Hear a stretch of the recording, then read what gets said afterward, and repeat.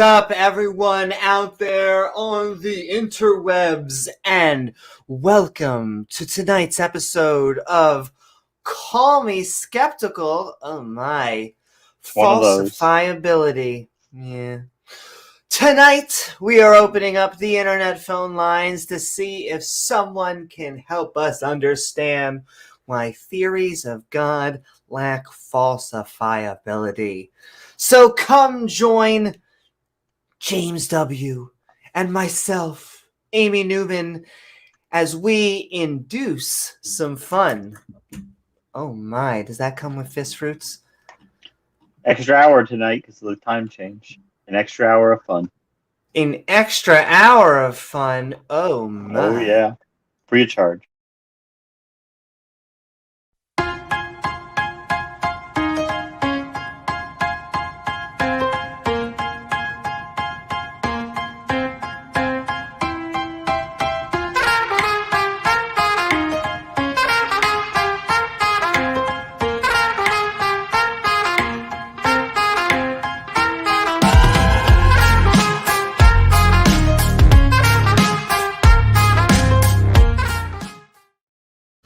Woohoo! That's right. We are a skeptic channel, including the two. Amy, you're roboting again. Am I roboting? Oh no, they're taking over. Yeah, they're taking over. Wait, Guys, Amy's probably my actual one. shape-shifting back into her lizard reptilian form. So I'm sure any moment. God damn it, they promised me shekels. They promised me shekels. That damn New World Order. It's never the old world order. It's always got to be something new. That's what they had to do to Fidel Castro, Jason Torn. They had to tell him to get real beard. Yes. But yes, welcome everyone to tonight's Call Me Skeptical. We're a skeptic channel, including the two schmucks you see before you, but we're actually looking for views that don't agree with our own. So if you fit the bill, then look for the link in chat soon. Do it. Do. Now, we also love people who do agree with us, atheists, skeptics, and science-minded people. Feel free to call, or rather click in. Though, if you think the world's 6,000 years old, that evolution is a hoax, or that the world is flat, well then, OG Willikers, you should speak to us right away. That is, of course, after we get done our opening statements and our housekeeping, sponsored by our Patreons at patreon.com/Amy Newman, including awesome Patreons like the fact that there are other religions besides the three Abrahamic ones triggers them. K.O. Champ.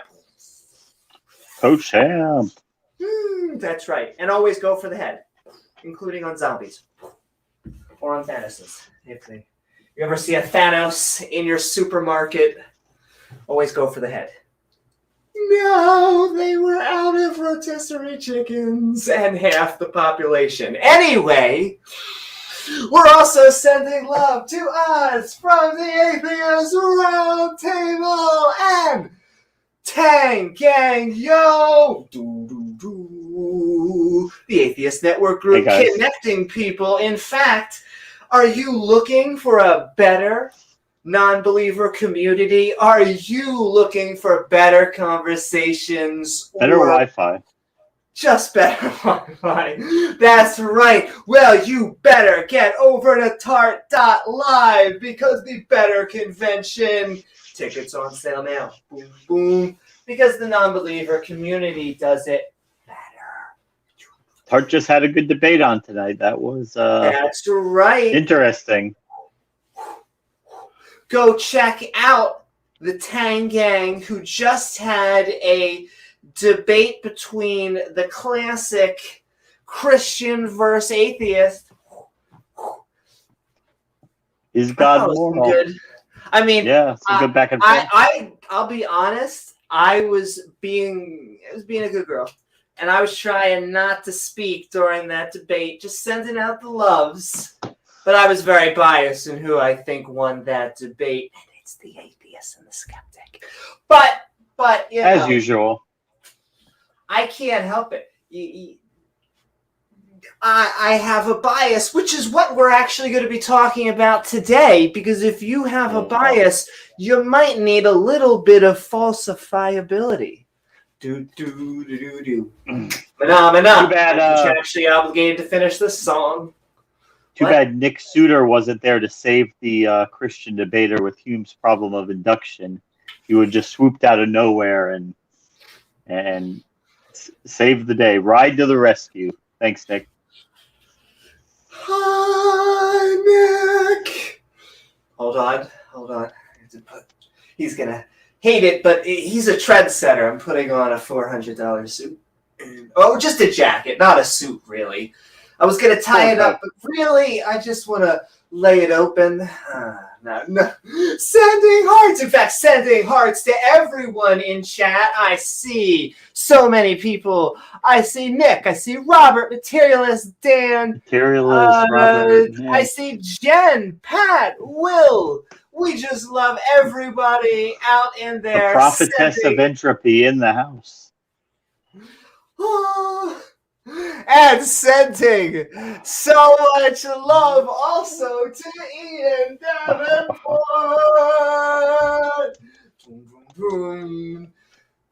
This is how you level up in the skeptic community. You get giant hearts that actually have valves.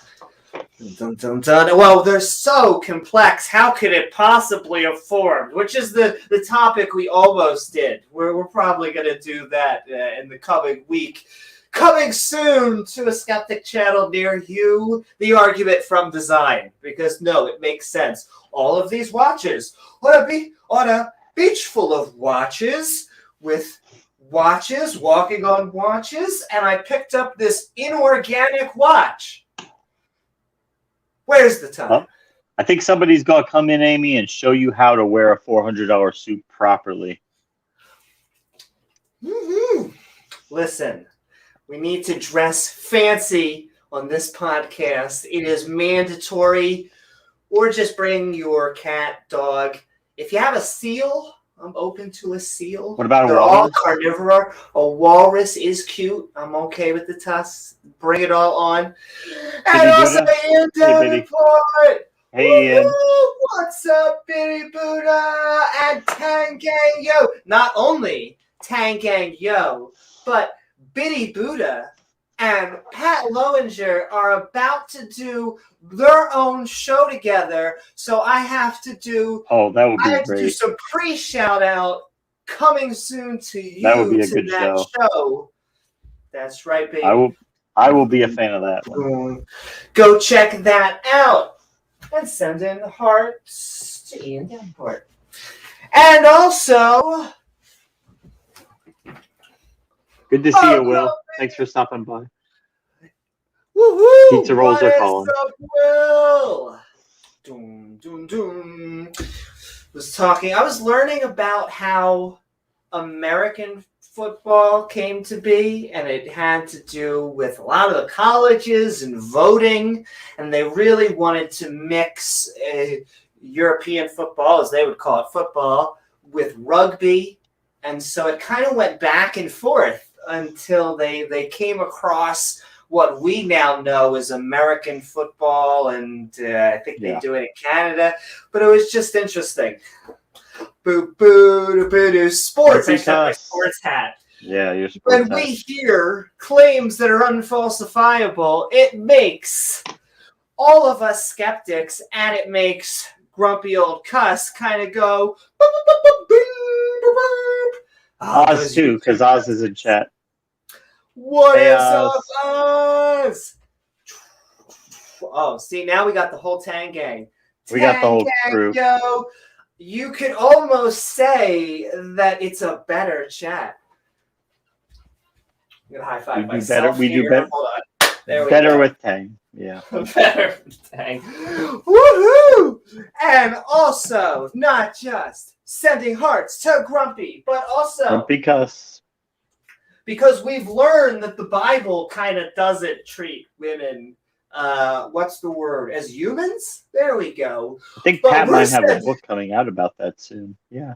That's right. I think Pat does have a book coming out soon.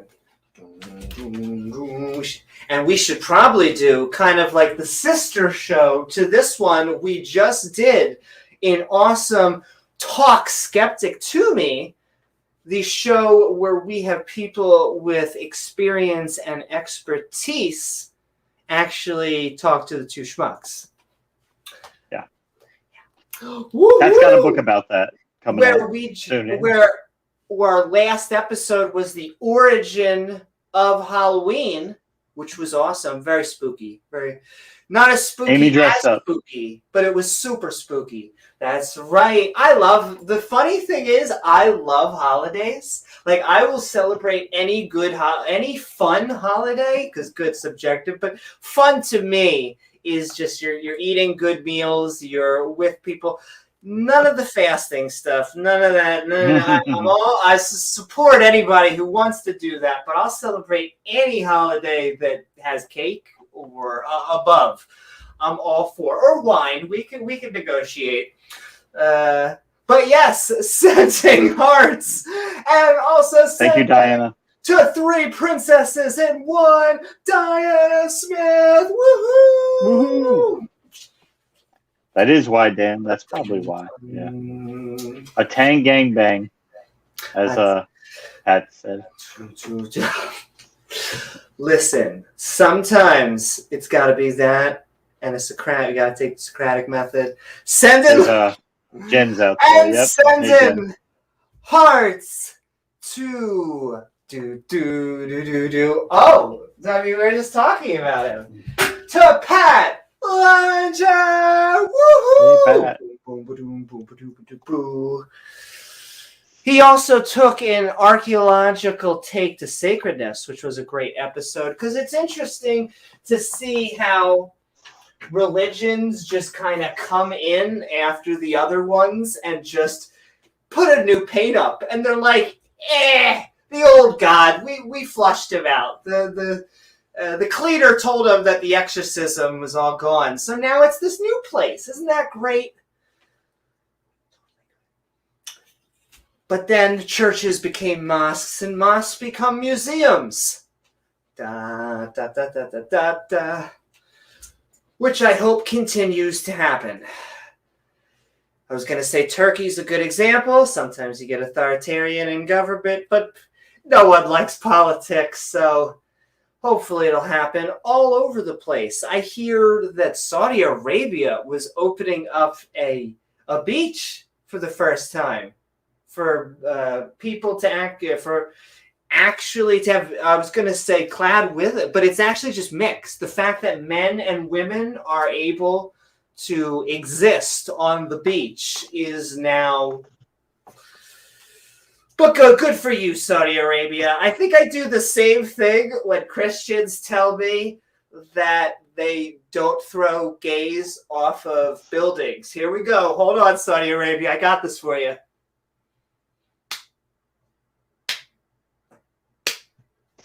Well, come on, Amy. Would you rather be thrown off a building? I mean... I think I want to be thrown onto the beach at this point. Can we just mix things? I know. With a nice cocktail, maybe? Nice cocktail. No, I mean, clearly we are making progress, but the progress I like to find is Steven Pinker's fact that we are just trending upwards in almost every direction, subtly. Doesn't always feel that way, but generally speaking, we trend upwards towards those secular values that they hate so much. But eventually they just take credit for it. It gets so good that they're like, you took that from us. We're like, okay, sure. We took Meanwhile, they've been preaching Bronze Age values the whole time. And then finally, when they get drug along, they're like, oh, yeah, we were here all along. Oh yeah, no, we totally supported gay marriage. Oh, you did you? Really? For the past 2,000 years, you were just hedging? Is that hedging bets? You were playing poker? No, for about the past 25 minutes. Yeah. Yeah, but then they want pats on the head. Not the awesome Pat Lowinger. They want pats on the head as in like, wow, we have come so far. Can't you give us a bone here?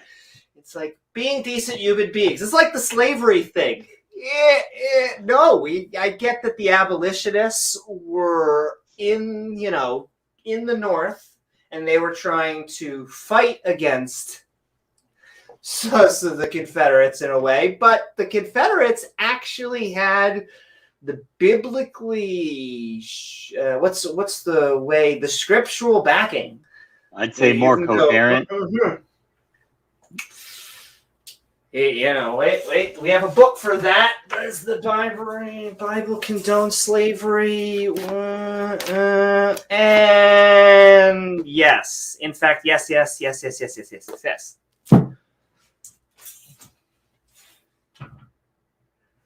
Oh, but if you're someone who disagrees, feel free to come on and tell us where we're getting it wrong. It's the good slavery, James. It's the kinder, nicer slavery. Well, that's what P. Mars said. Get paid. That's right. And you still get beat if you object. James, they're able to walk it off. That's what they tell the slaves, I assume. But it's not the transatlantic slave trade. That sounds scary. Sounds so scary. Do you have to make it that many syllables, James? You don't have to make it that many syllables.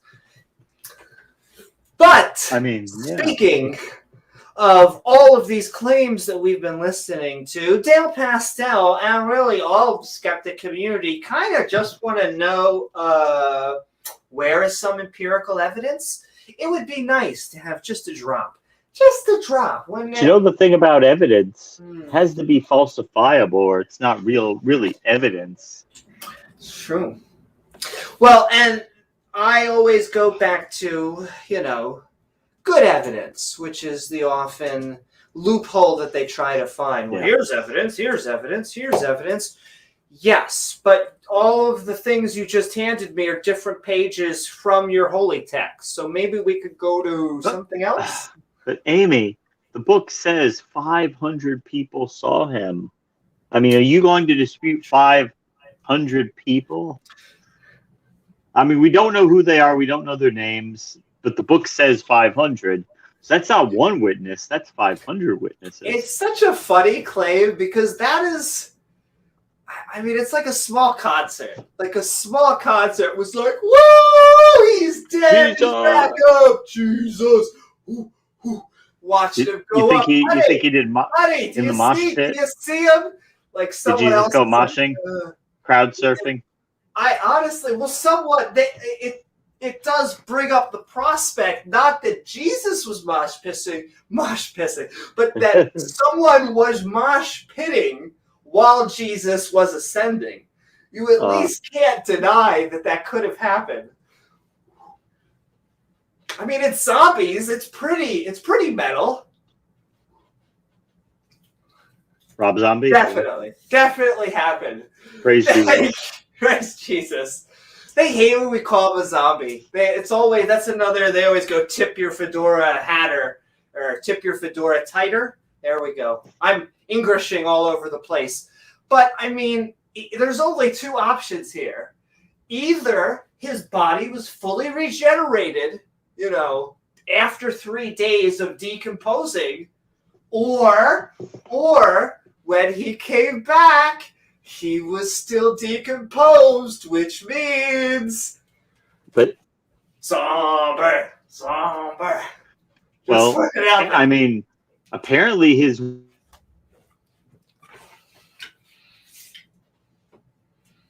zombies. Okay.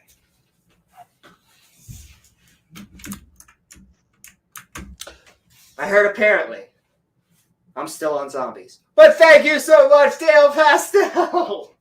Woohoo! And not just Dale Pastel, but we are sending love to, my gosh,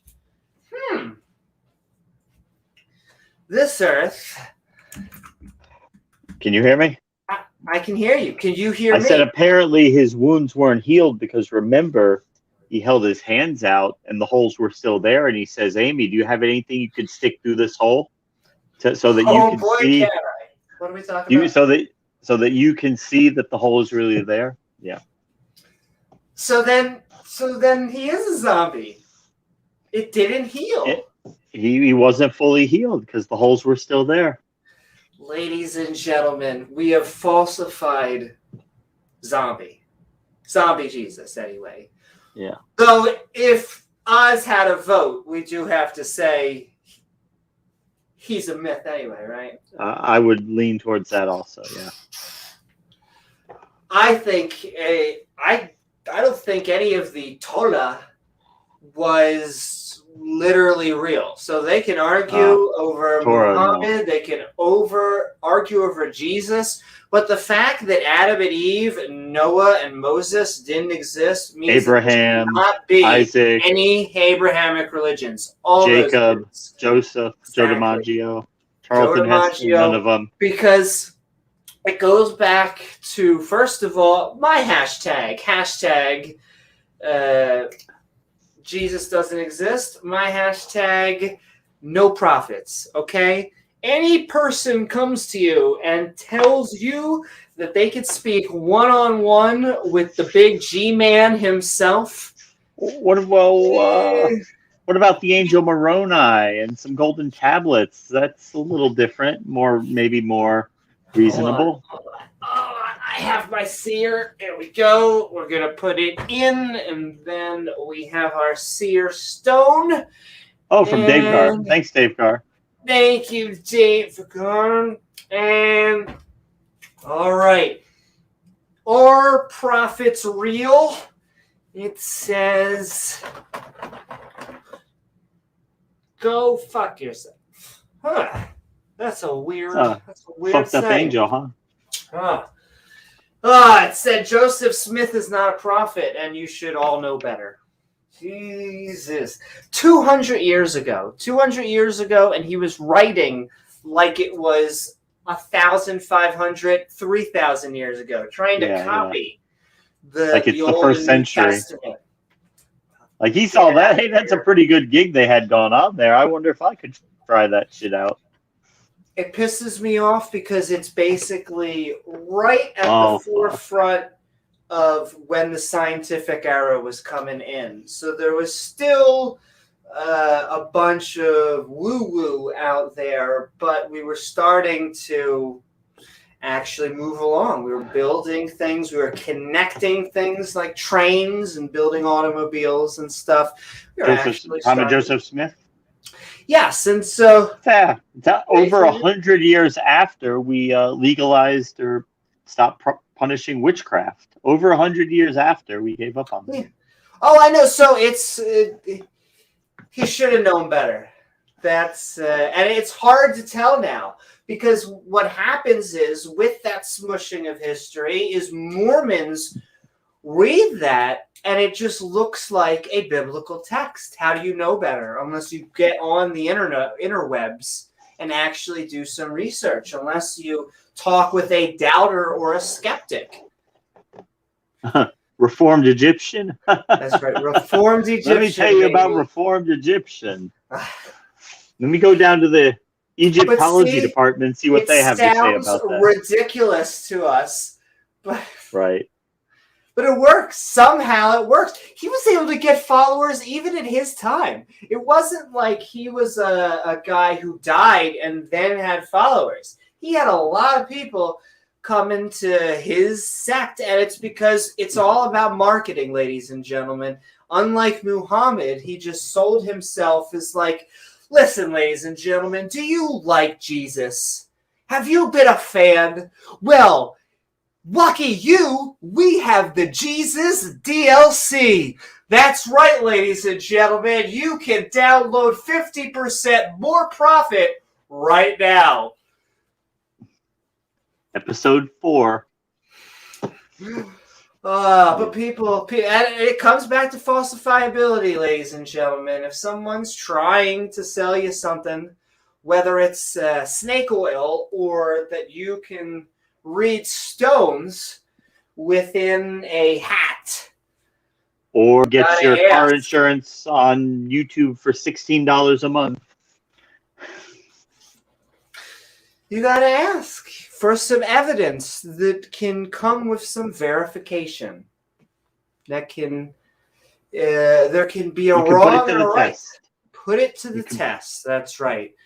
Just like around Earth, which, you know, ladies and gentlemen, I have only found flat earthers. I wish, but they've all been this weird form of like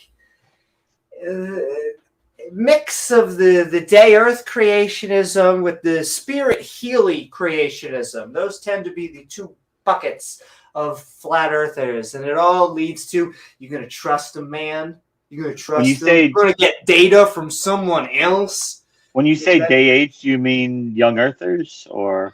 Yeah, well, it tends to be either the super creationist or the Healy-feely, huggy, hippie creationist. Day agers are old Earth. They're... Oh, I'm sorry. No. Yeah, okay. the wrong term.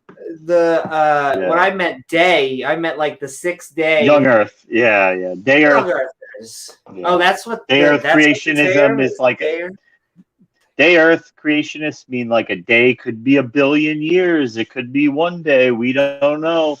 So it's not falsifiable because it can encompass whatever science finds out. Be whatever you want in your heart. Or generally, if they're probably a scientific-minded theist, they just take whatever number is the scientific number, and that is God's number. But we love you, metaphorical theist. We're just trying to get... Well, I would say, generally speaking, as long as you're on team science, but we are talking about the scientific method today as we do falsifiability. And speaking of awesomeness, we are sending love to Scott Duke. The transition was just awesomeness. Because I love cats, and we just got over Halloween, and the Day of the Dead is also a similar day, and also because I like hyenas. Sending love, Scott Duke, and also Answers in Atheism, which puts on the Daily Weather Report, which you guys should all check out because it's awesome. Woohoo! Sending love, Scott, and sending love to Regos. Woohoo! Sending love to our thespian skull as we read our Bible study, because every once in a while the Bible's kind of like, thou shalt die and thou shalt like it because thou kind of gave me strange fire. Poka, poka, poka. Hey, he made you. He can kill you. What are you going to do? It's like a gardener ripping weeds out of the ground. If he wants to do it, who's going to stop him? You going to stop the boss, Amy? Are you going to stop the boss? Look, James. Are you going to stop the boss? I got a complaint department right here for you. Which is what happens forever, apparently. I can never get my head around forever. People talk about forever and eternity because I really don't think they've ever spent like an hour seriously contemplating how long I was going to say how long forever is, but we have trouble even comprehending it. That is the point. And so to imagine just torturing someone for a full minute, I don't think people truly understand a minute and 5 minutes sometimes. You ever want to do a good comedy set? It's 5 minutes. You go up and try and do a 5-minute set for your first time. It feels like an eternity. Yeah. But it's not.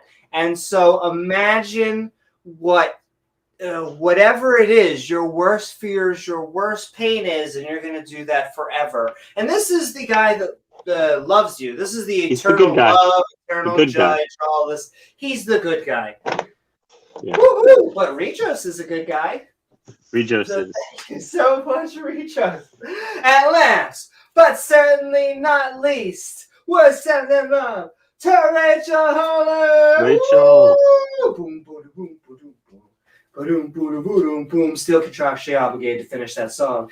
Thank you, Rachel.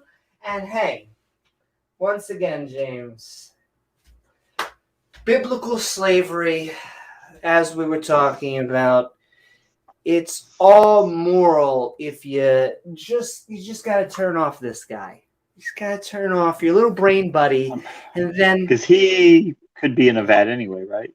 He could be a brain in a vat. That's true. How do we really know, if you think about it, that we're not fizzing sodas, which is what Cy 10 Bergentate likes to ask? How do you know? You're just telling me that you just did a cup of fizzing soda?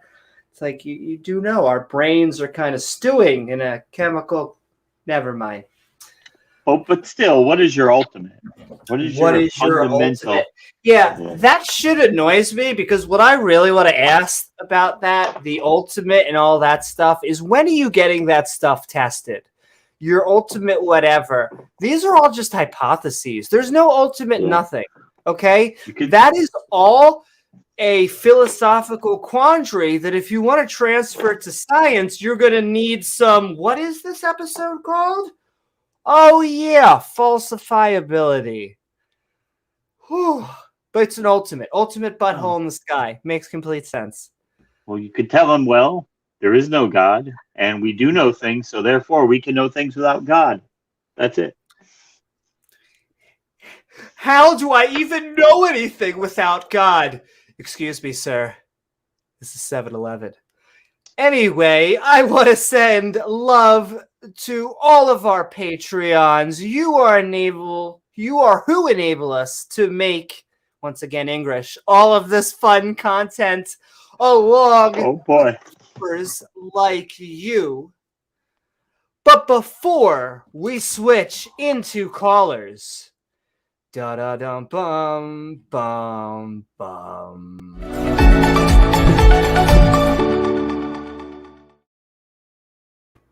Hello, Mr. Newman. Sir. Newman, sir. I need to do like a New Jersey accent. It's real up here. How do you know what your accent? I haven't been there in so long. That's okay. I'm trying to think of a joke, but she's not Aaron. I used to know, I know a Jersey joke, which is terrible. This is oldie, but once again, Jersey, I'm so sorry. This is not me who created this. But James, what's the difference between a girl from New Jersey and trash? The trash smells better? Trash gets picked up. Oh, you could really do that for any city. I just heard that once with New Jersey, so it stuck with me. But anyway, the hoes are from Hoboken. Yeah, do actually love Atlantic City, sending love, but falsifiability. During the 1900s, Karl Popper came into a time period with rapid scientific advancement, including great minds like Freud and Einstein, learning about Freud from scholarly works, and even going as far as to attend Einstein's lectures. He began to take notice of the two separations between their methodology. With Freud being able to make almost any data point work, no matter what their outcome, and Einstein looking for a testable prediction. Like a solar eclipse when dealing with his theory of general relativity, instead of looking behind him to predict the present, he was using the present to predict the future. However, if the future didn't match those predictions, well, that's how we begin to knock off potential theories, or at least begin to cause doubt. The opposite is true with each successful test, strengthening the merits of our theory to explain the phenomena. He also took notice of the bias that humans have towards their own theories. Popper came to the conclusion that there were two categories here: science and what he would call pseudoscience. With science looking to disconfirm or rule out, while pseudoscience was looking to confirm or rule in. Put another way, every false belief we discover is great because it gets us one step closer to us only believing true things.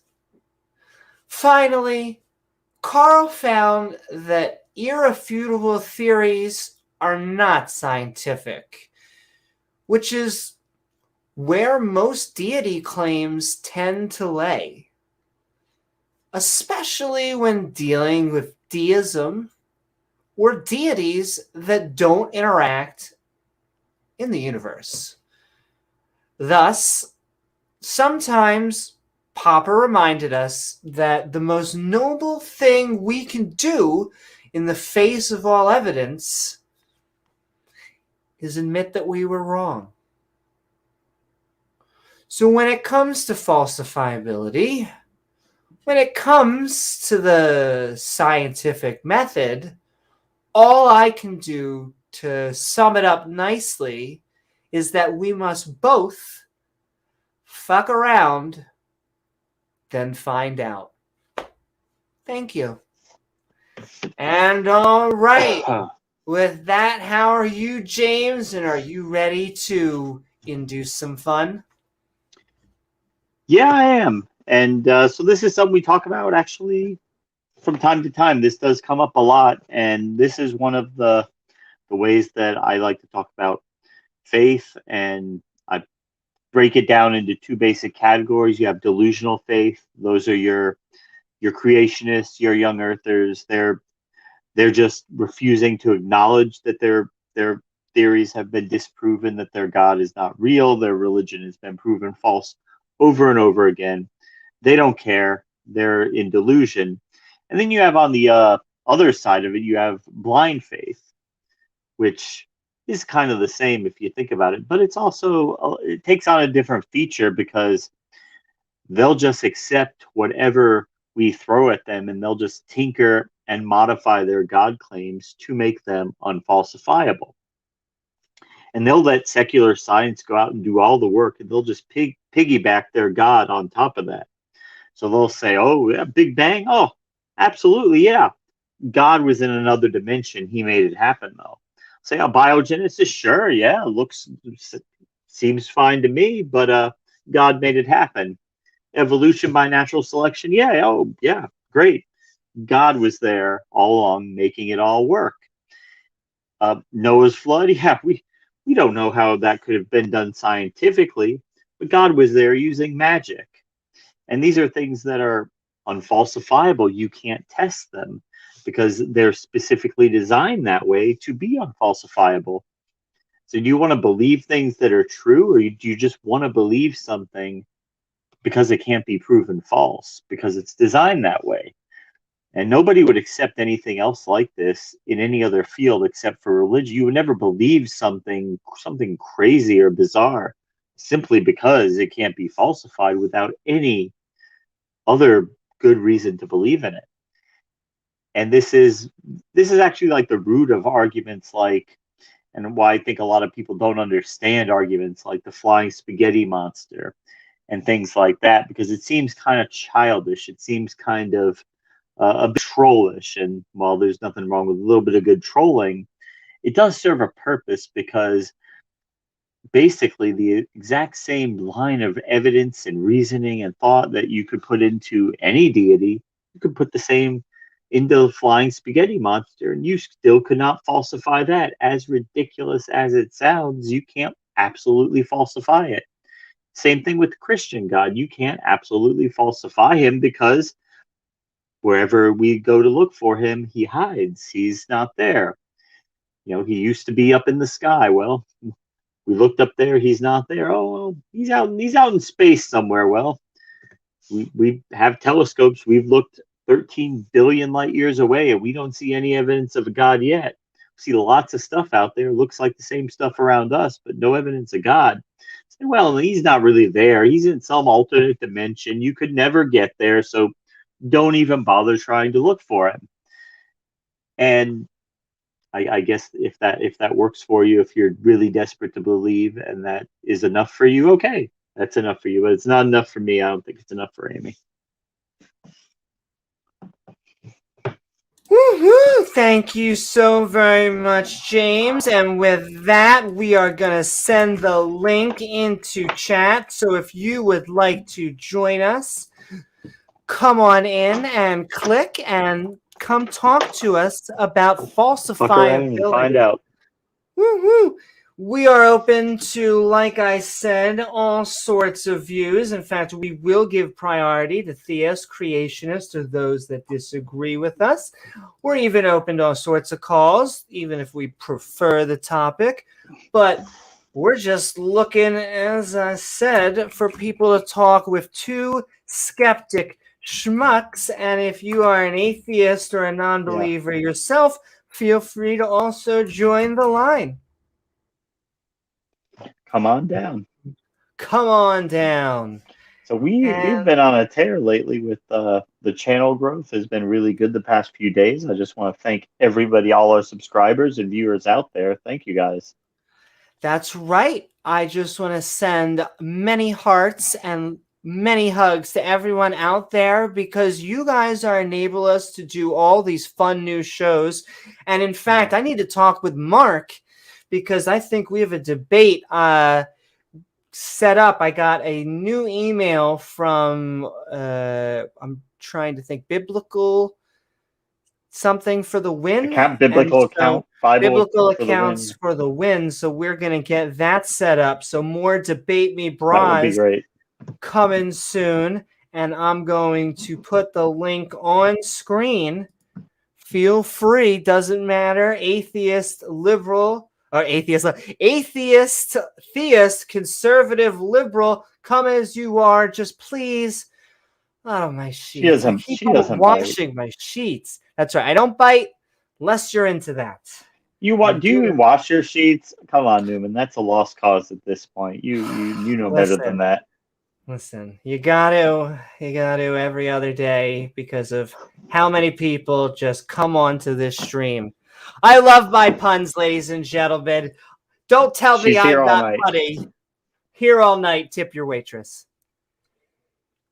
Thank also, you, sending love to everybody in chat. Sending love to Bubblegum Gun, Skywatcher, Mac the Human, Doorknob Head, Randolph Richardson, Doorknob, the Godfather of atheism. Sending love, but creationist theists, we're knocking really on anyone who believes that maybe their deity claim is falsifiable. Maybe they have the one theory we haven't been checking out. It was in our Discord a while back. You know who it is, Amy. It's one of your friends. He posted a link to an article, and it said, actually, Christianity is falsifiable, because if you could falsify the resurrection, you could falsify all of Christianity. And of course, while we don't have any good evidence to support the resurrection, you can't falsify it, because were you there? Were you watching the tomb? Did you not see what was happening? but that's not the standard that we base anything on. We don't base something on, can it be, if it's unfalsifiable, I must believe in it. That's not how we approach things. We need evidence to affirmatively make that decision to believe. They're also there's such grandiose claims. And if you really take a second and take, I don't know, the context they like to talk about, they're just silly. Like, I understand why a resurrection makes sense to people who were raised in Abrahamic traditions, because Yahweh loves the sacrifice. But like, whenever I say the words ritual human sacrifice, I think that hits a peg hard, because that is what it looks like to me. I don't know any other way to explain it. And so even if you could prove it to me, and I do, I just want to know the truth. And so if Christianity is true, I want you to prove it to me. I'm using a mathematical term as a lay person. Give me evidence. Please give me good evidence. That's really all we're looking for. But I don't know if I'd be on Team Jesus. That's the other thing. I don't just showing me that Christianity is true doesn't mean, because I don't know if I like that God. I don't know, the implications would then roll from there, because I don't like a God that supports human sacrifice. It looks pretty bad from our perspective. Yeah, it looks like a guy all the who, genocides and the killings and arbitrary rules that don't seem to make any sense. I'm not saying you could never explain those and whatever, but based on my view of the way I'm looking at it now, it seems pretty hard to fathom a good reason for all that. Well, he could, just explain to me that when he wanted to stone gays, he meant, get some good ganja and go to an LGBT bar. But I don't think that's what he was talking about. So we would actually have a lot to discuss before I got on Team Yahweh. But then even if he was omniscient, he would know that people would misconstrue what he was talking about. But then he would still make the choice to communicate in this way that he knows is going to lead to lots of human suffering for no reason, just because he can. Does seem pretty indifferent to human life, human suffering, anything other than his own whim. Just seems to care about him and his glory. And so if you just joined us, we are Calling Me Skeptical. This is the show where you get to call us in. We're talking about the falsifiability of God. Maybe I should have added God in the title, but we're really talking about falsifiability in general as well, because it is important to understand what we are looking for. And it is, what do you expect to be wrong? Like, what are the conditions, not only that you're right, because we hear that so often, but if you go here, if you do this, and it doesn't show these results, that actually means that I'm wrong, and I will admit it, and I will then change my theory. You see, and that's the thing. That's what most of them are so deathly afraid of, that they do not want to touch that with a 100-foot pole, because that has a lot of implications behind that. Because if you propose a thing, well, if you prove this, then it's wrong. Now, granted, there are Christians who will say, oh, well, if this gets proven, then I guess maybe it's not true. And then a lot of times they'll just shift the goalposts and they'll change things and they'll modify, or they'll just pretend it hasn't been proven. Like, evolution hasn't been proven. What? No. Evolution. They'll delude themselves. What is up, the awoken one? And I agree, there is no Messiah coming. And that is one thing that that kind of is a prediction that the Bible, a testable prediction almost. Indeed. It just doesn't give a date, but it does say that there was a Messiah coming back at some point. Christians have been waiting for this guy for 2,000 years. We have absolutely no sign of him coming back. There is no indication that he ever is going to. yet they're going to spend their lives waiting for him. I mean, he's not coming back. How many years do you have to wait? The funny thing to me is that every new generation of Christian, I believe Jews have some or not Jews, Muslims have some end time prophecy. They always think that they are that generation. It's going to happen that year. And it's because the things in the text are so vague that they can apply to almost any time. Like we've gone over before: wars, rumors of wars, earthquakes in diverse places, famine, pestilence, which all that stuff has been recurrent all throughout human history. It's nothing unique about it. Oh, yeah. We got Hume in the back. Oh. That's right. We have our first caller joining us tonight, which means we are going to switch into our caller format. But keep calling in. We got lots of spots. If you believe any of the things we just said were factually wrong, or if you think that you have a falsifiable theory on God. And with that, we're moving in. Oh, crap. To our first call.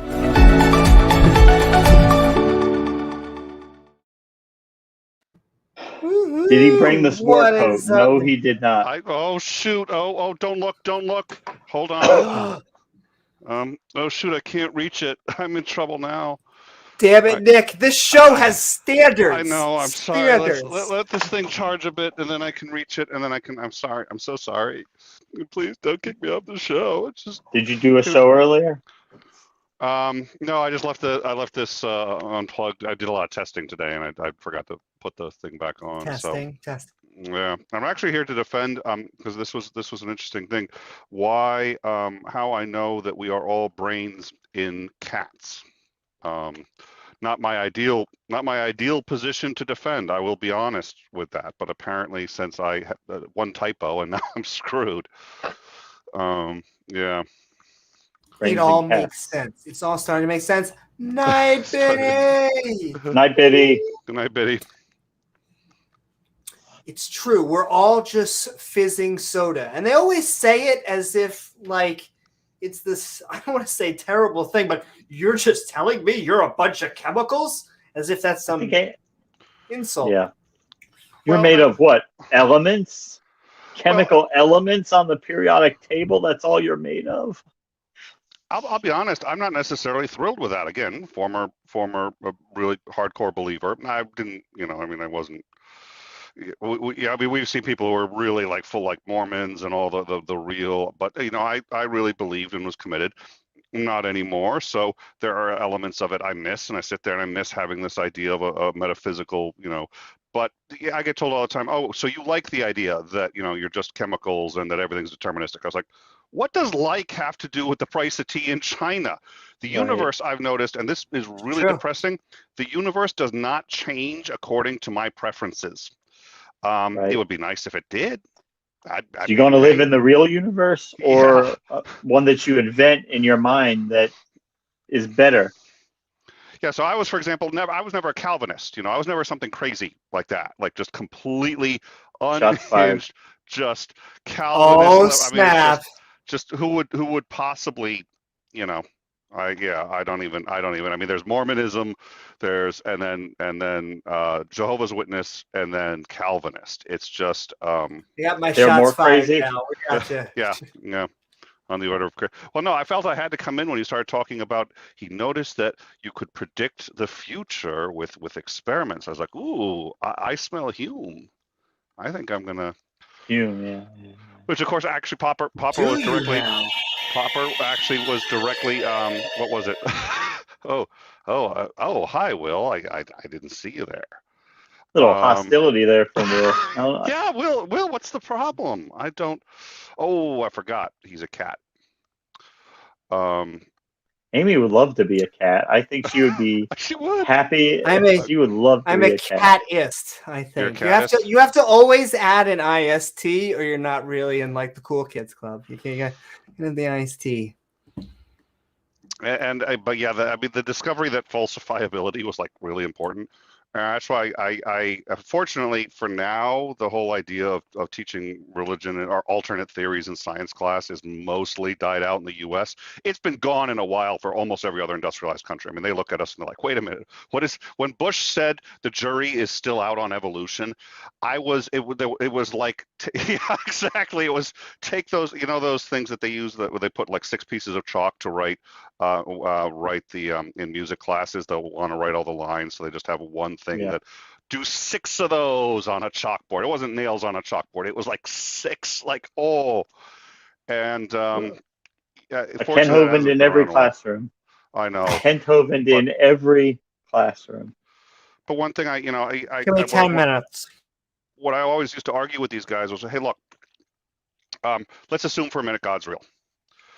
It's unfalsifiable. It's also unfalsifiable because every time we find fossils, people say, oh, God planted those to test your faith. Well, if all evidence can be completely dismissed out of hand because your starting point is that God exists, God's going to be completely unfalsifiable. There's absolutely no way exactly. And it doesn't matter how big the magnifying glass is. You're just getting nowhere with it.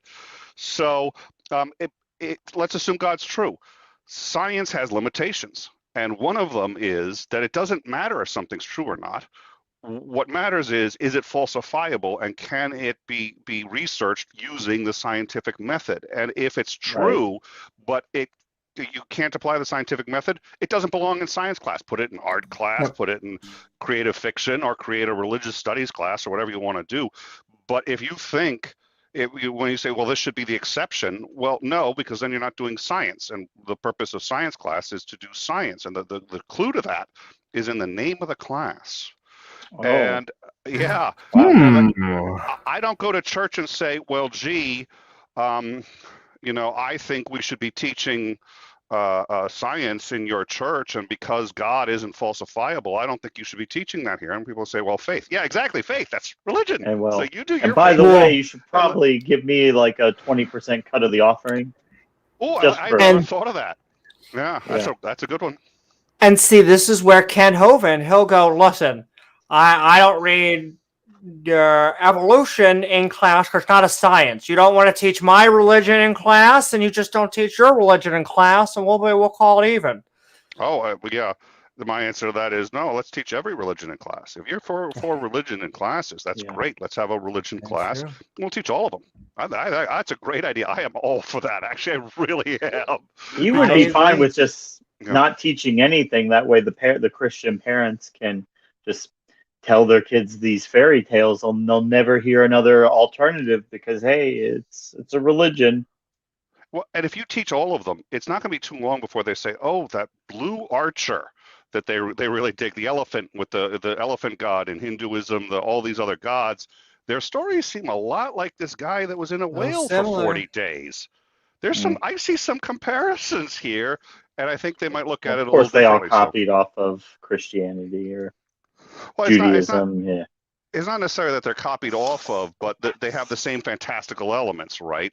And when you see all of them presented together, it's and I always say that people say, oh, you're atheist, so you're not going to let your children have religion. I said, no, I will tell them anything about any religion, and we expose them to all religions. They go, that's the same thing as atheist. Christians are literally, that's the same thing. I was like, ooh, it's interesting that you say that. And I was like, that's an interesting observation.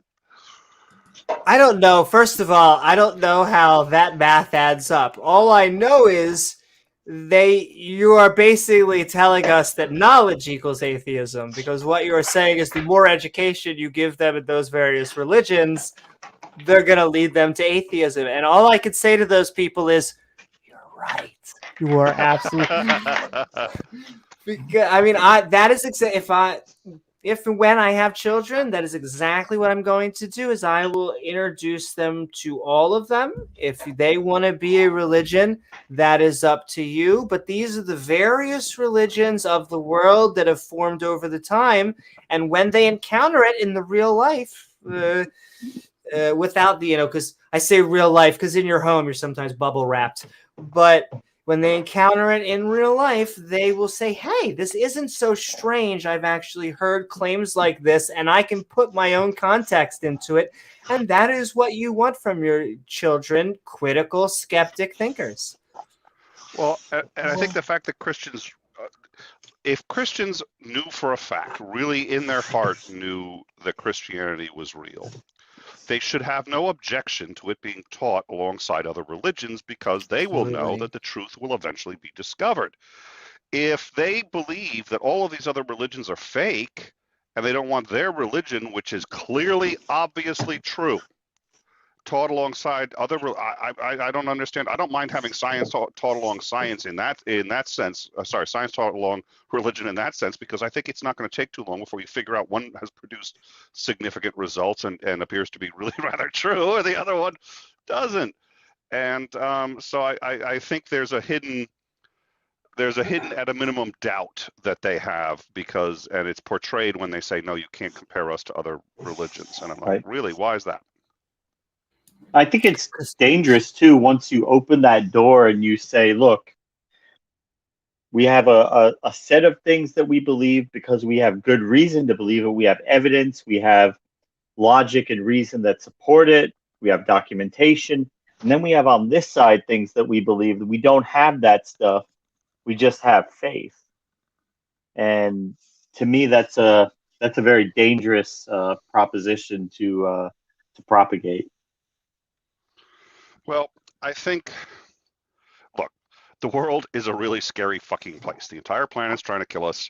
The universe is trying to kill us. There are asteroids, there's viruses, there's all this other stuff.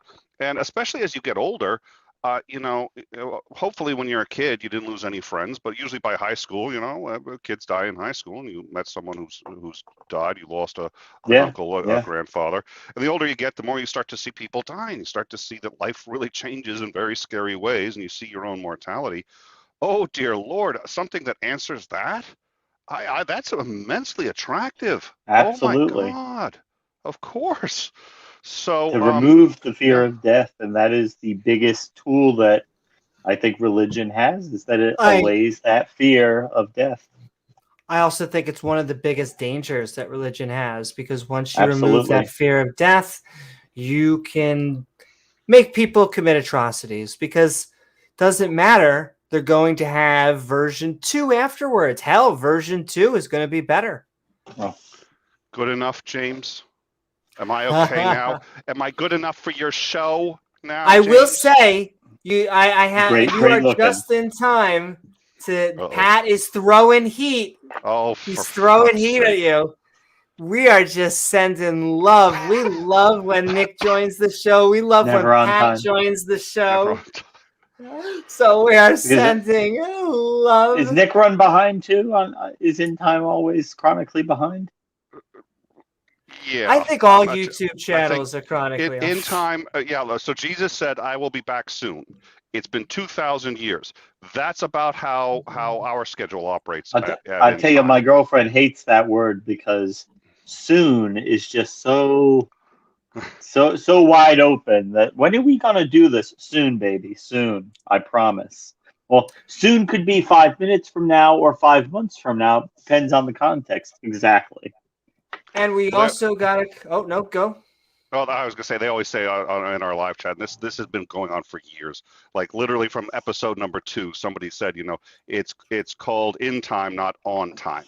And that's basically become our unofficial motto, and that's it. And I work as hard as I can. We had a great week last week. We did 5 shows. At the last one we were on time for all of them to the second. Last one blew it on the last one. But it's close. As long as it's not hand grenades, that's all that matters. Yeah, I suppose. Break out the hand grenades. But also, Mac the Human says, did Bubblegum Gum that... did you tell Bubblegum Gum that you don't want evidence? I would say, Bubblegum Gum, we are looking for evidence. We're looking, doesn't matter if you are a creationist, a literal theist, a metaphorical theist. Come on and talk to us. The link is pinned below. You don't have to. I always feel like, I know on some channels they're like, you need to, they get called out and they're like, Well, if you're doing so What are you much being a side chat warrior? Why Yeah. being a side chat warrior? Listen, ladies and gentlemen, if you want to be a side chat, just hanging out there, we love you, side chat. I'm sending so much love. But if you do want to join us, the link is down below. I do just want to point out that an obstinate failure to understand evolution is not evidence for a god. I do want to put that out there, because if you just obstinately refuse to try to understand evolution, and you think because you do that that leads to a god, no, that's not evidence for God. Sorry. And I am a pussycat. I wish I could say that was a joke. I'm a pussycat. Come in. I'm usually reasonably easy to get along with, to the point where even Pat's calling me out and saying I take the sides of the theists, which frankly I kind of do more often than not. But nonetheless, or not Pat, as we've yeah, James, as you've seen. Yeah. I think you just steel man them. You try to play devil's advocate sometimes. Because sometimes they're getting beat up on poor Sunflower. Well, it really only goes in atheist channel or a theist channel. I have not met many mixed. That would be interesting. An atheist theist channel. The closest, modern day debate is kind of like that, but James is a theist, though he has atheist and theist mods. But, sometimes it gets a little one-sided, and there's the ups and downs to that. I think we all kind of like that sometimes. I like going into the lion's den sometimes and feeling the pressure. What's Praising up, Gavin's Christian Hangout. That's right. We need to go. So they they changed the name. They renamed it. Well, I mean, hey, sometimes it really does. I completely understand why. I feel like, just like you and I, James, we work off each other. Sometimes also, that's what she said. That's what he said. That's what someone said. I'm impressed though. It's been like 45 minutes before the first he said she said joke. That's true. And I'll be honest with you. It's been a long time since I've mentioned anything phallic. So I feel like I've been fantastic tonight. Does this mean that you've been saving it up and we're just like the next 20 minutes is going to be nothing but yeah. Listen. There is nothing wrong with a little. I think, how's the joke go? Anything's a dildo if you're brave enough. What were we talking about? Washington Monument. Wow. That's not one of mine. That's an oldie but a goodie, ladies and gentlemen. I always like to do my little copyrights on there. And when Amy Newman is old and people are saying that Joan Rivers never looked that good, she'll be saying, woo-hoo. That's right, Rivers. That's right, Randolph. I hope that I just stay as sassy as Joan Rivers for as that long. And he also said, I think, somewhere, thanks for the pep talk. I'm trying to find it. But you can also tag us with your comments, thought bubbles, or one-liners at Amy Newman. So keep sending them in or join us on here. Pat just doxed me. He just fucking... Pat says, to be completely honest, confidence, you son of a... that's it. He is his own God, his own personal Jesus. I have my own cue the music. No, he didn't talk. He just figured that out. It doesn't take much of a psycho. He was like, "Have you seen the ego on that guy? The difference between Nick and God is God doesn't think he's Nick. I mean, I just." I do have to say, you buy one $400 jacket, and then it goes all up. It goes, Don't bite on that, Randolph. Don't do it. That's a trap, Randolph. Oh, so wait, we're talking about traps? Where? Where did that come into view? What is there? So I did want to say, because you had said something I thought was a really great point, which was how you can use religion to manipulate. Because one of the things that everybody knows, there was one thing. When the Quran was written, Islam was dying. It was dying out, and the evidence, as far as I understand it, is that the concept of martyrdom was added in order to encourage people to join, because if they join and then die fighting the for the cause, they'll go straight to heaven. That's also why it ended up being so popular with prison populations. But the other thing that people don't realize about rewards program. I know. But the other thing that most people don't realize martyrdom covers is innocent people who are killed in furthering the religion. This is why it's okay to kill civilians. This is why it's okay to fly buildings fly buildings. I'm a little tired, I think. I've been Englishing all day. Yeah, so fly planes into buildings is because, well, it's okay because all of those people are going straight to heaven because they're your victims. That's scary. Let God sort them out. Yeah, and that is kill them and let God sort them out. The worst part about religion is that it is making someone who could, in hypothesis, have been a really decent human being and has been twisted to the point where they think by killing people, they're actually doing good. That is their version of doing good. Well, and what I've said before is, if Christianity was true, then the Inquisition was a huge good for the world, because it didn't matter if you had to burn 1,000 people at the stake to save one person from going to hell. You would eliminate an infinite amount of human suffering. Come on. Come on. It's not me, it's James. It's James. Oh, God. One little mistake. One mistake, and it just haunts you forever. You know what? He's just mad about the Calvinist thing.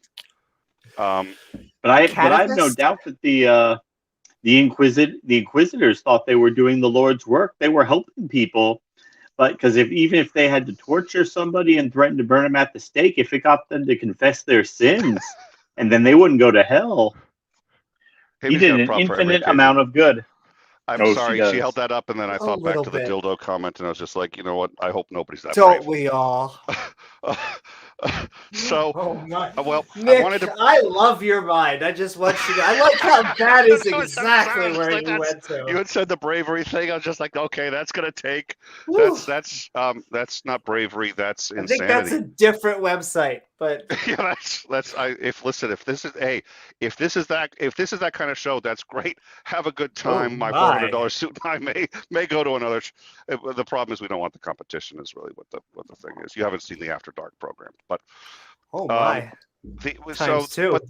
that's how they justify the hiding the pedophile priests. And I keep saying pedophile priests, and I'm trying to remind myself I've bought into the propaganda when I say pedophile priests. They are rapists. These are rapists. They've been raping children, and we don't use that language, and I don't entirely know why, except I know that it really is uncomfortable. But we have to use the right language, and I've gotten to despise when we sit there and say, oh, they're pedophile priests, or they abused kid. No, rape is the proper word. And I get pushback from theists on this all the time. I've gotten pushback from atheists, and that's fine because I push back on other atheists, so I'm cool with that. But I very much love the Hitchens line. And under normal circumstances, good people will do good things, bad people will do bad things. But if you want to get a good person to do bad things, that takes religion. Absolutely. And he's not that far off from that. And it's not an axiom, but yeah. You may have good priests who are sitting there going, you know what, we have to protect the church and think of all the good the church has done and will no longer be able to do if we're taken out by this scandal. So let's protect God by moving these priests. And that kind of rationalization, you can't get it other ways, by the way. I mean, people, by the way, we do it when we're in love too, right? I mean, people who are in love do really crazy, and they'll go to the ends of the earth for someone. Later, they're only in your own mind, Bubblegum. Well, that only works in your own mind. I'm sorry. What did he say? He's saying he's already proved evolution false. To them, why only in his own mind. Already false. I will say. So two things on that. Two things. I would say no, not to our satisfaction. You have, in your defense, come on and defended your claim. Feel free to always do that again, Bubblegum. But we aren't the people that have to disprove evolution. Once again, there are 3 schmucks before you now, and you actually have to prove it to the scientific community.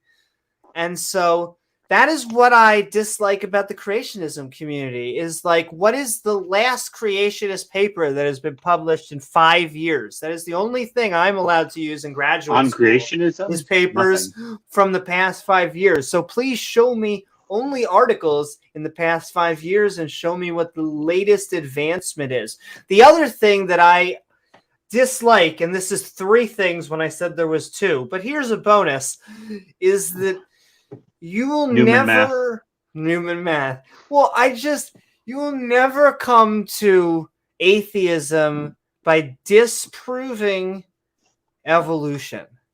You would only come to that evolution would be false, but it would never, and it takes us lovingly back to falsifiability. You would need to find a way to falsify either creationism, they hate the labels sometimes, but whatever you want to call it, if you don't believe in creation, if you believe in something non-evolution, you got to figure out what that is. And here we go. We have Bubble on to talk with us, which means that we will start to wrap up with Nick, because it's been such a lovely time as always. Thank you so much. We have been calling the skeptical. Yes, every once in a while. We have almost room for 4, but we do want to have our call in just in case we ever have special guests. On. You gotta have the theist on. We gotta have. I'm sorry you have to go, James. But it's been nice, and we're looking forward to having the theist. Oh, you mean you get me? Okay. You mean okay. I thought we had a special thing going, but it's okay. Hold on. Right here, Nick. Right here. Out of time. But it has been lovely talking to you. Where can people find you? And then what are your final thoughts on falsifiability of God claims and in general? Oh, somehow, wait. Time's up. The thingy. It was up. The thingy, Amy, really? James made me laugh with that out of time thing, and I couldn't. Yeah. I knocked it. You can In Time Show. It's youtube.com/In Time Show. We do news, politics, culture. We do interviews, debates, all sorts of stuff. We also have open hangs a little bit like this. So all sorts of things. So I hope you'll come and check us out. And then the other, one comment I want to make, it's not on falsifiability, but just real quick before I go on evolution. The biggest argument for it in 1 minute, real simple. You have multiple disciplines in science that have nothing to do with each other, and they've all confirmed it. And what happened with the biggest evidence for me, Darwin was able to come up with evolution's existed since the Greeks, and they believed it. They just didn't think it was natural. They couldn't find a natural way for it to happen. He came up and said natural selection, came up with the method. When he did, he came up with a very rudimentary map of where every animal came from, how they came together, and elementary map that was the map of evolution. When we discovered DNA, nobody knew what it was going to say. It was so far after Darwin, nobody knew what it was going to say, and maybe it would disprove everything. Would it? No. Same map, only much higher resolution. Same map. Yeah. All the DNA came completely unrelated discipline, has nothing to do with what he invented or discovered on his own using a completely different technique. That cannot happen by accident, and it cannot happen if evolution is false. Thanks so much. See you guys later. Have a good time. Thank you, Nick. Thank you. Thank you so very much, Nick. And all right, with that, we are going to bring in Bubbles. Start talking.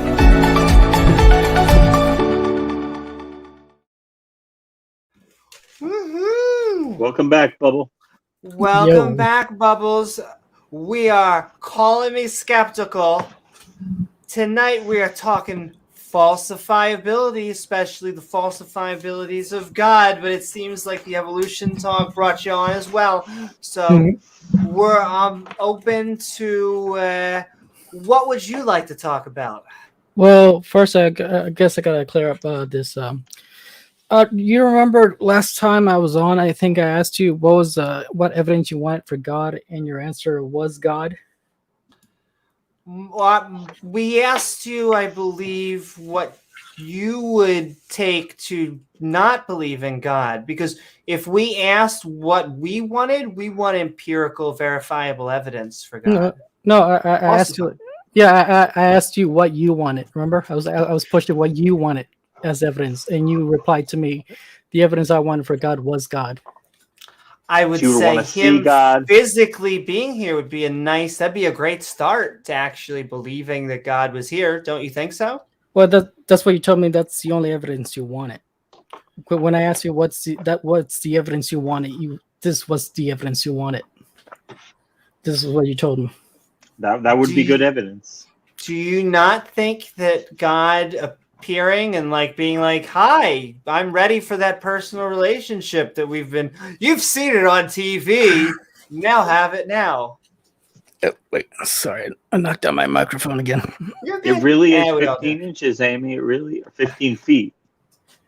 Well, that's why another big pet peeve I have is gods that have minds. I really dislike that concept. I think it is anthropomorphizing natural phenomena. Well, And so I really push against any deity that has a mind. well, here I just want to get back to this. When you Sure. when you replied, the only evidence you would take for evidence of God. Good night, Pat. Good night, Pat. Sending love. But I see. Just be careful with words. I asked you only is I asked you what evidence you wanted because you didn't want the evolutionary. Because you refuse the evolutionary evidence. You refuse the ghost evidence. Because I don't think that ghosts are real, and I believe that evolution is factual. But I could be proven. Okay, so when you denied taking in that evidence and you said the only evidence you wanted was God, you admit that you no longer want evidence. You want the fact. It's like me asking evidence for a cup, and me requesting evidence for the cup is the cup. I'm no longer. Can I ask you? Well, let's freeze frame this. You have a cup. What do you think it should take for me to believe that you have that cup? What evidence should I take on board, or asked in reverse? Either way, I have a really cool cup. What evidence should it take for you to believe that I have a really cool cup? How do we find out? Well, if the evidence I'm asking for the really cool cup is the cool cup, I'm no longer asking for evidence. I'm asking for the thing itself. But you don't think that the best way to do it would be to show it? You don't think that's best, one of the best ways? Yeah, but that's no longer evidence. That's the fact. You think that's too high of a standard? Is that what you mean? No, I'm saying that's no longer evidence. You're asking for the fact. I feel like you're now saying that's too much evidence. No, that's the thing. I'm saying that's not evidence. That's the fact itself. Okay. Let's try this a different way. Someone claims they have a girlfriend in Canada. How do we verify that they're real? You want to... okay, let me ask. If you want to verify that they're real, do you want the fact or do you want the evidence? I mean, don't we collect evidence? I think we're in a semantic game here. This is not. No, I'm trying to explain to you when you answer to me the evidence for God that you wanted was God. That was you admitting that you no longer wanted evidence. But that's a tautology. What you just said. I wasn't asking for God. I was asking for the physical manifestation of God. I was asking God. So, can I ask why asking God to come down? Is God able to do that? I don't know, but the point is that you are no longer asking for evidence. By asking for evidence? No, that's the thing. You're not asking for evidence. You're asking for the fact. Well, Seeing God physically would be strong evidence for God. No, evidence is the fact you're trying to get evidence to or from or for. It's absolute proof. It's a very high level of evidence, but I think it still counts as evidence. You collect facts that you present as evidence. Well, that's the thing. You don't collect fact for when you're already given the fact. Can you give me a fact that we rejected? Okay. Now we're going to talk about the evidence.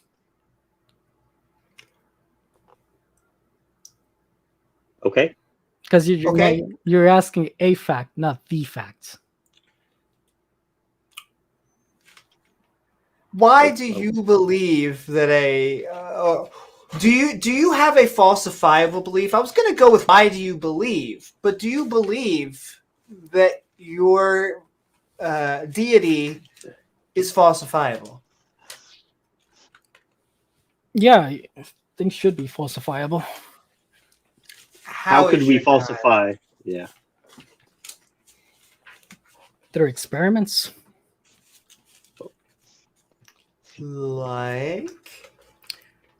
Well, I use the scientific method just as anybody else would. What experiment could conclusively demonstrate that your God or concept of God is not real? Well, I'm not trying to push for my concept. I'm just trying to push for a concept. I don't know which God is true or which God isn't true. I just know that there is a God or gods. So you could disprove one God, and then you could say, well, you haven't disproven them all. Well, I could prove Jesus to you, but it's not conventional.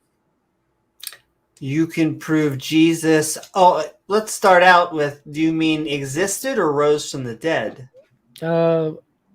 Whatever deity these Christians are appealing to. Amy's yoga instructor? My yoga instructor, Jesus? No, not that. Long hair. It's hot. not the bodybuilder Jesus, but well, Jesus Christ, this fella. Do you subscribe to any of, because I didn't think that you believed in sort of like the resurrection or in. No, I think there's probably was a Jesus. I don't believe that. Okay, I believe in Jesus. I don't believe the Bible. These are two different things. Okay, because I believe there may have been a Jesus. I'm kind of on the fence, but that stuff doesn't matter to me because I'm pretty sure that Muhammad was real, and I definitely don't think he was a prophet. Well, but what we're talking about is we're talking about the supernatural Jesus, and that's it. You can prove that, is what you're saying? Well, I can, but it's not conventional.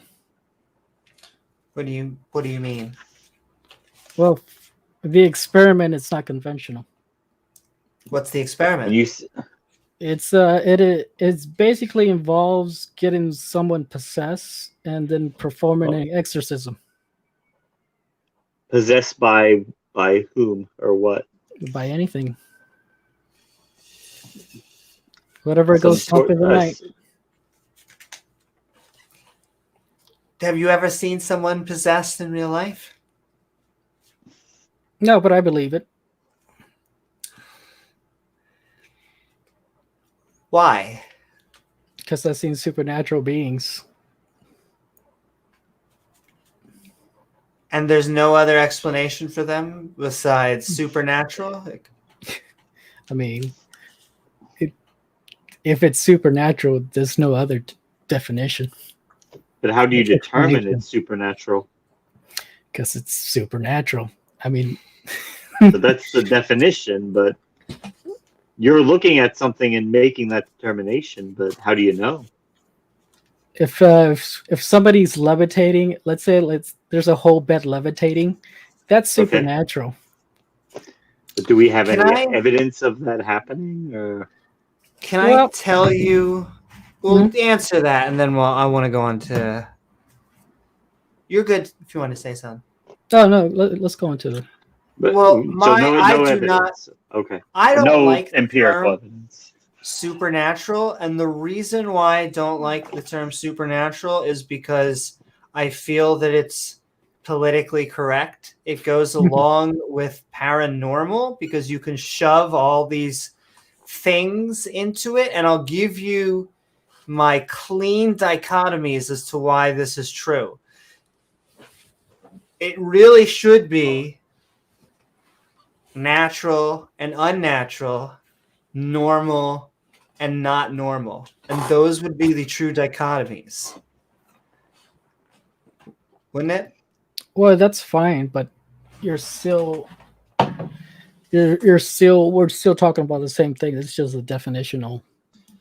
Can I tell you why it's not, though? With supernatural and paranormal, it is like it's marketing. It's like all about trying to sex it up, because if you try to say that an event was unnatural and unnormal, it just sounds weird. And it also leaves open the room that it can, with investigation, be found to be natural and normal. Oh, you're talking about I think I get what you're saying. Yeah, but when you can, but we can still prove something is what we would consider supernatural and something that just needs an explanation. So what would be your difference between something that is unnatural and something that's supernatural? Well, something that's natural and kind of spooky is like, for example, you ever seen balls of lightning? Little Ball thunder lightning. Yeah, sometimes lightning comes in a little ball. Like And the thing you could touch your finger on and it attracts it. yeah. If you ever been in like an airplane, sometimes you'll see them in the sky. They're natural. They look supernatural. Ball lightning. It looks really spooky, but it's normal. Yeah. Yeah, and how we would separate that from supernatural is like a bed levitating with intent, because there's a mind behind that. Well, okay, but see, you defined it again in terms of the natural.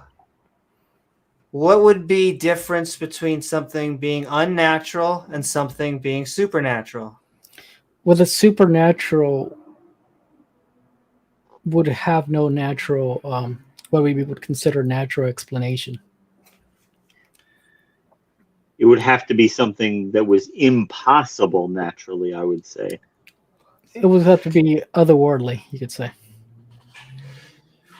So, going back to the floating thing, what was happening?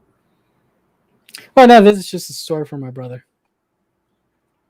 So I know. So that, this is, so I know. so this is actually that's the thing. secondhand. Yeah. People have these claims, but we never seem to be able to get any actual empirical, verifiable, testable evidence for these supernatural claims, and that's why they're so frustrating. We have plenty of evidence of ball lightning. We have pictures of it. We've studied it. We know what it does, how it works. We know why it is, but we don't have anything like that for beds levitating. Of course not, because that would require some sort of ghost or poltergeist. Now, but are they shy? They'll do it while people are looking, but they won't do it under controlled conditions in a laboratory. I mean, they're trying to hide themselves. Are they in on the conspiracy? No scientist has ever done this. No scientist, at least no modern scientist, has actually even looked into this, because people have tested it before. Well, hold on. Let's freeze frame this for a second. You said your brother told you a story. What was the story? This was one of his hauntings. Basically, turns out the bed he was sleeping on, a kid died on that bed, and I'm not sure if he pissed off this ghost or something, and it picked up the whole bed with him on it. Why was he sleeping on a bed that somebody died on? Well, he didn't know that. So he was sleeping on a bed, and the bed just threw him out? It levitated with him on it. Levitated with him on it. Did he get harmed? I think it tried to kick him out. Basically it. how did it try to kick him out? You said it just levitated, right? Or was it did levitate and then levitate it, kind of turn. Well, did he go back to sleeping in the bed? I don't think so. Well, let me Sounds tell like you James one thing about beds, Bubble. One thing people do in beds is that they sleep. And you know what people do when they sleep, Bubble? They dream. And dreams can be very hard to distinguish from reality. So you could wake up from a very terrifying dream and have a very hard time distinguishing what happened in the dream from the real world, So I'm not saying if that's a story, I'm not saying it might necessarily be a lie. He could actually believe it, but that's not the kind of evidence that we would want, because there's a perfectly logical, natural explanation for that, is that people go to beds to sleep and then they dream and they wake up sometimes terrified, sometimes scared.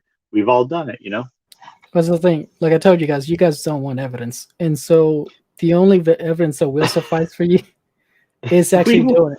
Come on, real. Bubble. Think about what you have told us thus far, what we would have to believe. Put yourselves in our shoes.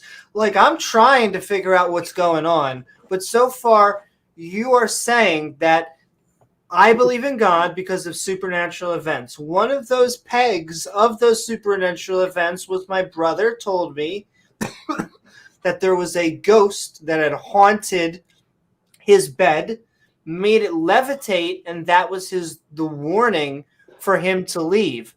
I mean, we would have to investigate way more to figure out any of those details. Wouldn't you have to at least confirm your brother's own story? Well, that's the thing. You have to see it to believe it. And that's why I keep telling you, if you really want it proved, you have to get haunted yourself. But just like your brother's story, you didn't actually see it. You are taking his word on it, aren't you? Well, that's the thing. There's plenty of ghost video out there. Of course, you're not going to believe a single video. So what? There's no video evidence that would convince you. So Why? I was shown video evidence recently. I was in ghost debate. I saw that. Check it. I saw you there, Bubble. Thank you so much for being there. I thought it was a good debate.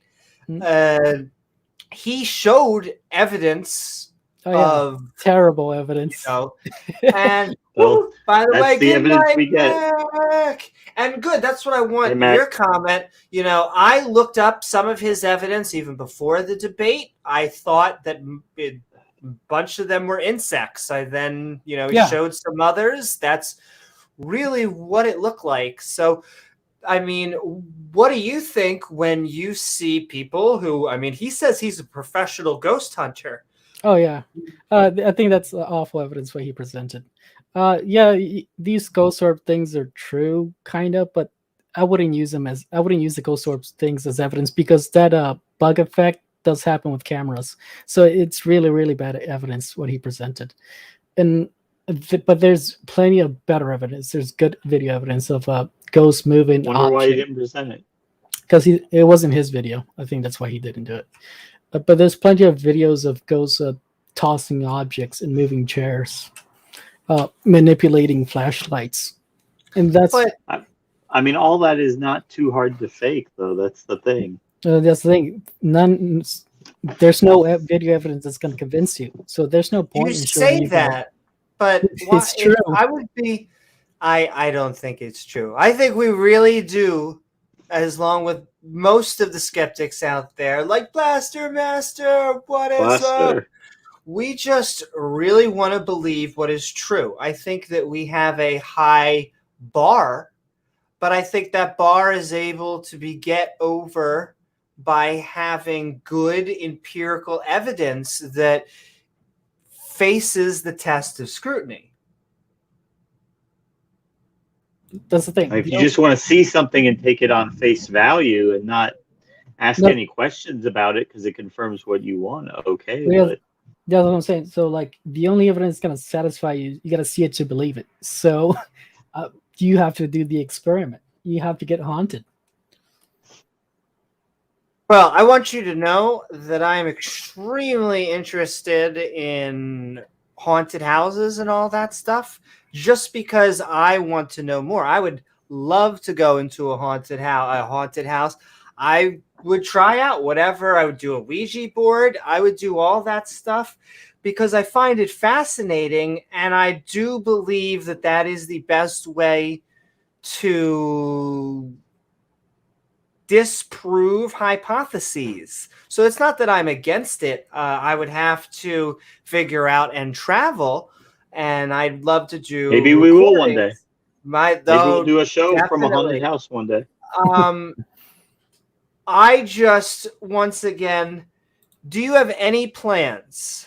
Any plans of taking your findings to the peer review process?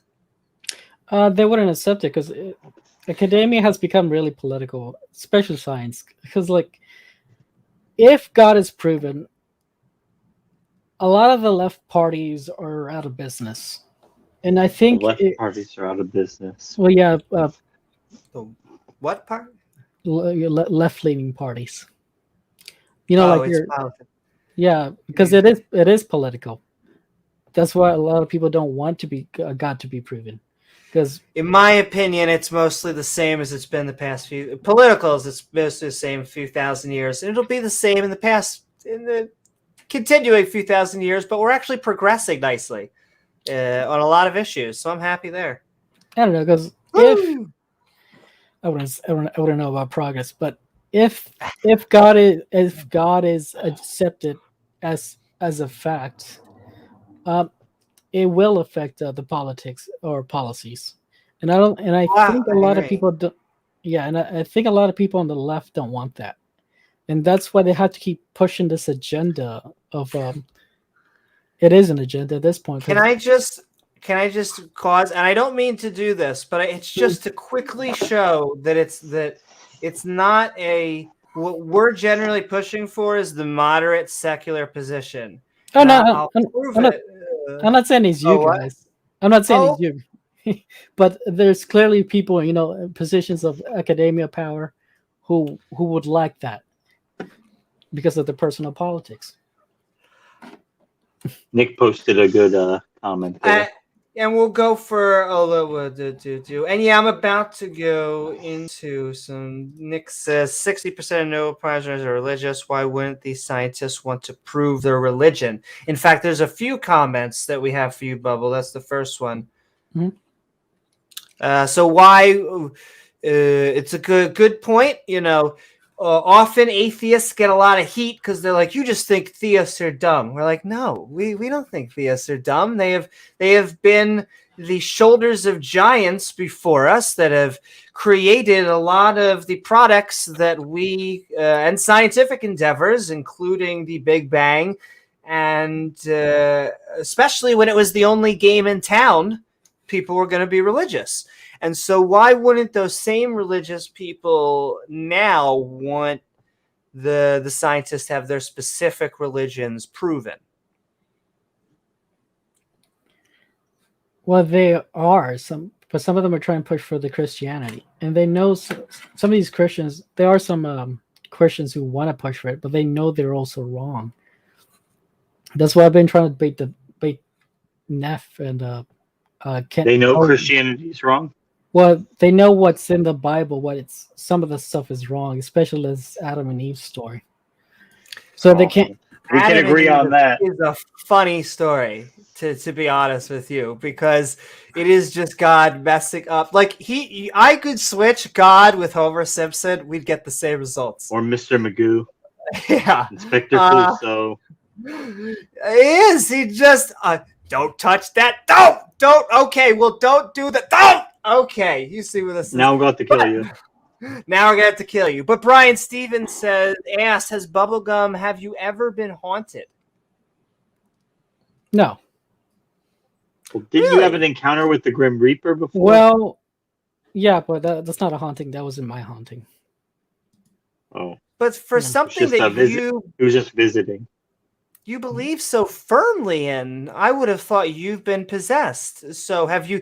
So what's the closest you've been to a possession? Have you seen a possession? No. Or a repossession, even. Okay. So, I mean, just you have not been possessed. You haven't seen a possession. But what happens to the whole you have to see it to believe it? Well, I've seen I've seen paranormal things. Doesn't mean I've been possessed. But, okay, I feel like that was one of the things that was proving the Christians, though, right? That was one of those pegs. Well, I can prove Jesus. Proving the Bible? No, that's not what I'm trying to do. You can prove Jesus. I feel like that was half a sentence. You can prove Jesus. It's just not the Bible. I'm not proving the Bible because there's clearly false things in the Bible. You can prove Jesus existed, just not the biblical one? Well, but the Bible and Jesus are two different things. Sure, Jesus is in the Bible, but Jesus the man or the God? the man doesn't matter. Jesus Christ, whatever he is. You can prove the God Jesus. Was he a special? Yeah.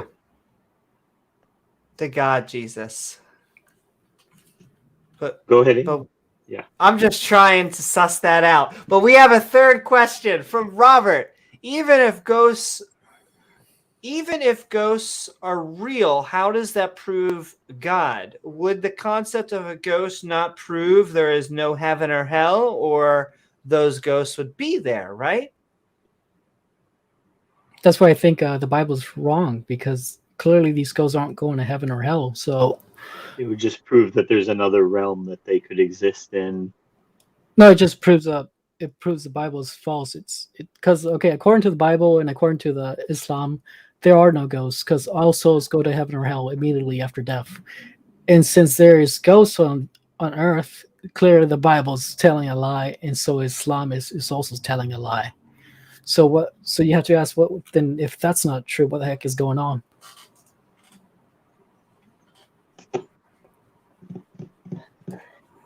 And so we're gonna go for a few more minutes. I'm gonna bring Nick in a second so we can get 10 minutes of.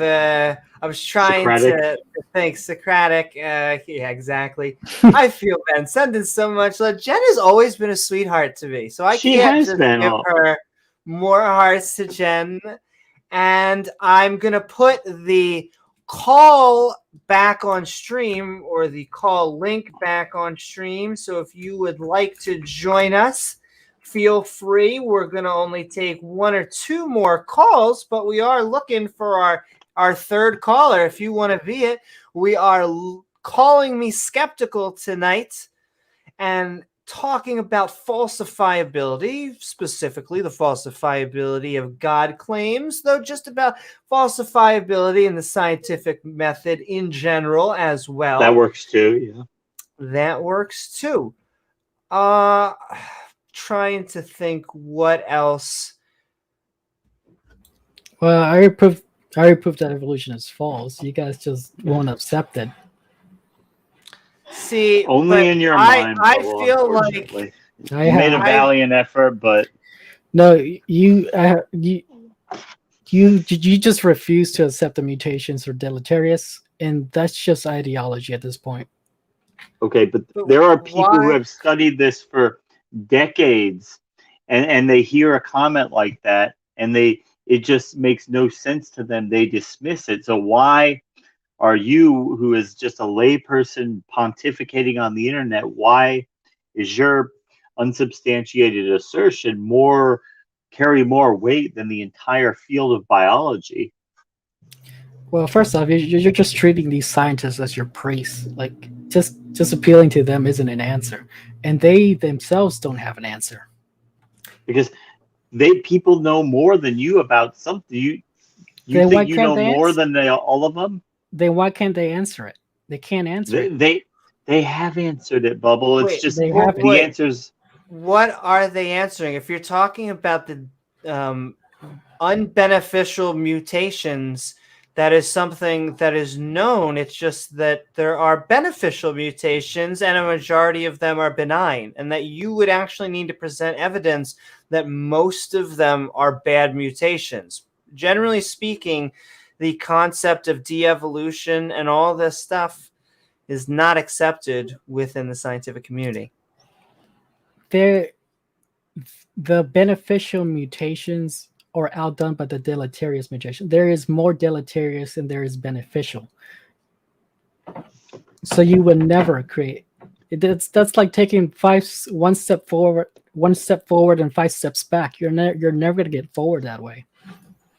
I mean, you're like a third grader going up to a mathematician and saying trigonometry is bullshit because you don't understand long division. These are complicated things, and just because you don't have a nice, easy understanding of it doesn't mean that it's not real and doesn't work. It's just harder for people to understand. There are things about it I don't understand, but I do know that there are people way smarter than me who have spent decades studying it. I would tend to think they know more about it than me. So I'm not going to dismiss their work and their studies just because I don't understand how it all works, you know? And we're about to bring Nick in to ask you. I'll let you answer that, Bubble. And then after they're done talking, we are going to bring in Will. And Will, I think, will be our last call for the night. But that's a nice way to end it. Yeah. Exactly. We have been having fun. All right, Bubble, you wanted to say something? Yeah. First of all, it's not complicated. It's simple to understand. You're taking 1 step forward, 5 steps back. There is no evolution, period. So, it's just. You have evidence that most of the mutations are deleterious, because I'm under the impression that most of mutations are actually benign. They're nearly benign. Nearly. I just don't understand how it's hard to accept evolution, because all of the aesthetic models, like the entire train of units, are still out there and working. Like the lizard model, still doing great. The fish model, treading along. Bacteria, having the time of their lives. Like, I just don't understand it, because to me, evolution makes too much sense. It is hard to wrap my brain. It's simple around it. You just have to wrap your brain around that mutations are deleterious. They're not helping you. If you truly believe mutations are helpful, go to a place that's highly radioactive, and maybe you'll turn into Superman, because that's what you're saying. No, I'm saying that generally speaking, that it happens through like sex, right? Like some things are the environment. The environment happens, but most of the gene transfer and the mixing happens from two people getting it on, and then it not having either it having some type of error in the copying mechanism, and then it copying that mechanism because the organism is able to survive with it. And it's an error. That's absolutely. You say it's an error, but you would have to then assume that it was supposed to be a way. Like it was supposed to be one way. It's just change. No, it wasn't supposed to be one way. It wasn't supposed to be. That's different for it was supposed to be. It wasn't supposed to be. As tempting as it is to keep going down the rabbit hole, we might, Nick stayed on. We're going to let him in for 10 minutes, and then we're going to let them both say goodnight and let Bubble say his closer so that we can get Will Stewart in here. But he has been waiting patiently. Nick, it seems like you had some questions for Bubble. A few, and I'm very pleased, Bubble, to meet you. And I know you've been on at least once before, and a few people had mentioned it. So I'm very pleased to be able to talk to you. So thank you. I did have a few things I wanted to do, and what I think I'm actually going to do, if it's all right, is quickly run down my objections to several ones, and then you can pick whatever you'd like to discuss. Going sort of in reverse, actually, the reason radiation kills you is it's a defense mechanism. It has nothing to do with mutation. Your cells deliberately kill themselves, they explode, but you're not being exposed to this huge radiation that is mutating you in real time, and you're not dying from a mutation. You're dying because the cells are deliberately releasing I forget what it's called, but it's in every cell. It's the ability for a cell to self-destruct, and that's necessary. And we can get into the biology of that if you'd like. But the radiation is not causing any mutations. Now, radiation can cause mutations, but that's not what's killing you, and that's not that's apples and oranges insofar as an example. Now, in terms of actually bad mutations, there's an interesting thing that people sometimes don't think about when they think about evolution, which is it's a system. And because it's a system, you cannot look at any one piece by itself. And what you seem to be doing is looking at individual people instead of populations, and populations over time.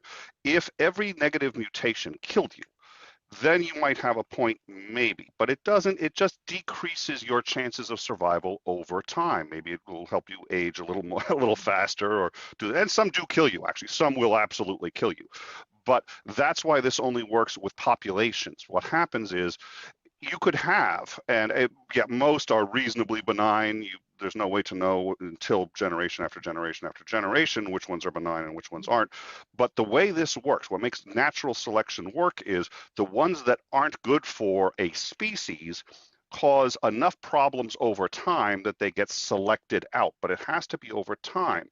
You are describing it almost as if, as the second you get a negative mutation, you die, and it's that step back. No, it's multiple mutations that add up, and then there's a collection, and you have to think of it almost as a wave, as just sort of water breaking over rocks, and some go this way, some go that way, and the ones that kind of get to the end of the stream. And if you sit there and say, well, there's too many ways that they could go bad, that's true, but that's why natural selection works, and we can get into that. But I just wanted to sort of make that one. And then the last one, I've been fascinated by people who have religious experiences. And I sort of say the same thing to people when I talk to them, and they're on a bed that levitates, or they speak with God.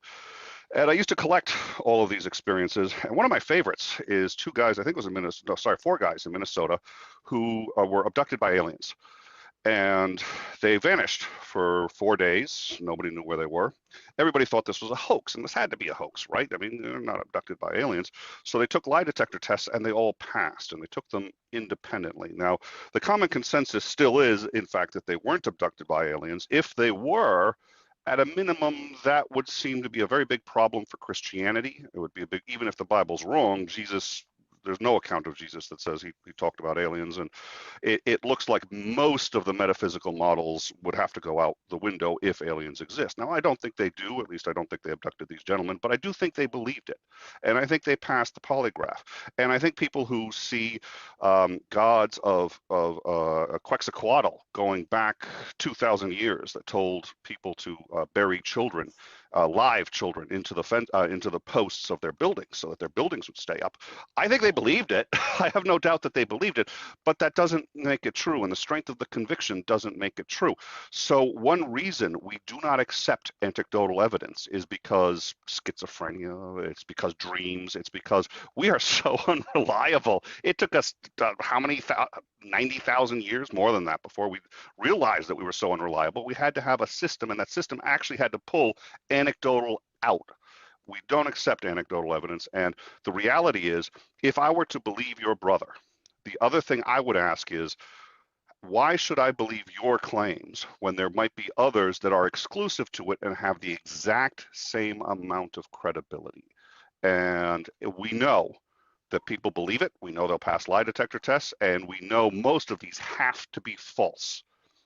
That's why we dismiss this. It's not because we don't want evidence. It's because we understand how easy it is for us to be tricked. So those are my objections. Thank you. Okay, cool. I'll start with the radiation one. Radiation just blows your cells up because you put yourself in a microwave, you're just gonna ball and die. But the thing is that radiation causes it can cause mutations. That's the point. To cause intentional mutations. I hear some banging. Not me. Continue.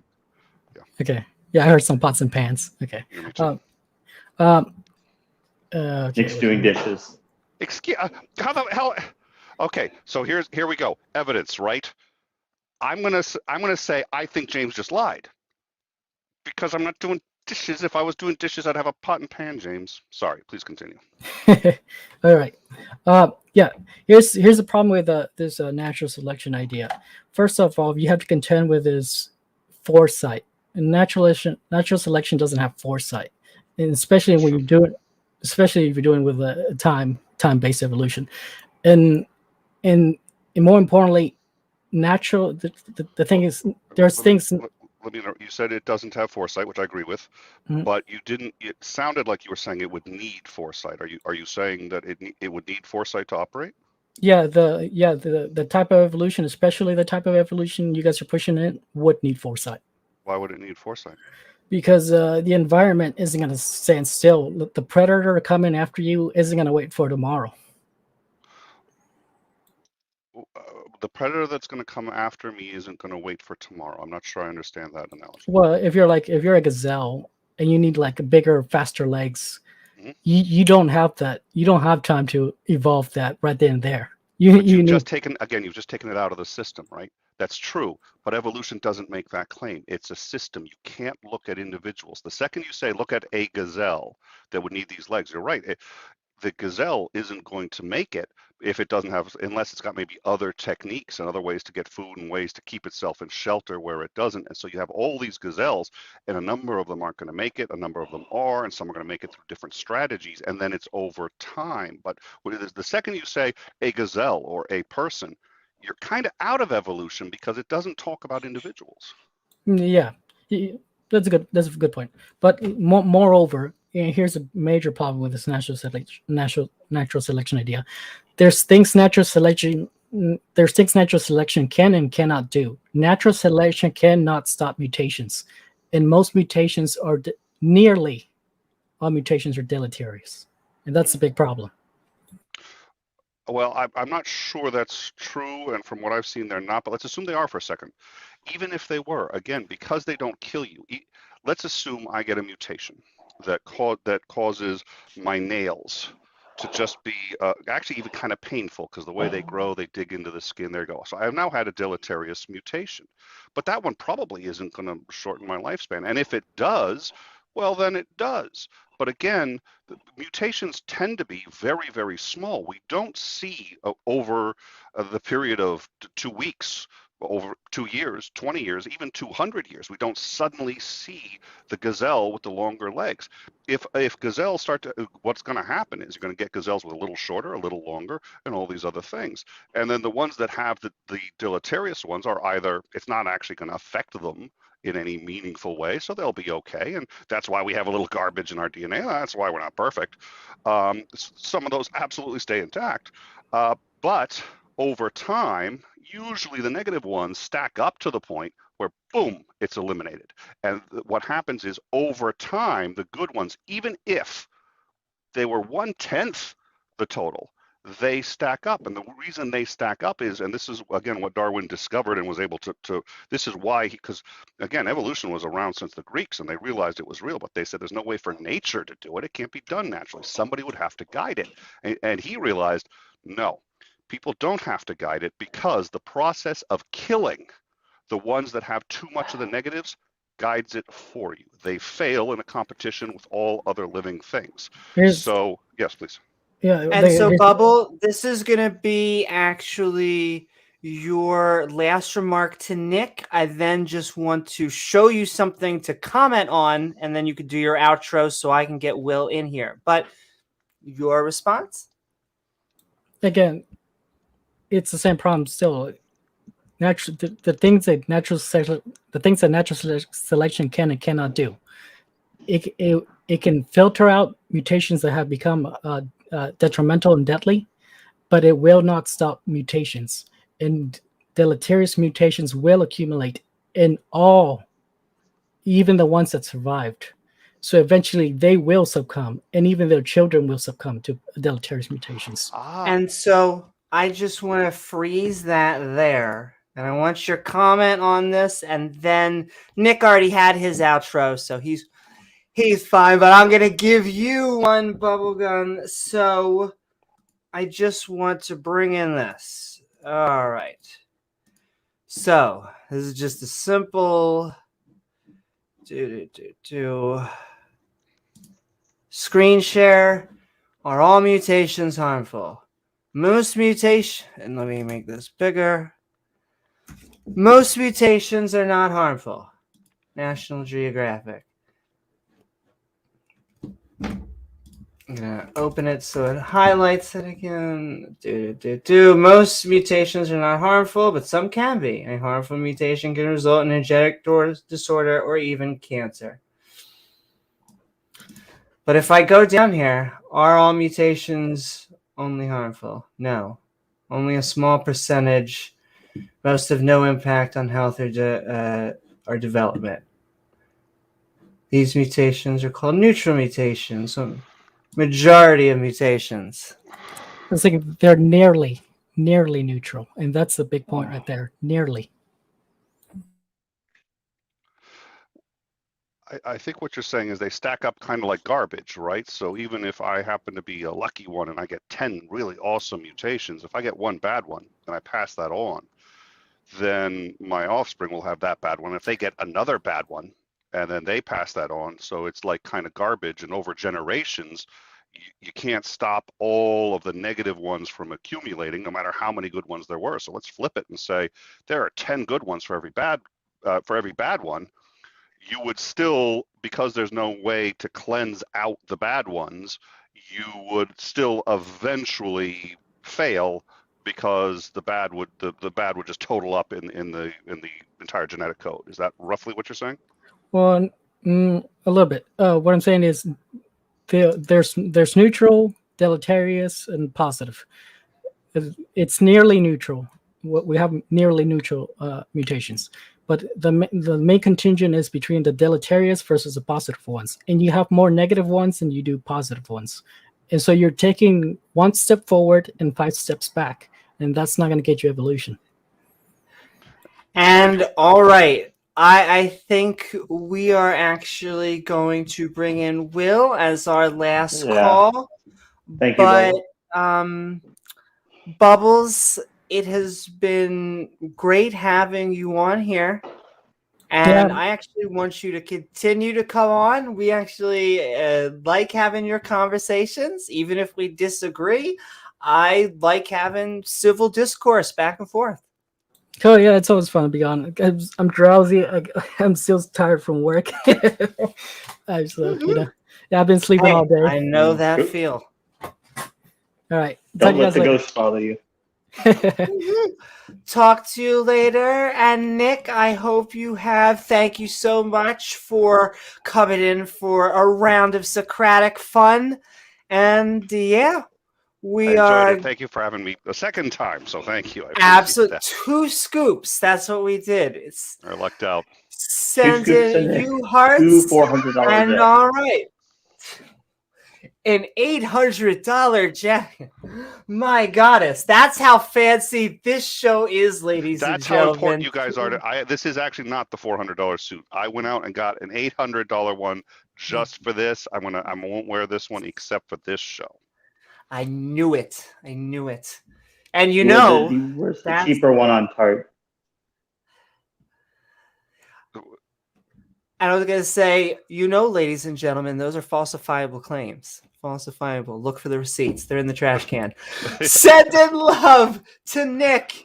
Send in love to Bubbles. Thank you guys for both joining us on Call of the Skeptical. Falsifiability.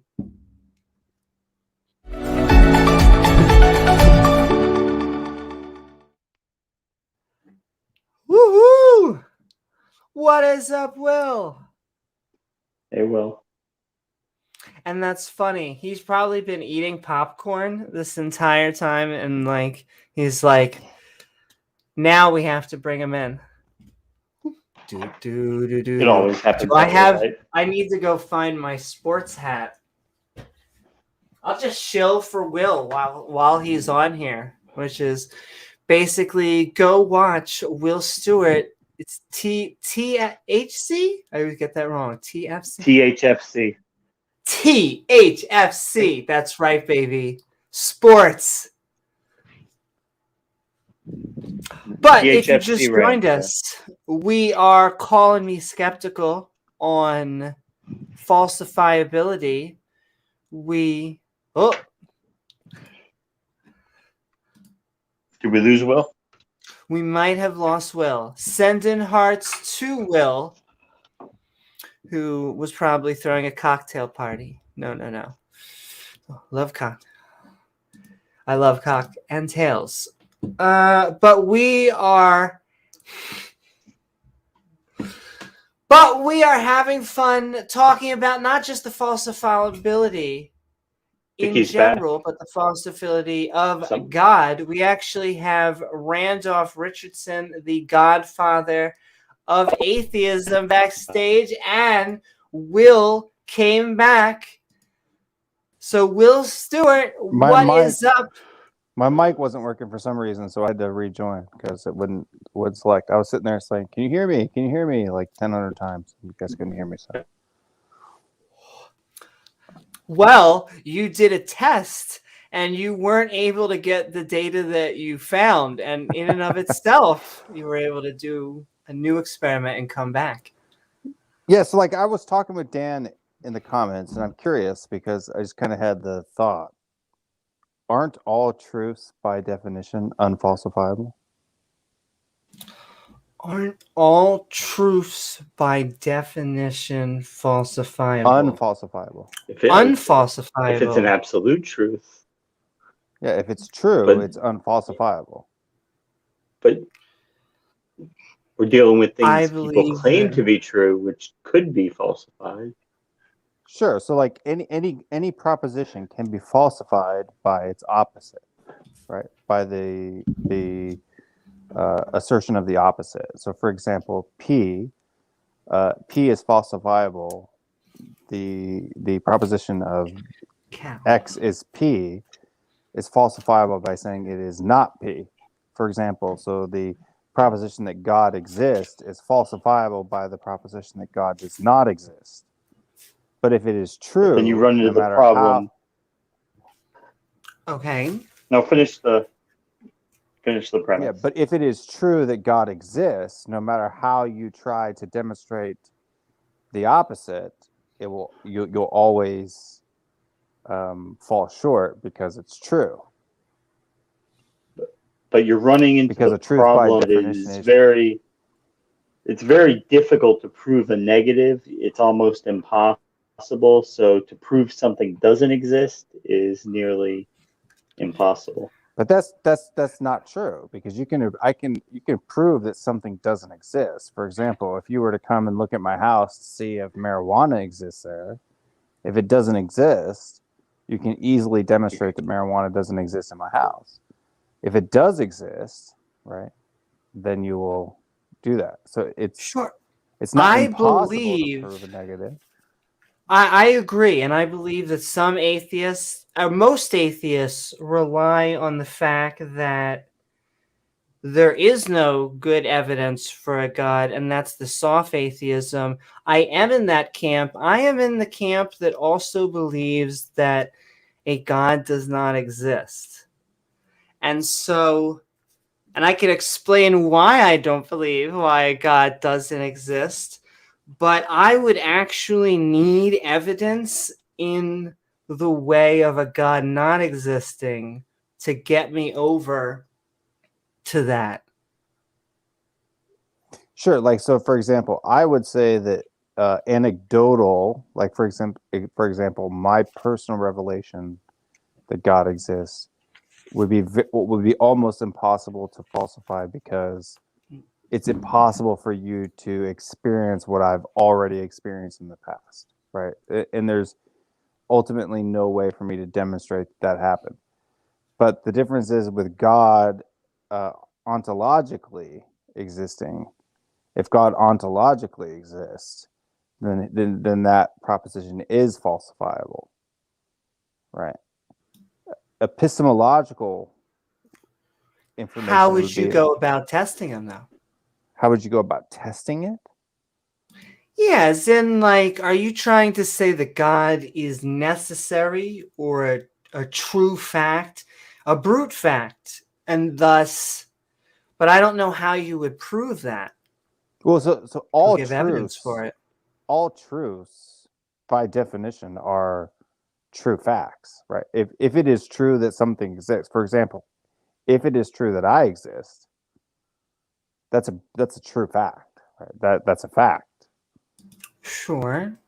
right? If you exist is a fact. Or so we could even put that as a true or false statement. I would claim that you do in fact exist. right, But I think there's evidence for it. Sure, but I mean, then if you were As to it go into appears to like, us. yeah, if you were to go into like solipsism or something like that, then you could even question that, right? So I mean, Sure. Sure.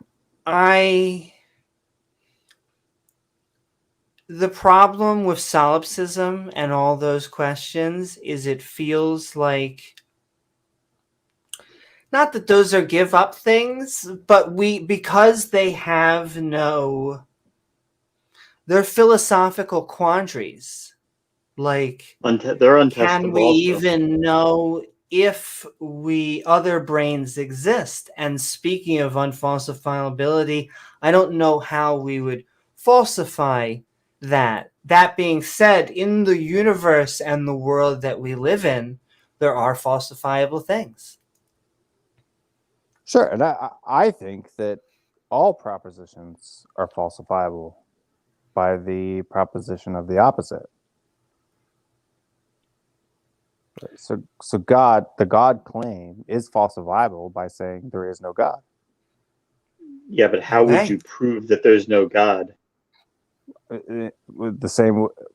There's a difference between falsifiability, because if something is true, if it is true that there is no God, right, it would be impossible to falsify it.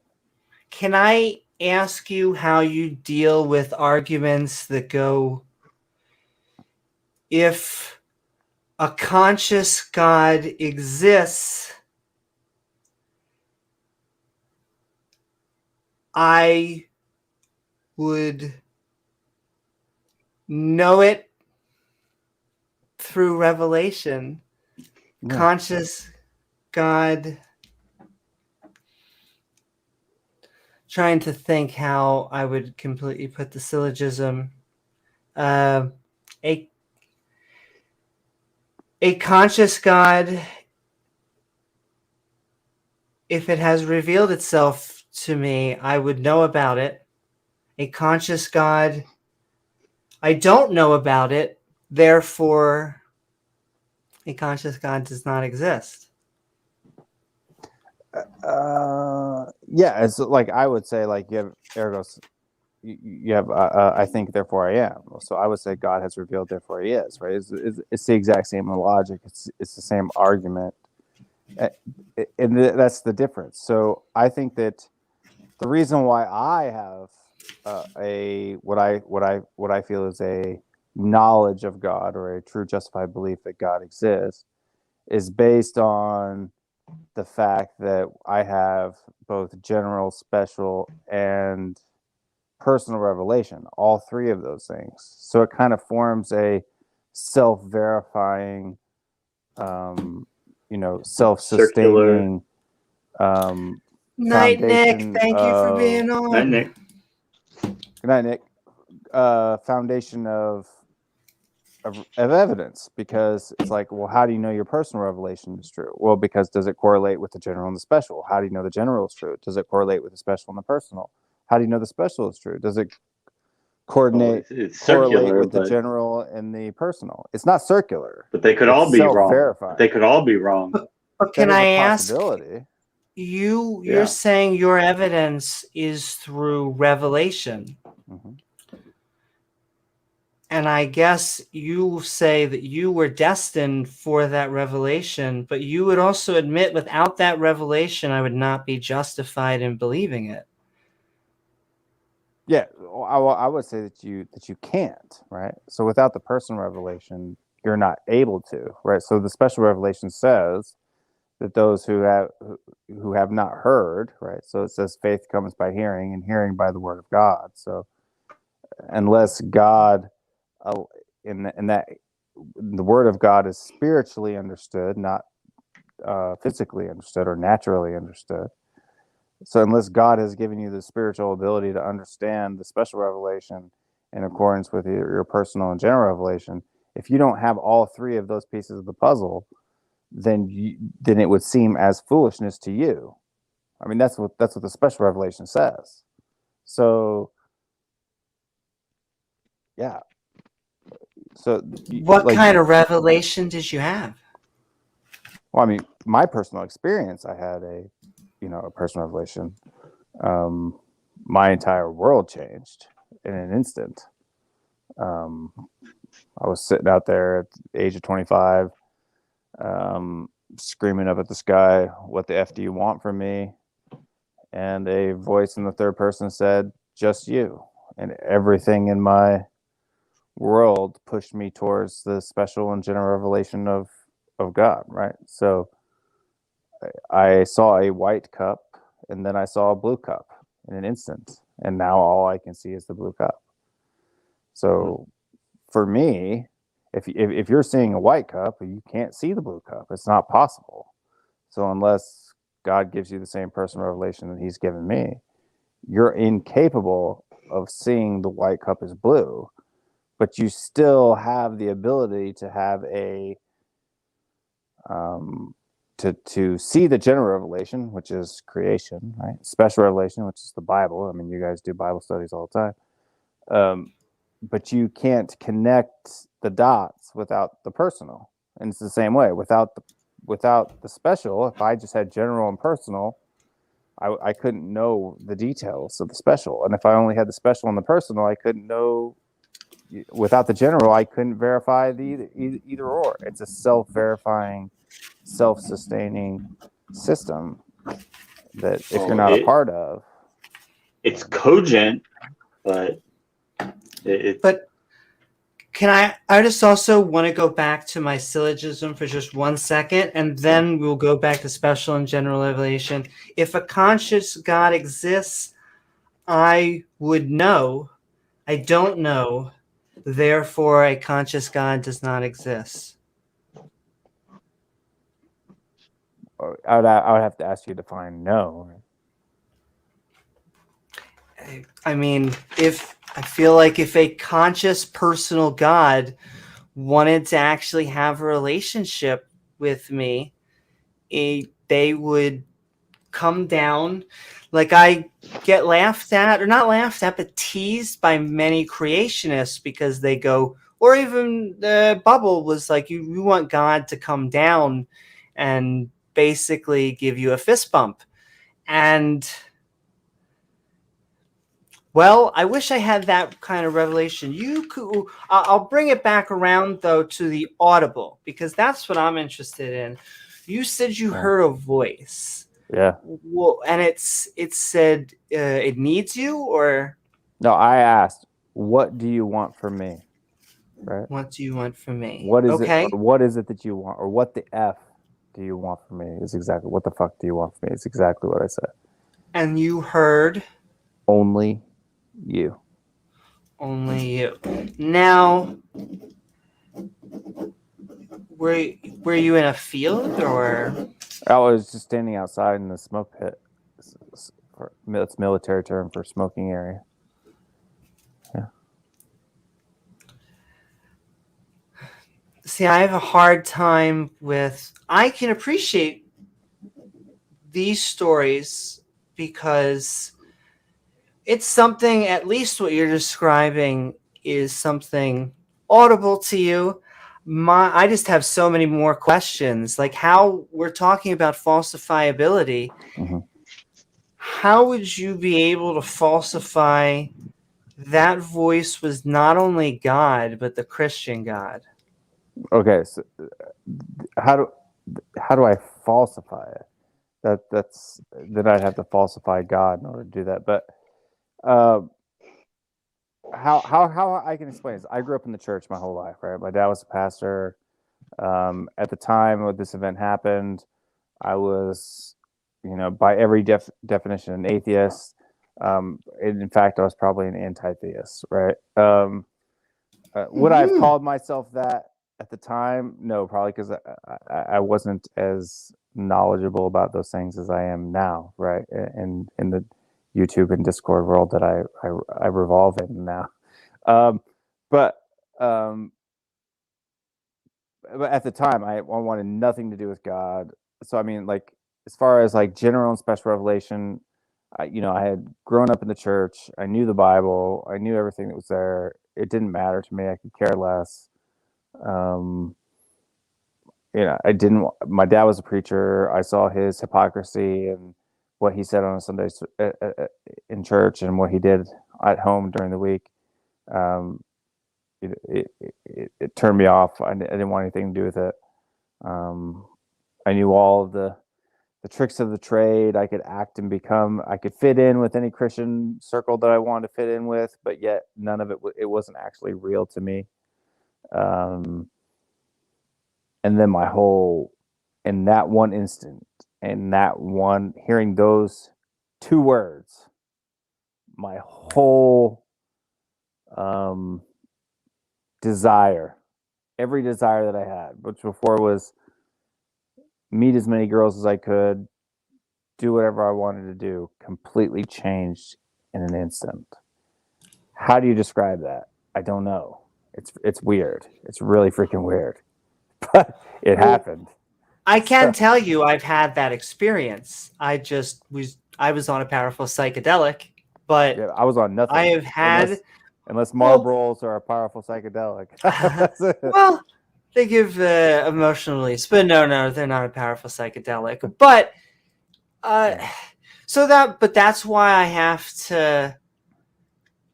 I appreciate your life-changing moment, and I have no doubt that you did. What I would be skeptical of is of the actual moment, even though that is a linchpin, is that the odds of it being the Christian God. So how do we go? I mean, did it just hit you? You heard, how did you know it wasn't Thor? How did you know that it wasn't aliens? How did you know that it wasn't just a guy smoking a cigarette behind you and he just wanted to make you feel good? I mean, it's something I would do. I know that sounds terrible, but if someone said something, I would call out and either try and make them laugh or feel good. How do you eliminate? We're talking about, falsifiability. Yeah. So that's a great question, and it's one I get asked all the time. I've actually been asked it on your show a couple times. I've actually been asked it on Peter's show and Nick's show and every show that I go on. But for me, it was that particular instance and that night that it happened. It was an event that immediately changed my desires. So my internal desire shifted from one focused on myself to one focused on the special revelation of God, right? Of the Christian God. So then one could say, well, it's because you grew up in a Christian household, therefore that's the one that you directly fell onto. But the difference is that revelation, that personal revelation, hasn't ceased. It's continued on. There's been multiple events since that day that have continually verified and continually sustained that thing. And so, for example, my personal revelation, how do I know that my personal revelation is true? Or how do I know that it's God that's speaking to me and not a demon, right? So you have the whole demon aspect. Well, I mean, the special revelation says that a house divided against itself cannot stand, right? So if my personal revelation were to contradict the special and general revelation, then my personal revelation would be not from God. If the special revelation doesn't conform with the general and personal revelation that I have, then I have misinterpreted the special revelation. I'm fallible, but God, if what is true is infallible. So what is my interpretation of what is true or not true is fallible. I could be wrong.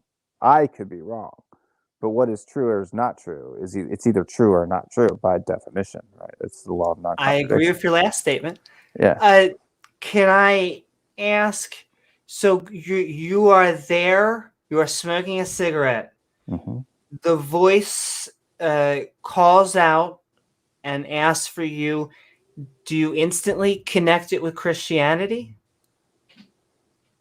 Yeah, my instant desire was to go to the PX or the BX. I was on the Air Force Base, base exchange, which is kind of like the Walmart on base, to buy the Passion of the Christ, to buy a Bible, to buy any video, any object of Christianity that I could find in order to gain knowledge of God.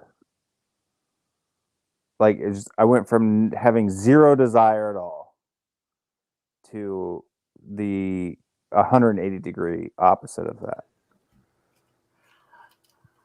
I don't disagree that is what you did.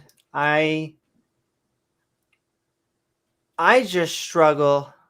How am I coming from? It's hard not to see it from your worldview, though.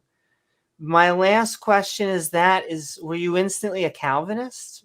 No, or at least on this route? No, not at all. In fact, so yeah.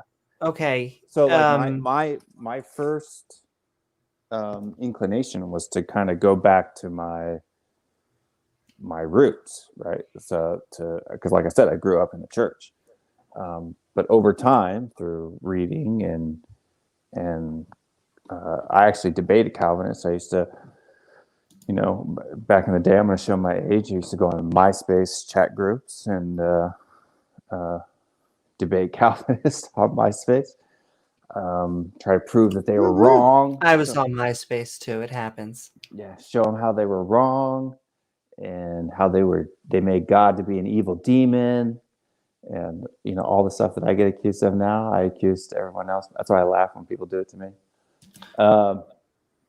But yeah, and so no, it was through continual revelation from God, continual scripture, continual study, continual prayer, that I eventually came to the Reformed theological position.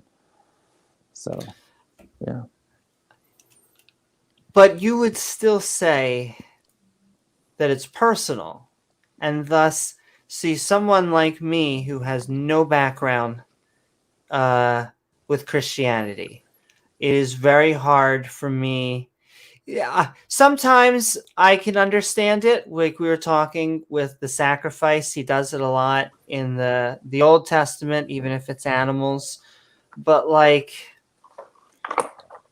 it is very hard to wrap my mind around things like Jesus coming back from the dead, and then how we could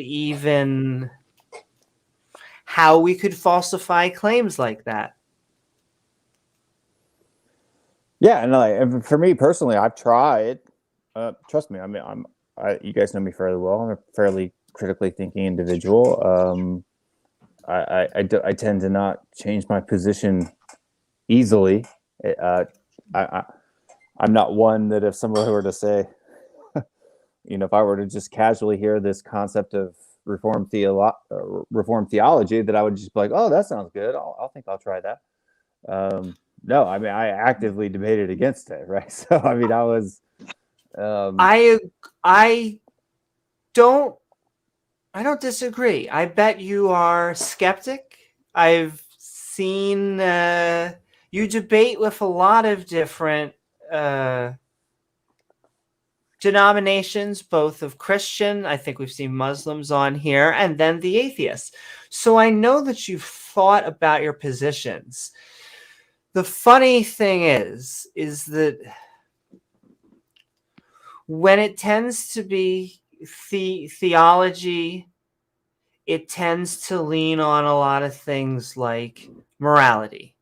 You are dealing with how would God predestine people to hell? But to the atheist, it doesn't, that stuff doesn't really, it's not that it doesn't matter. We care about it, but we are more interested if Yahweh is real. And then we will figure out what side. Yeah, but I mean, to the Calvinists too, to be honest, the problem of evil, which is not a problem for us. I just kind of laugh that one off. I think it's kind of silly. Yeah, but we don't care about morality either, right? We don't. And the fact that you don't believe, I could care less too, right?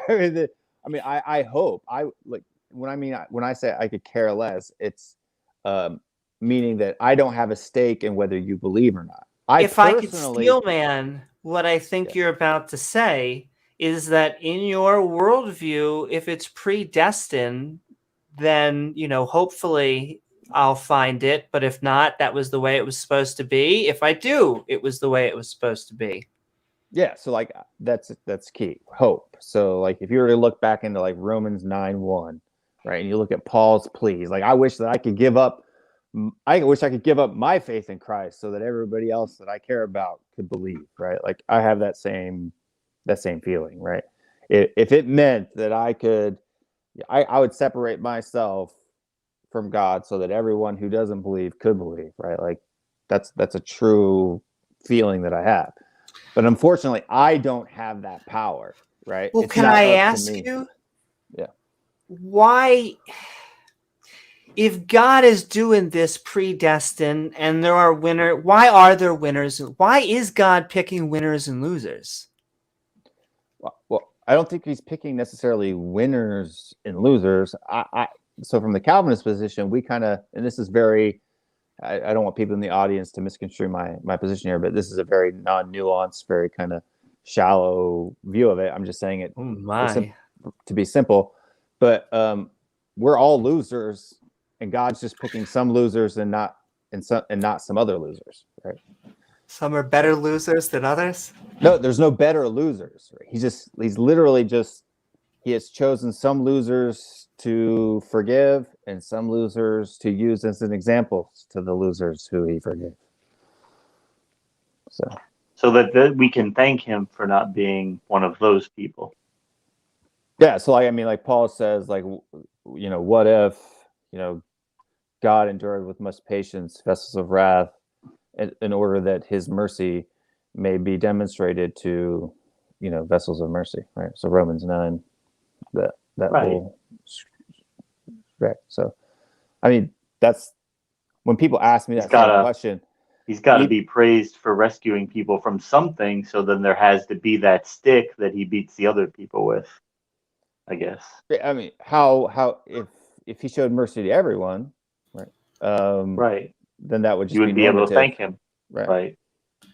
See, but that sounds like heaven. I don't get why he doesn't. It's always the middlemen. It's the same with prophets. Why is there this middle world? Why isn't it just heaven?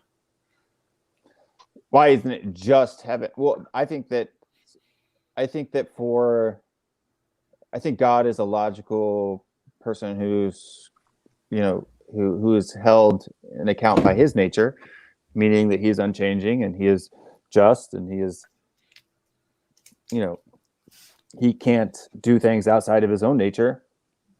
So how can man, who isn't omniscient, be able to understand the depths of God's glory, his mercy, his love, or all the positive aspects or attributes of God, if there was no opposite?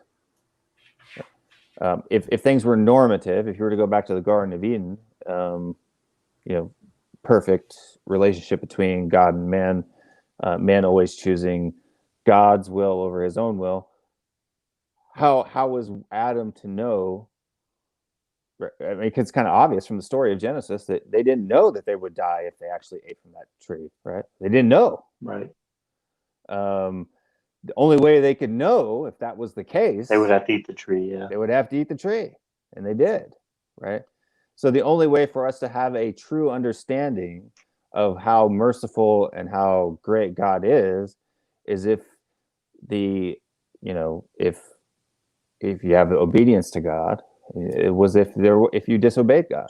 And so, for example, I believe that in heaven, our memories of our, earthly life will still exist. So the fact that I know, even though I will not have a desire to sin in heaven, I will remember, right, what it was like to disobey God.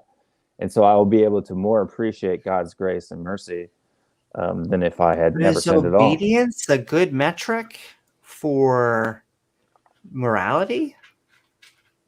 I don't think morality is the issue, right?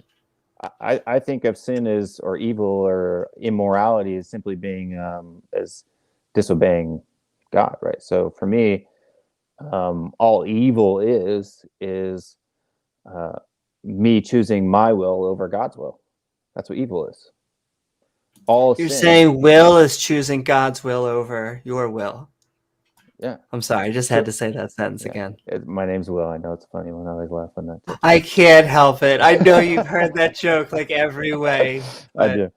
I make it myself 95% of the time. But yeah, no. Free will.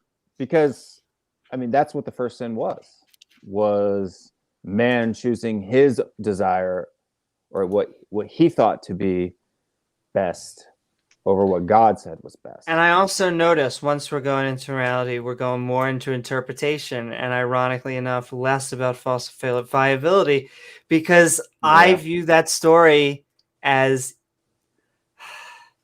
like, I understand in the time why they were telling it, but I feel it's just like that dude was a bad dad.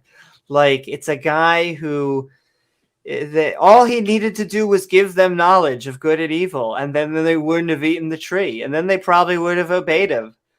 But I don't get why it was like, why dumb and obedient? Because isn't that the mix? Isn't that really what he was looking? Not knowledgeable and obedient. He wanted those two things from them, and they just did dumb things, and they listened to people, and then they finally gained knowledge. And the moment they gained knowledge, they were like, "Oh!"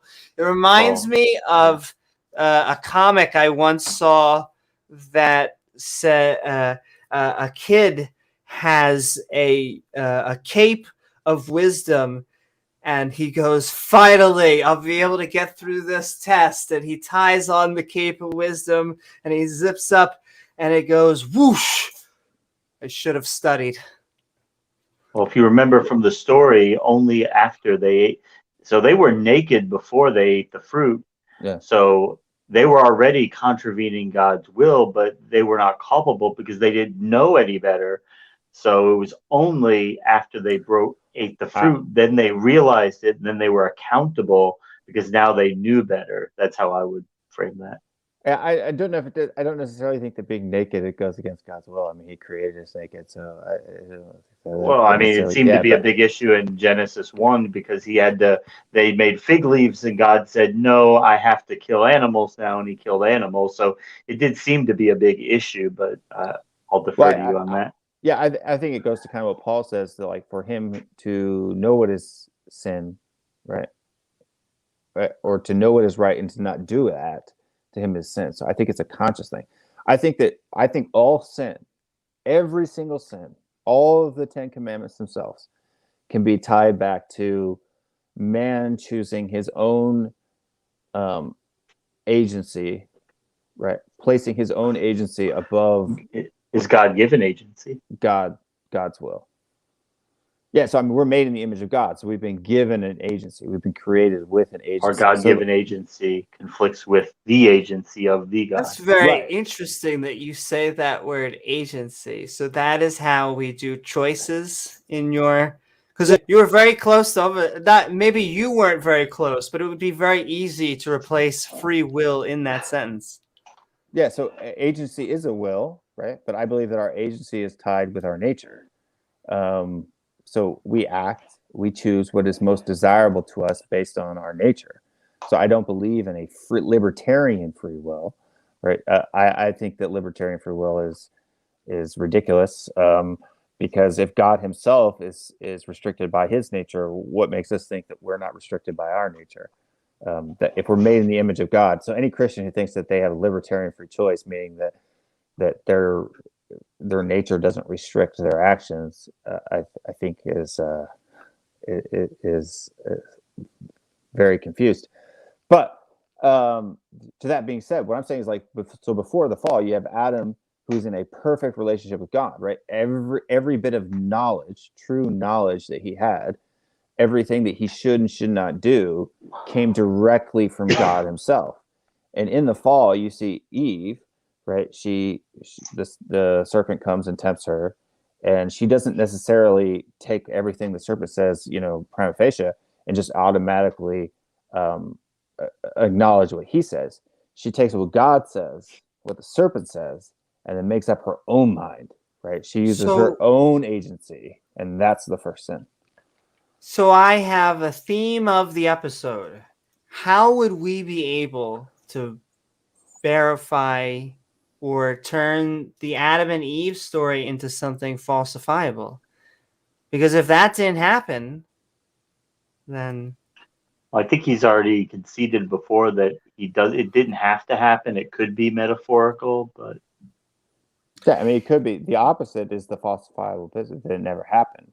But what I'm saying is, if it's true that it happened, and you can never prove that. The evidence, I think that there's more evidence to the fact that it did happen, because, for example, every sin that we have, right, when you lie, you're lying because you think, right, you and your choice, you're choosing to do that, even though you know that it's wrong.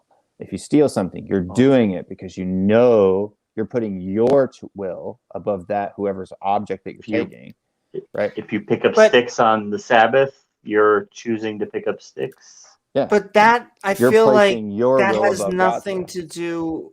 You say that above God's will, but that I don't see how lying has anything to do with a God. Well, I mean, not all lie; it's bearing false witness, right? But I mean, when you're lying, when you're telling a lie, right? You're placing your will, right? What you want to do, your desire. You're placing your desire above that which God has prescribed for you to do. I feel like that would be easily. So imagine you are protecting a bunch of Jews. It is during the Holocaust, and a German soldier comes up to you and says, "Are there Jews hiding in this barn?" Mm-hmm. Do you think that it would be more moral to lie and say there aren't? Or do you think it would be more moral to tell the truth and say that there were Jews? I think it depends on your intent, right? What your intent of your heart is. Is your intent to save those individuals' lives? Are you doing it for another person, or are you doing it for yourself? Like for example, if I were to say, if the German soldier were to come in and find Jews in my house, and I'd be like, I didn't know they were there, and now I'm lying to get myself out of trouble, that would be a sin, right? I'm bearing false witness. Now, if I'm lying to the German soldier in order to protect those individuals, because you have to understand that the 10th commandment is, "Thou shalt not bear false witness against thy neighbor," right? You're lying against someone else, right? You're lying in order to cause See, but harm. I feel like you found a way to make it about a bad lie again. But it's what not found a about? way? That's what the word. That's what the. But what text about? says. I didn't find him. I mean, that's No, what it is. no. Yeah. You say that, but then the Jews die, right? I guess.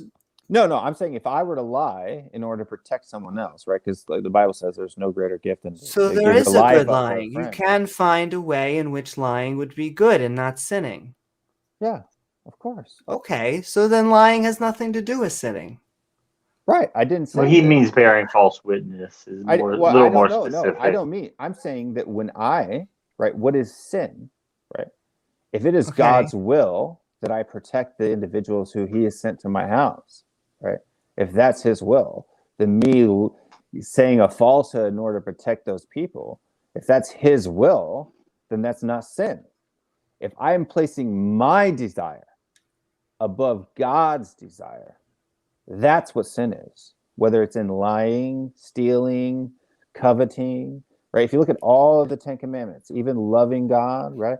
Not having any other gods before Him, The golden rule, love God with all your heart, mind, and soul, and love your neighbor as yourself, right? Everything that Jesus commands in there, all of that is about, if you look at Jesus's walk on earth and in the narrative itself, right? He said he came not to do his own will, but the will of the one who sent him, the will of the Father, right? It was never about his own desire, but God's desire.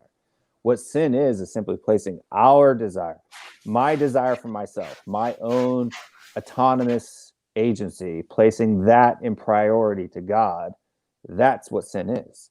And stealing, lying, coveting, right? I mean, that's really, if you take the first half of the Ten Commandments, are about loving God, and the second half is all about, killing, stealing, lying.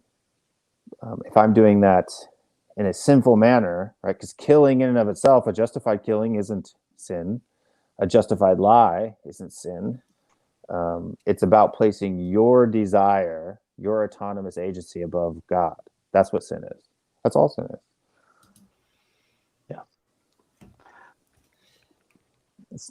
It's not as difficult as people make it out to be.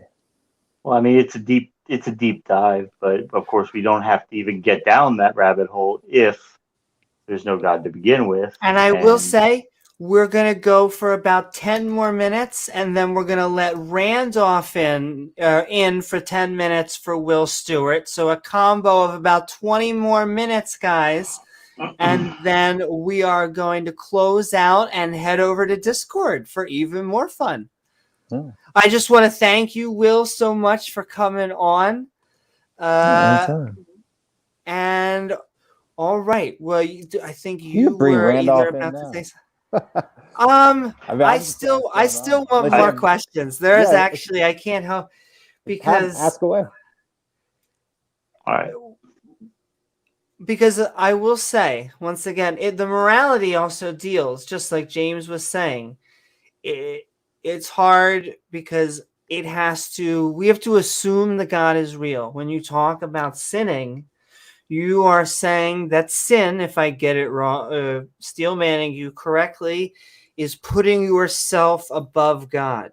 Yeah, putting your autonomous agency above God's agency, right? Or your will above God's will. And at that point, if that definition was true, I would not care about sinning. That wouldn't affect me because putting myself above God, I would have to learn what the God is. That's where it gets back into falsifiability, because I want to talk with the God. I want to know what he's really about, because there are things in the Bible that if it is the God of the Bible, he'd have a lot of splaining to do, at least for me. Yeah, but I mean, I think you could take that stance, but that's because right now you're not seeing the blue cup, right? You're seeing the white cup.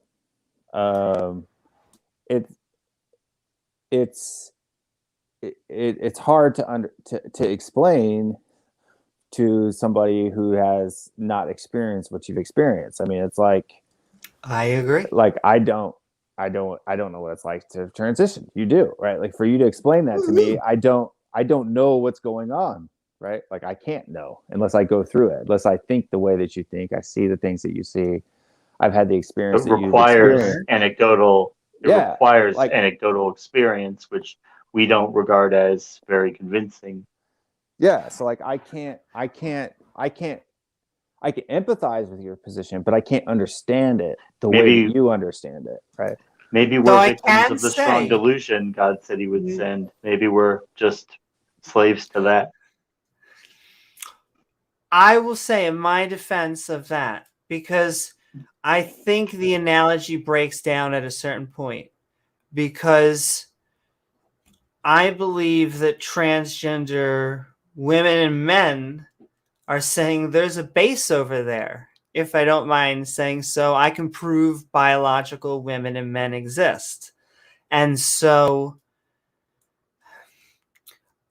and although you can't live my personal experience for why I transitioned and why I love being a transgender woman. Woohoo! But when it comes to high stakes things like, is the Earth round and flat, which shouldn't be high stakes anymore for whatever reason, but on the internet, when it comes to things like evolution, when it comes to, more importantly, a being that is watching me 24/7, 365,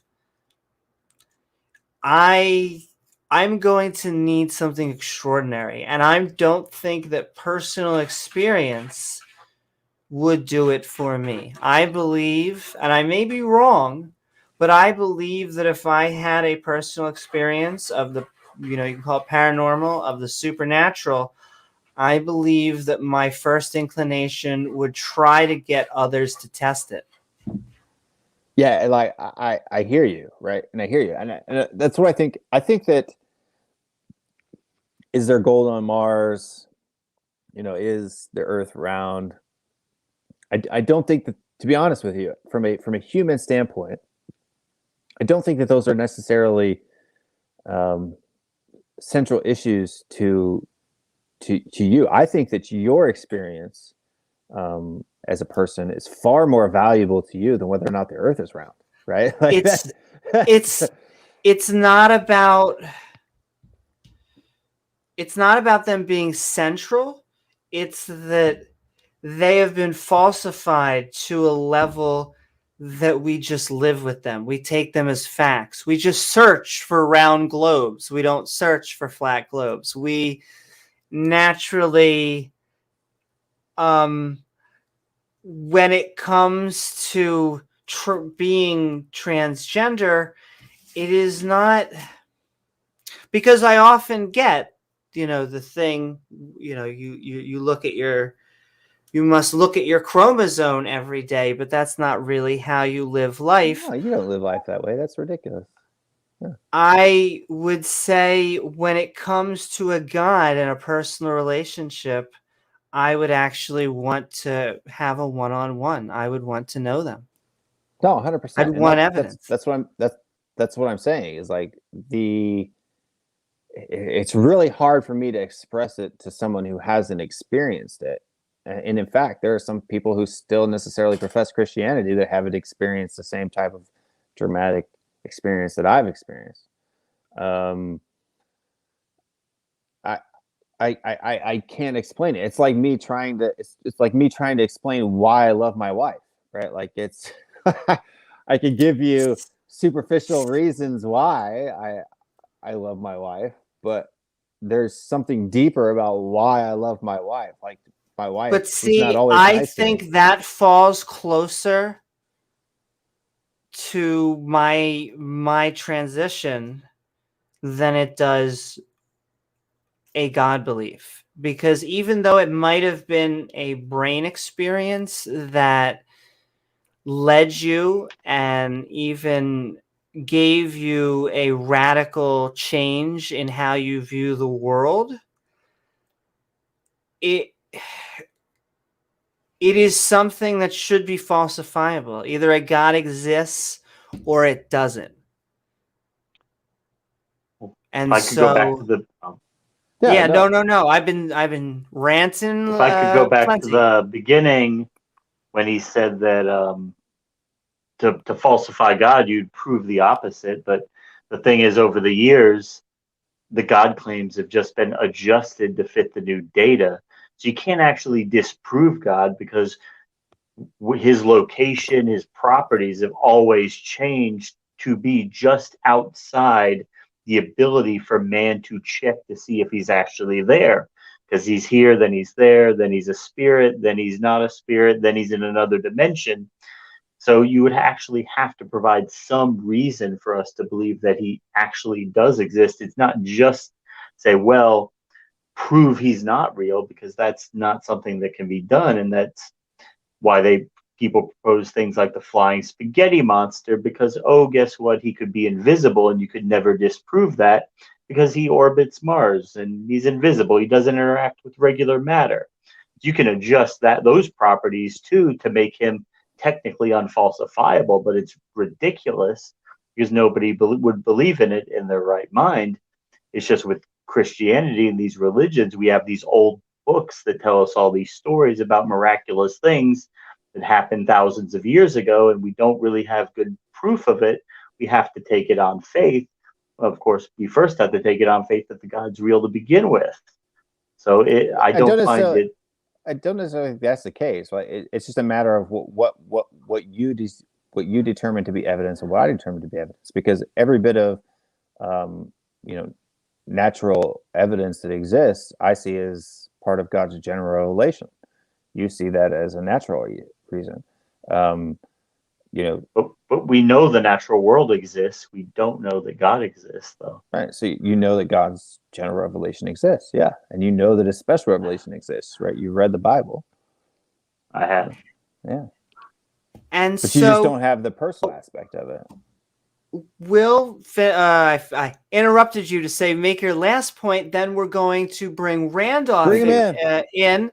And sounds good. We're going to bring Randolph in. We give priority on this show to theists, which means because the atheists really want to talk with the theists. That's Randolph, the dirty list. He's a theist, right? We love you theist brothers and Randolph's sisters. a Christian, right? Yeah.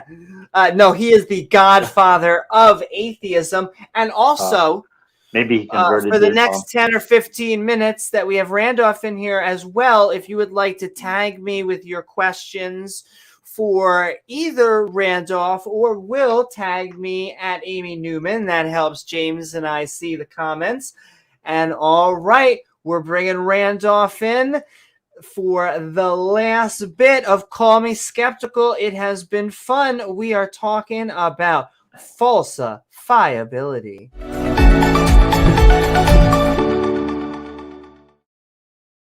Sup, Randolph? Hello. Hi, Will. Hi, Amy. Hey, Randolph. Heidi ho. Howdy ho. How are you doing? And what are your thoughts about falsifiability? And do you have any questions for Will? Well, Will and I know each other, and we've had plenty of great chats. I don't have any questions for him right now. I think I generally understand his point of view because we've gotten into it many times and always very go around. Yeah. Very pleasant conversations. Yeah, I always appreciate it. Well, I'm sure we will get some. What is your view of falsifiability, especially in the case of God claims? Okay. Falsifiability is interesting. There's, I guess I'll put up this notable picture of a black swan surrounded by a bunch of white swans. Because this gets into Karl Popper, who suggested that instead of using the traditional inductive approach for scientific scientific theorizing, that we should be using a deductive approach for scientific method. So he proposed a new scientific method, basically, that is deduction-based rather than induction-based. So that means, for example, with induction in the scientific method, the older style, there'd be an observation, there'd be understanding of if there's a pattern and reproducibility, then there'd be a formation of a hypothesis, and then after that, you'd have the theory. So a lot of time and effort was spent in trying to prove the theory again and again. And what he did is he basically turned it upside down for the most part and said we should be using a deductive approach. So start off with the theory, boil it down to the hypothesis, and see if you can observe that again and again and try to confirm it. So, and try to confirm that, try to confirm that something conceivable, that it can be conceivably be proven false. Yeah, conceivably be proven false. So the idea is what I've noticed with many, not all, but many theists is that they say they're not able to conceive of a world without a god, without their god or goddess or whatever, or deities.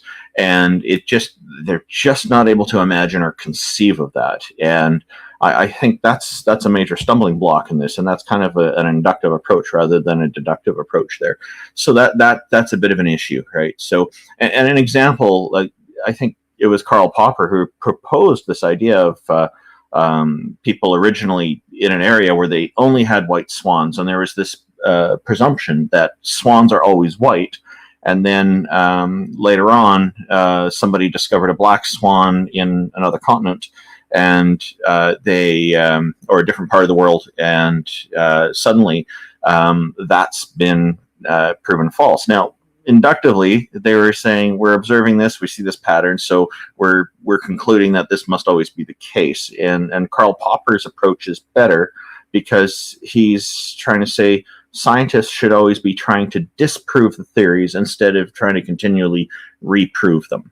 And that gives a lot more credence and credibility, in my view, because an idea, a position or something should really be able to stand on its own merits, no matter how much you attack it or how much you try to do this. So and one of his points is very important as well, is that the idea is that we can't always rule everything out. And this is what I've said many times as well about why I don't take an anti-theistic position on deities, by saying that they absolutely don't exist, and why I say that position has a burden of proof, just like the theist position does. It's a different kind of burden of proof, though, because I think the theist has an easier possibility of proving that their deities are real, because all they have to do is demonstrate it and show it to us, and here it is, and produce it, whatever. Whereas someone taking the anti-theistic approach, saying there are no deities, must be able to show us that throughout every corner, every part of the cosmos, not just the universe, but the entire cosmos, they have to be able to demonstrate that it doesn't exist. So I'd say that the anti-theistic burden is actually higher and a more difficult bar to reach, an impossible one at this point, because we don't even know how big the universe is. We have the observable universe, but that could be how big it is. It could be much larger. I'm kind of in the camp where it's probably much, much larger than we can observe, but I could be wrong. So basically, as Karl Popper's point is that because we can't do that, we can't say with 100% certainty that we know that this is actually a fact. We can only base it on what we've been able to show, and until we can prove something is, and we have to consider that in the future there may be new evidence comes along and disproves our position, right? So that's where we have it, and he said that's important for making it qualify as a scientific theory. I'm kind of rambling and bumbling a little bit here because I'm getting kind of tired, but I hope what I'm saying is making enough sense. Absolutely. No, I mean, I agree with you, Randolph. I do think that it's a much tougher position to hold, and that's why sometimes I'm surprised that people hold that position. And by induction, you'll very often encounter they're using induction to defend it rather than deduction. Right. So, and for me, I have, but like I can put together an inductive argument as to why. Like I've experienced things. That there are things that I've experienced, which validates my belief. And I could also put together a deductive argument for it as well. But the difference is that convincing enough for you to come to the same conclusion that I have? And I would say, based on my theological position, absolutely not. Right? So I think it would be absurd for me to say that. And that's why I find it absolutely mind-boggling that you have people who don't come from the Reformed tradition who espouse to a presuppositional apologetic, because I think that necessarily entails a Reformed theological position. Yeah. And you know, one of the things I've received criticism from people saying that things like I'm not being intellectually honest, or that I'm afraid to take a position or something like that. And none of that's true. The fact is, when I look at the position that there's at least one deity, or the position that there absolutely are none, I can't take those positions because I can't defend those. I don't have the tools necessary to do that, which is why I don't take those positions. And so yeah, so what I say here is, Right. in response to those accusations, is that I'm actually being honest by saying, hey, I can't take those belief positions because I can't back them up. So But I is know, it. and I agree with you 100%. And I know that you're being honest. And in fact, that's the thing. And I Like, know for you are example, too. And I know you are if I too. look, if I listen to Darth lay out his argument, I can agree with the argument. But when he starts to say that somebody is being dishonest because they Yeah. don't have that same belief or that same knowledge, that's where I disagree with him. Because from my theological position, you can't know if God has not revealed it to you personally, right? You cannot know. Yeah. Now, You are not capable of it. Yeah, and I think that's a fair approach that you're using. Now, the other criticism that gets launched at me is, which I sometimes call accusations because the way they're launched feels like an accusation, but the other one is that not holding either position leads to some kind of absurdity, which I also don't agree with. What are your thoughts on that? Well, I mean, for me, I hold to what I call it's not Platoisms, right? So it's not a JTB. I call it a TJB, right? I believe that God has declared all true propositions, and the justification of those true propositions is His revelation, and even the belief itself comes from God Himself, right? So how I have knowledge of God is based on His. The fact that He has declared all that is, that He has revealed what is, and that He has caused me to believe in it, right? So for me, but I guess what I was meaning to ask about, and maybe it kind of got garbled because I wasn't clear. I'm wondering if you're thinking like these people who say it's absurd to not take either position. What are your thoughts on the absurdity assessment? I don't think it's absurd. I think that's that's the true state of affairs, right? You either, the scripture says that it's foolishness, right? To the natural man, or to the man who's not of the Spirit, that the Bible, that the scripture, that these things are foolish, right?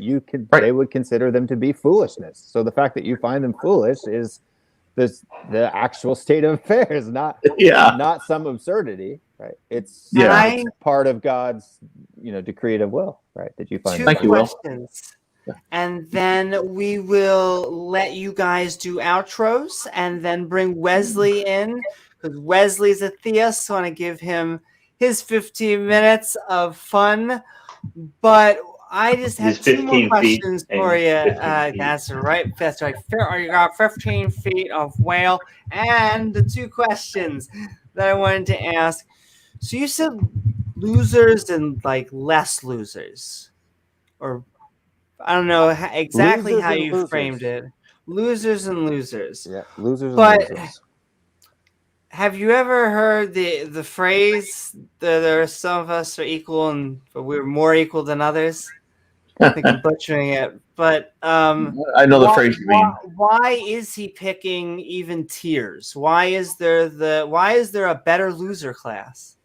I don't think that there's necessarily a better loser class. I think that's a inaccurate way of looking at it. I think of it as God has a purpose of election, right? So God, like for example, I think that if you were to look at elect, everybody jokes about the elect. Oh, the elect doesn't exist, and da da da. I mean, even Christians, I get hammered from all sides from this position. But if you look at the Old Testament, He didn't pick every nation on earth. He only picked Israel, right? So obviously he picked some loser over another loser even then. Well, I will say, my favorite joke is that if you are looking for the true Messiah, the true prophet, it's the United Nations. They are who gave Israel, so they fulfilled prophecy. Thank you, United Nations. Wow. Yeah, no, so I see it as God has a purpose, right? In order that He may be glorified. So the people whom He chooses I think He picks the unworthy, and so that he tends to pick the worst characters. I mean, Moses was a murderer, David was a murderer and an adulterer. Abraham was all kinds of messed up. You just brought up my favorite question to ask, because it's my pet peeve. So I guess there's now 3 questions. Why prophets? Why the middleman? Well, I think that the middleman, until the life, death, and resurrection of Jesus Christ, right, the fulfillment of those covenants, God didn't interact directly. The Holy Spirit didn't reside within man. He didn't have the law written on their hearts, right? I mean, that's the whole purpose for Jesus coming, living, dying, and being raised again, was so that now everyone can prophesy, because the Holy Spirit resides within everyone. It's not an individual that necessarily needs to speak out on God's behalf. We have the Holy Spirit who resides within us because Christ came, died, fulfilled the old covenants, and now we live in the new covenant, which means that the Holy Spirit lives and resides within all of us. We even the natural man has a conscience. You feel shame, you feel guilt, you feel all of these things. Those are all part of God's common grace. But you would agree all of those things existed before the resurrection of Jesus, that we all felt those things. I mean, did we though? Is there a way for us to verify that that's the way that people felt? There was giant Roman civilizations at the time. They had. Right, but I'm saying we don't know how an individual felt before our time. Right, we only assume that people felt the same things then that we feel now. Can you give an example of something that you think didn't exist before, like a feeling that didn't exist before Jesus? A feeling that didn't exist before Jesus. Like the bad feeling about murder or rape or... Yeah, I don't necessarily think that there was necessarily a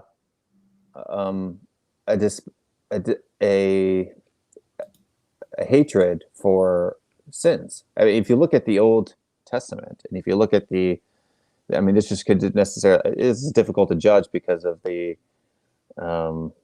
way that the text is written, but it seems to be, if you look at the narrative, that the cultures that surrounded them had no problem worshiping other gods and marrying their stepmom or having sex with their mother or their stepmother, or or laying with their father. It seemed to be that happens often in the Bible. Yeah, no, Amy, part of the good guys.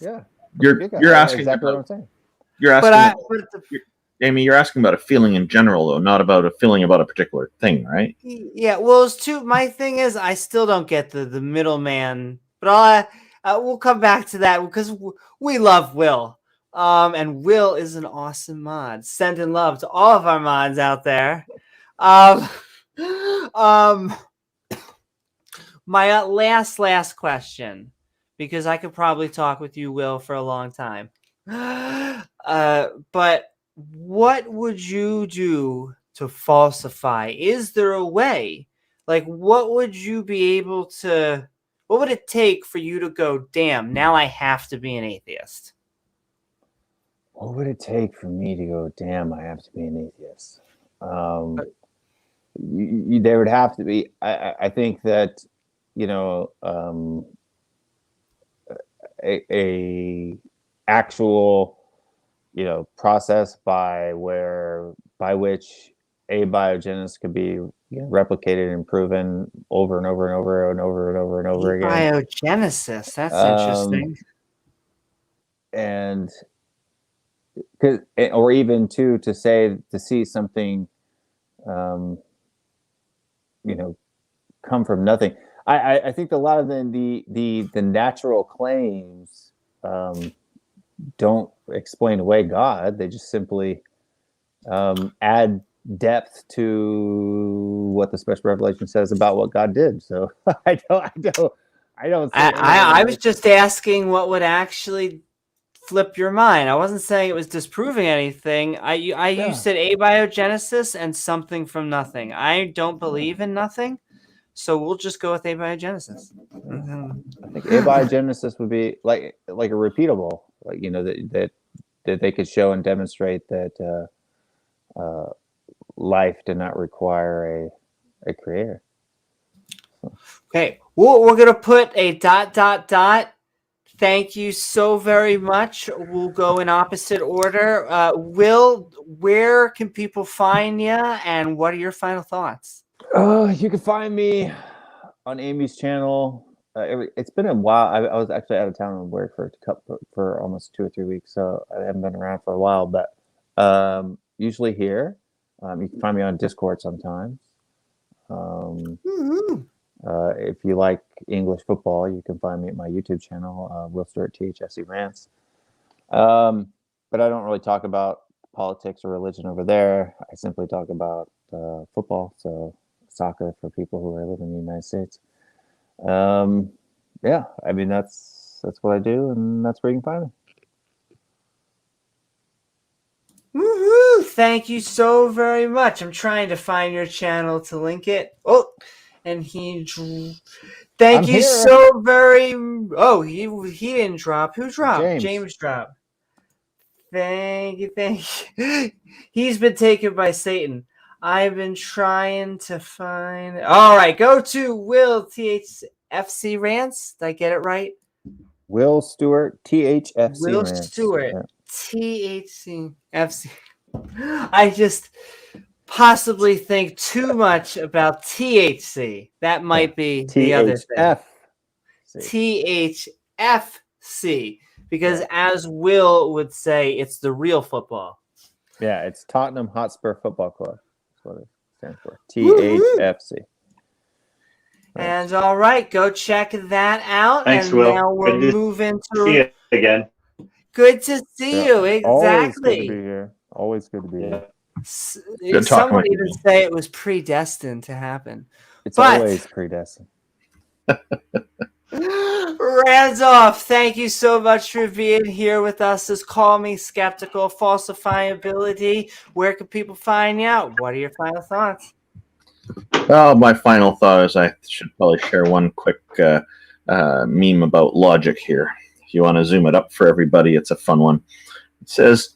It shows Mario standing at the tiptoe edge of some bricks, and he's not falling down. And it says, "You don't fall as long as you have 1 millimeter of your shoe on solid ground." Game logic. So anyway, you can zoom out now. It's fine. That and water. That's how you can survive in a video game. That's water. Water. Oh, yeah, pronounce it properly. Yeah.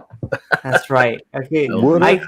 It's the one thing that I think me and Ken Hovind share in common. It'll be Matt Powell approved nowadays too. Oh, really? A good class of water. Just gotta watch my Seminar 5 DVD. Oh, Matt Powell teamed up with him. I got a quarter cup of water. So quarter cup of water. I think what Karl Popper came up with here, this deductive approach with falsifiability, is also made science a lot easier because it's eliminated, for the most part, this need to constantly reprove a theory. It's easier to just to search for a way to disprove it, and I think it's less focused, tunnel vision kind of approach, and it's more wide open because it encourages the scientific community to look outward more for different ways to actually push against an idea, a theory. So this also, as I understand it, has been immensely helpful to the peer review process. So,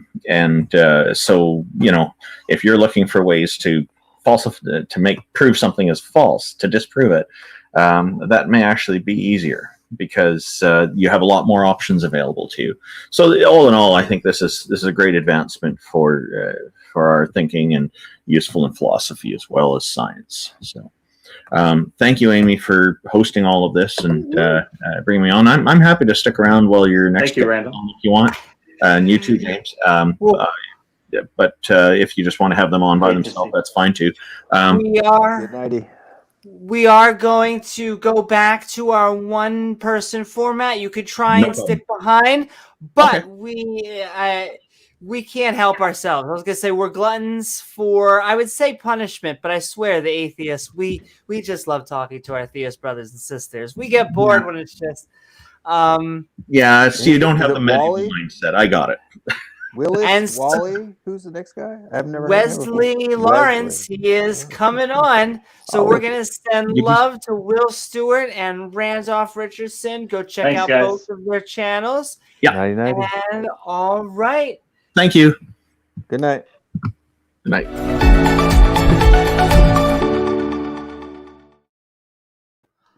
Woohoo! What is Welcome up, back, Wesley. Wesley? Hello. How are you? Doing good. How are you? I think, once again, it's always on Amy time. When I say 15 minutes, somehow it turns into, what year is it? But you are our last contestant on The Price is Right tonight. We are Call Me Skeptical as we are talking about falsifiability. I hope you're doing well. And what is your thoughts about that and the specific falsifiability about God claims in general? About how do you pronounce that word again? Falsifiability. It's a Scrabble Falsifiability. word. Well, The I ability can to just prove something false, basically.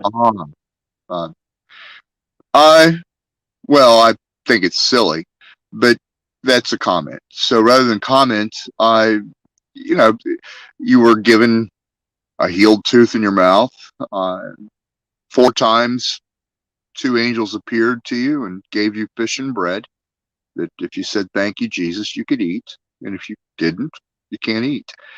So there's a verse in the Bible that I shall put the key to the house of David upon his shoulders, and he shall open that none shall shut, and shut that none shall open. That's not an exact quote, but what the key is the dove of Jesus. Did you know that the dove of Jesus Christ that was on his head when he was baptized by John is also the Star of Bethlehem that led the wise men and the shepherds to the birthplace of Jesus? That star that they saw in the night that led them to the manger is the dove of Noah's Ark as well. And it is the throne of Jesus Christ. It is also the key to the house of David. And that he shall open that none shall shut, and shut that none shall open. There's a dream that Jesus gave to everybody on earth, and they've had it every day for 18 years. They began getting it when Jesus said it is time, and Satan said bad and delicious, and I shut that dream last week. That Christmas feeling that you all had, you do not have. I'm sorry, you said Christmas feeling. That was the only I had to go like that. It's also known as the fire of the Holy Spirit. Yeah. So we have a few things to talk about. Yeah. So I'm just going to go with the last thing you said.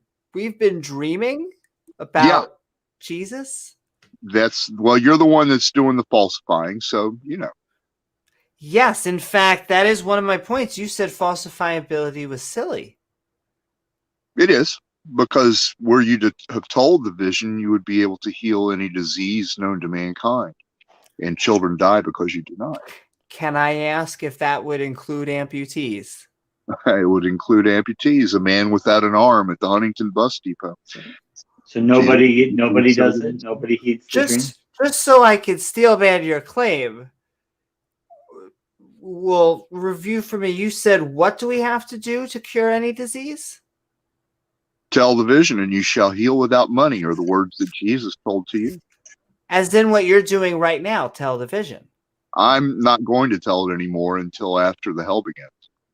It was given to me to open it, that none shall shut, or shut, that none shall open. And I shut it 7 days ago. You shut the vision. You're not having it. Yeah. Why am We're I not having it anymore? Are we not chosen? Because I'm not even, it sounds like I could be using that in a superficial way, but I come from, once again, a group of people that I don't believe are chosen. As much as I love you, Mom, I love you, but there's no chosen group of people. Or are they? Why vision? Who gets chosen to hear these visions? Well, Jesus said in Scripture, in the last days, saith God, I shall pour of my Spirit upon all flesh. Your sons and daughters shall prophesy. Your old men shall dream dreams. Your young men shall see visions. And this was accomplished in January of 2004, in the night, about 2 a.m. your time perhaps. And Jesus said, it is time, when he came from the clouds. Specifically January 2004? January 4th, 2003, specifically. Wait, January 4th, 2003. Why January 4th, 2003? I don't need to know why he did. And then after he said, it is time, the devil, Satan, Krishna, Buddha, Allah, said, David Hasselhoff. but not Pee Wee Herman. No. Yeah, Pee Wee Herman is godly. Don't forget it. The devil said, sad and delicious. I walked into the street that night and I saw a group of people, revelers, come out of a martini bar in Chicago. And they were in the streets all saying with one voice, we've got the Holy Spirit. We've got the Holy Spirit. What do we do? And I was standing next to another person. I was homeless, an African-American man. And we looked at each other and I knew what had just happened. I didn't know what to do at the time. But Jesus had poured of his Holy Spirit on all flesh at that time. And what he did was give the vision of the valley to everyone. And everybody on earth had it every day for those 18 years. Up to about a week, I turned it off in August. And then about a week ago, I just got tired of the untoward ways. And I just shut it. So you're not having it now. And that I am not old. You shut it off for the whole world, or? Yes. But I was alive then. Why did I not get those visions? There's enemies that seek to destroy you, and they no longer have that feeling of peace in their souls either. And they are at the gate preparing to attack the United States. United States? Specifically? One of the first countries to fall shall be USA. Where are they going to attack from? I don't know. My guess? Not sure. Submarines. Nuclear powered, nuclear armed. But wait, the first country to fall is in like the end of the world? Because countries have been fallen for a long time. To be annihilated. First, all the state capitals, and then it's going to be bad. It's going to be the worst time that there ever was on the earth. Robert wants to know, time? I think time zone was either this was happening or... I'm not a prophet. I know the prophecies written in Scripture, and I know the prophecies that Jesus gave to the chosen. They are the 12 tribes of Israel, also known as the 144,000. If you've ever heard that term before, in Revelation, there's 144,000. Jehovah's Witnesses. They are all children, very, very young.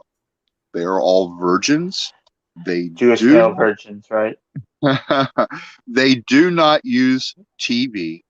There is no guile in their mouths. They're very intelligent. Who doesn't use TV? The prophets of there's no prophet of Jesus that uses TV ever. Anyone that says they're a prophet that's using TV is not. You have the capabilities. Hold on. I have to explore this. Why TV? To prophecy, for you have been shown, all of you, in visions and dreams, what shall happen. But none of you are going to actually give an honest report or account of what you have seen. But can prophets, as someone who works in I would say, I don't want to go media, let's go post-production, but like, does it have to be, are films okay? Do prophets watch films? Prophets of Jesus do not use TV. Okay, but you say TV. But I'm asking again, like, say a Marvel movie comes out and it's in a movie theater. Can a prophet of Jesus go watch the Marvel movie in a theater?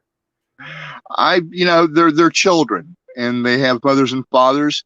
I don't know if their mothers and fathers are taking them to movies with them or not, but I do know when they're sitting at home, But there's not TV. TV on, they're not going to watch it. Why? Why TV? Why TV specifically?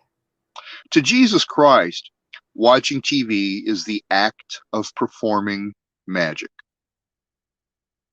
In Scripture, the harlot is barren. That is the TV. TV will never report the second coming of Jesus, the seeing of all the angels, the healed teeth, the fish and bread, the reality. It's just not going to be reported. That is how the TV, the harlot, is barren. So I'm going to bring it back to the main theme. Okay. Which is falsifiability, which is basically just fancy word for testing. Mm-hmm. How can we test to know that what you're saying is true? It's your choice. I'm not going to make your choices for you. I'm not going to try to convince you to tell the vision. I am going to meet with every one of you one day in the rapture. Jesus is going to send me to meet each and every one of you personally in the flesh. For John the Baptist foretold of this, saying that one comes after him, baptizing with fire. And what I'm going to do is a simple, easy, fun thing.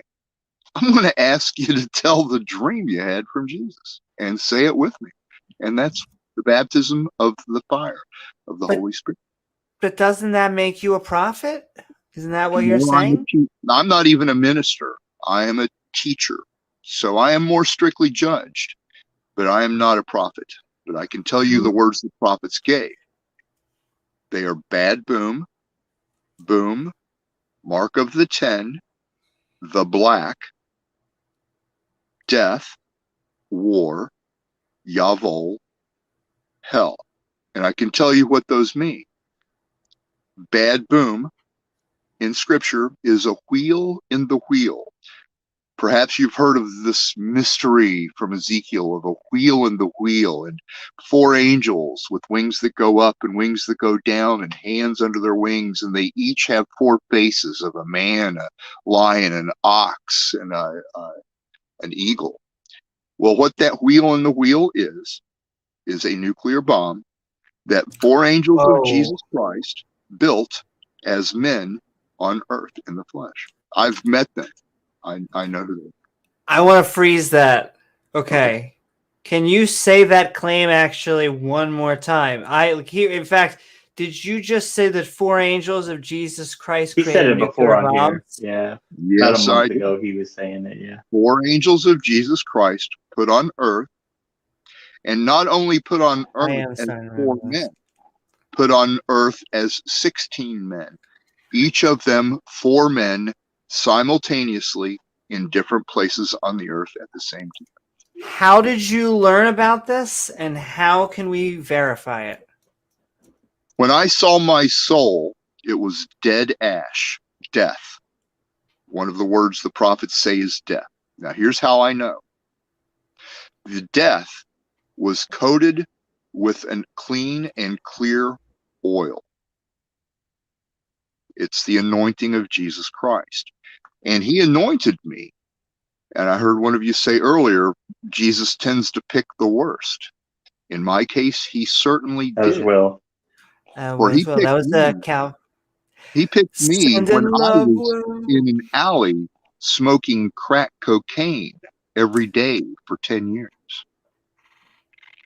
I was in an alley in Chicago, Illinois, and I had been living on the streets for 10 years, drawing caricatures of people in expensive restaurants through the window, and they would say, "What do you want for it?" And I'd say, "Whatever you can afford, 0 to 20." And they'd throw me $20 bills like candy bars, and I would run over to the Cabrini Green projects, and I would buy crack, and I would smoke the crack in an alley, and I would masturbate, and I would suddenly see sniper laser This beams on the escalated roofs quickly. aiming Whoa, at whoa, me. whoa. You know, while I'm having these fantasies of harems of women, each taking a single stroke on my dick with their pussies. Okay, I was all about right, to all say, right, all right, okay. all right, all right, all Hold right. on. That's a little bit too Hold graphic. on. So I'm doing Here's- that.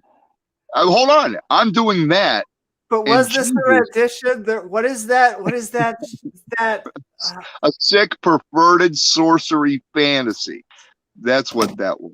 I was an evil, ill, selfish, pleasure-seeking man doing that every day, drawing caricatures, making $20, the buying a aristocrat. $20 crack smoke, smoking my crack, going through the pleasure, then the paranoid, and then clearing my head a little bit, and then going back to the expensive restaurants and drawing a caricature again through the window of people having fun. And they would throw me a $20 bill again, and I would do this day in, day out for 10 years. That's all. We just have to make a quick prayer for really quick you. Thank you, YouTube TOS. We know that you, Bay, are an awesome, and we will make a fantastic show. Thank you, thank you. All right. I was doing that when Jesus put his dove over my head.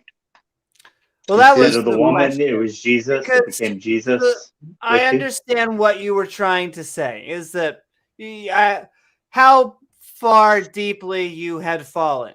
But my question would be then, all right, walk us through the moment that I know is coming anyway. That is what he or she said, but I feel like I can't get outdone by what just happened. But Wesley, no, you just got punked, man. You just got punked. Believe me, the lowest thing that you might imagine you could do, I've got a real one that'll be lower. Believe me. We'll save that for next time. But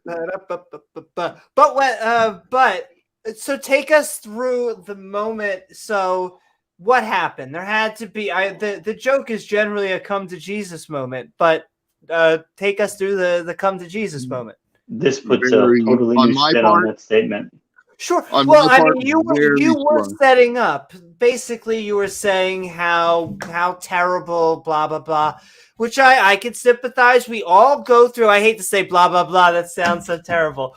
But what I am saying is expanded, my goddess, terrible times. Sympathetic, sending my hearts out to you. But there was a moment that was like the turnaround. So you got it. And we're at the anniversary of it. November 5th, 2003 or 4. I think it was through 2003. I had the vision one time.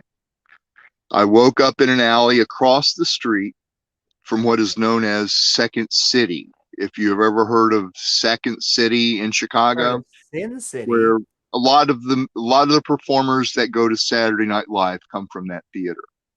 Everybody, John Belushi, Jim Carroll, Jim Carrey, Tina Fey, all of the people from Second City would go on to Saturday Night Live. I was a music director there, playing piano professionally there, but that was a few years before. So I'm in an alley across the street from there. I'd finished smoking my crack. And I was sleeping behind a garbage can, and I had the vision. And then I knew it immediately that it was from Jesus. I never had any doubt about that ever. And I never shall have any doubt about that.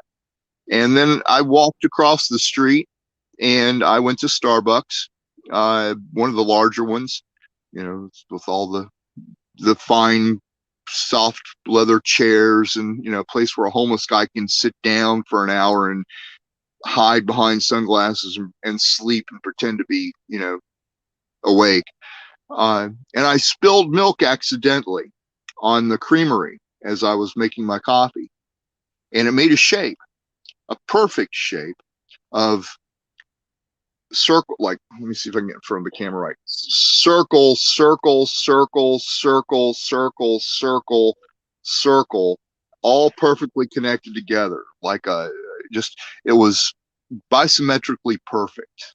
It was mathematically or geometrically all curves and perfect. The day I had that vision, there was no possible way that the modern physics and the chaos involved in spill could have formed that shape. So I knew that was just a confirmation in the physical world from Jesus to me that it was from him. From that day, I began telling the vision, and I told it every day for 8.5 years. Please forgive me for asking this, because you can, I mean it with kindness in my heart, just seeking truth. Sure. When this vision happened, were you high? Yes. Yes, I was. Do you think that could have affected the what you saw? I think just the opposite, that there is no height, no depth, no width, no wizardry, no witchcraft, no sorcery, which may come between the love Jesus Christ has for man and man. That even in my lowest, most mentally decrepit and perverted state, Jesus Christ can still get through to me. And so we're actually, I feel I keep on, once again, it keeps on doing Amy time. DeFreak has come on. He wants to talk to Wesley. So in a minute, we're actually going to let DeFreak in, but DeFreak is going to be our outro.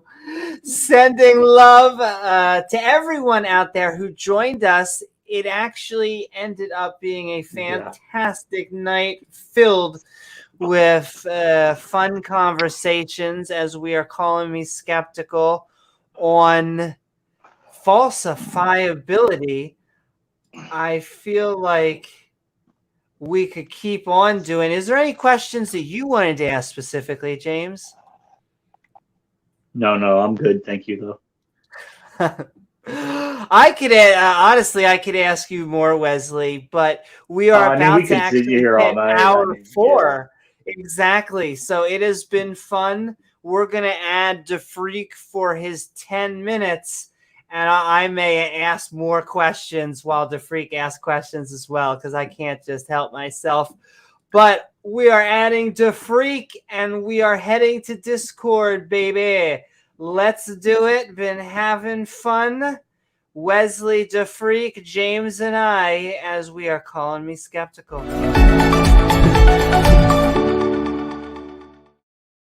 See, now I'm interested what your questions are, DeFreak, because you are a theist. And so... Not only a theist, he's had a personal encounter with God, too, so... Not only a theist, John the Baptist foretold of my coming.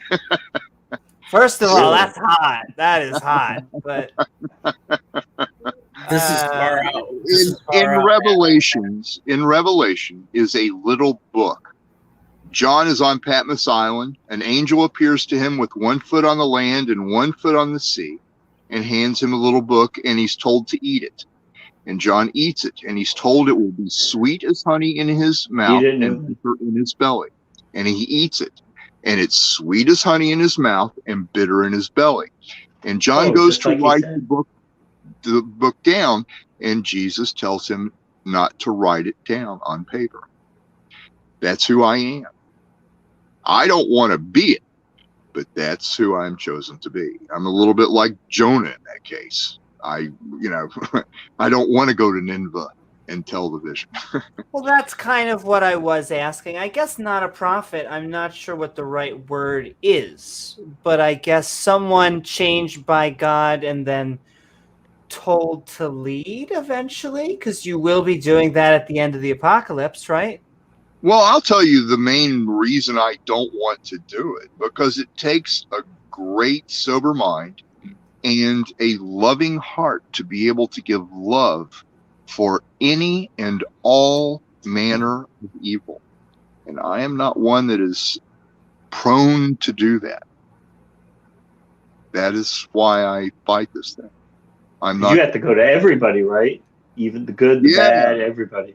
No matter what, when somebody steals from me, I don't feel really good about it. They steal my coat. I don't want to give them my scarf, but I have to do that. And, so I struggle with that. And this is just completely random, but we have to know, Will is asking, why are you in a tent? Because I was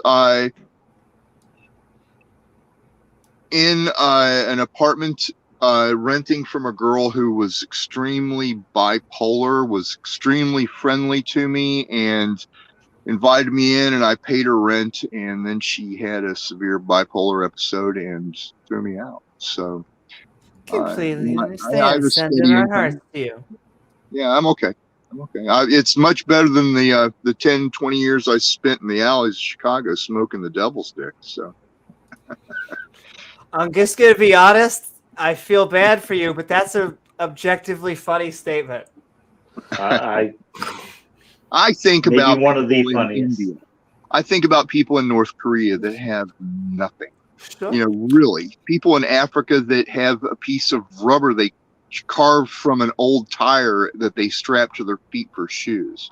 Yeah. I've got a My Buddy gas heater. I've got a cooler. I've got a TV that's got a computer on it. I've got clothes. I've got a mattress. I've got a tent that's insulated. I'm a half a mile from a Starbucks and a mall and a Walmart, and I have a consistent amount of money coming in every month. I'm living in luxury compared to those people. Truly like a king. So I can't complain. It's frustrating, yes, but I'm working at getting an apartment of my own here in West Virginia. I'll be okay. So what's going to be your base of operations when you're going? Is God going to provide you with like upgraded accommodations, or how's that going to work? You have a staff? I don't know right now. You're not sure right now? No. Okay. Fair enough. I'd like to ask some questions, if I could, to Wesley here directly. Go ahead. Priest. How old were you when you were born again? Do you remember? I'm 60 now, so this was about 18 years ago when I had the vision. Nice. And I saw my head was lifted up as I was in Cook County Jail on a misdemeanor trespassing charge.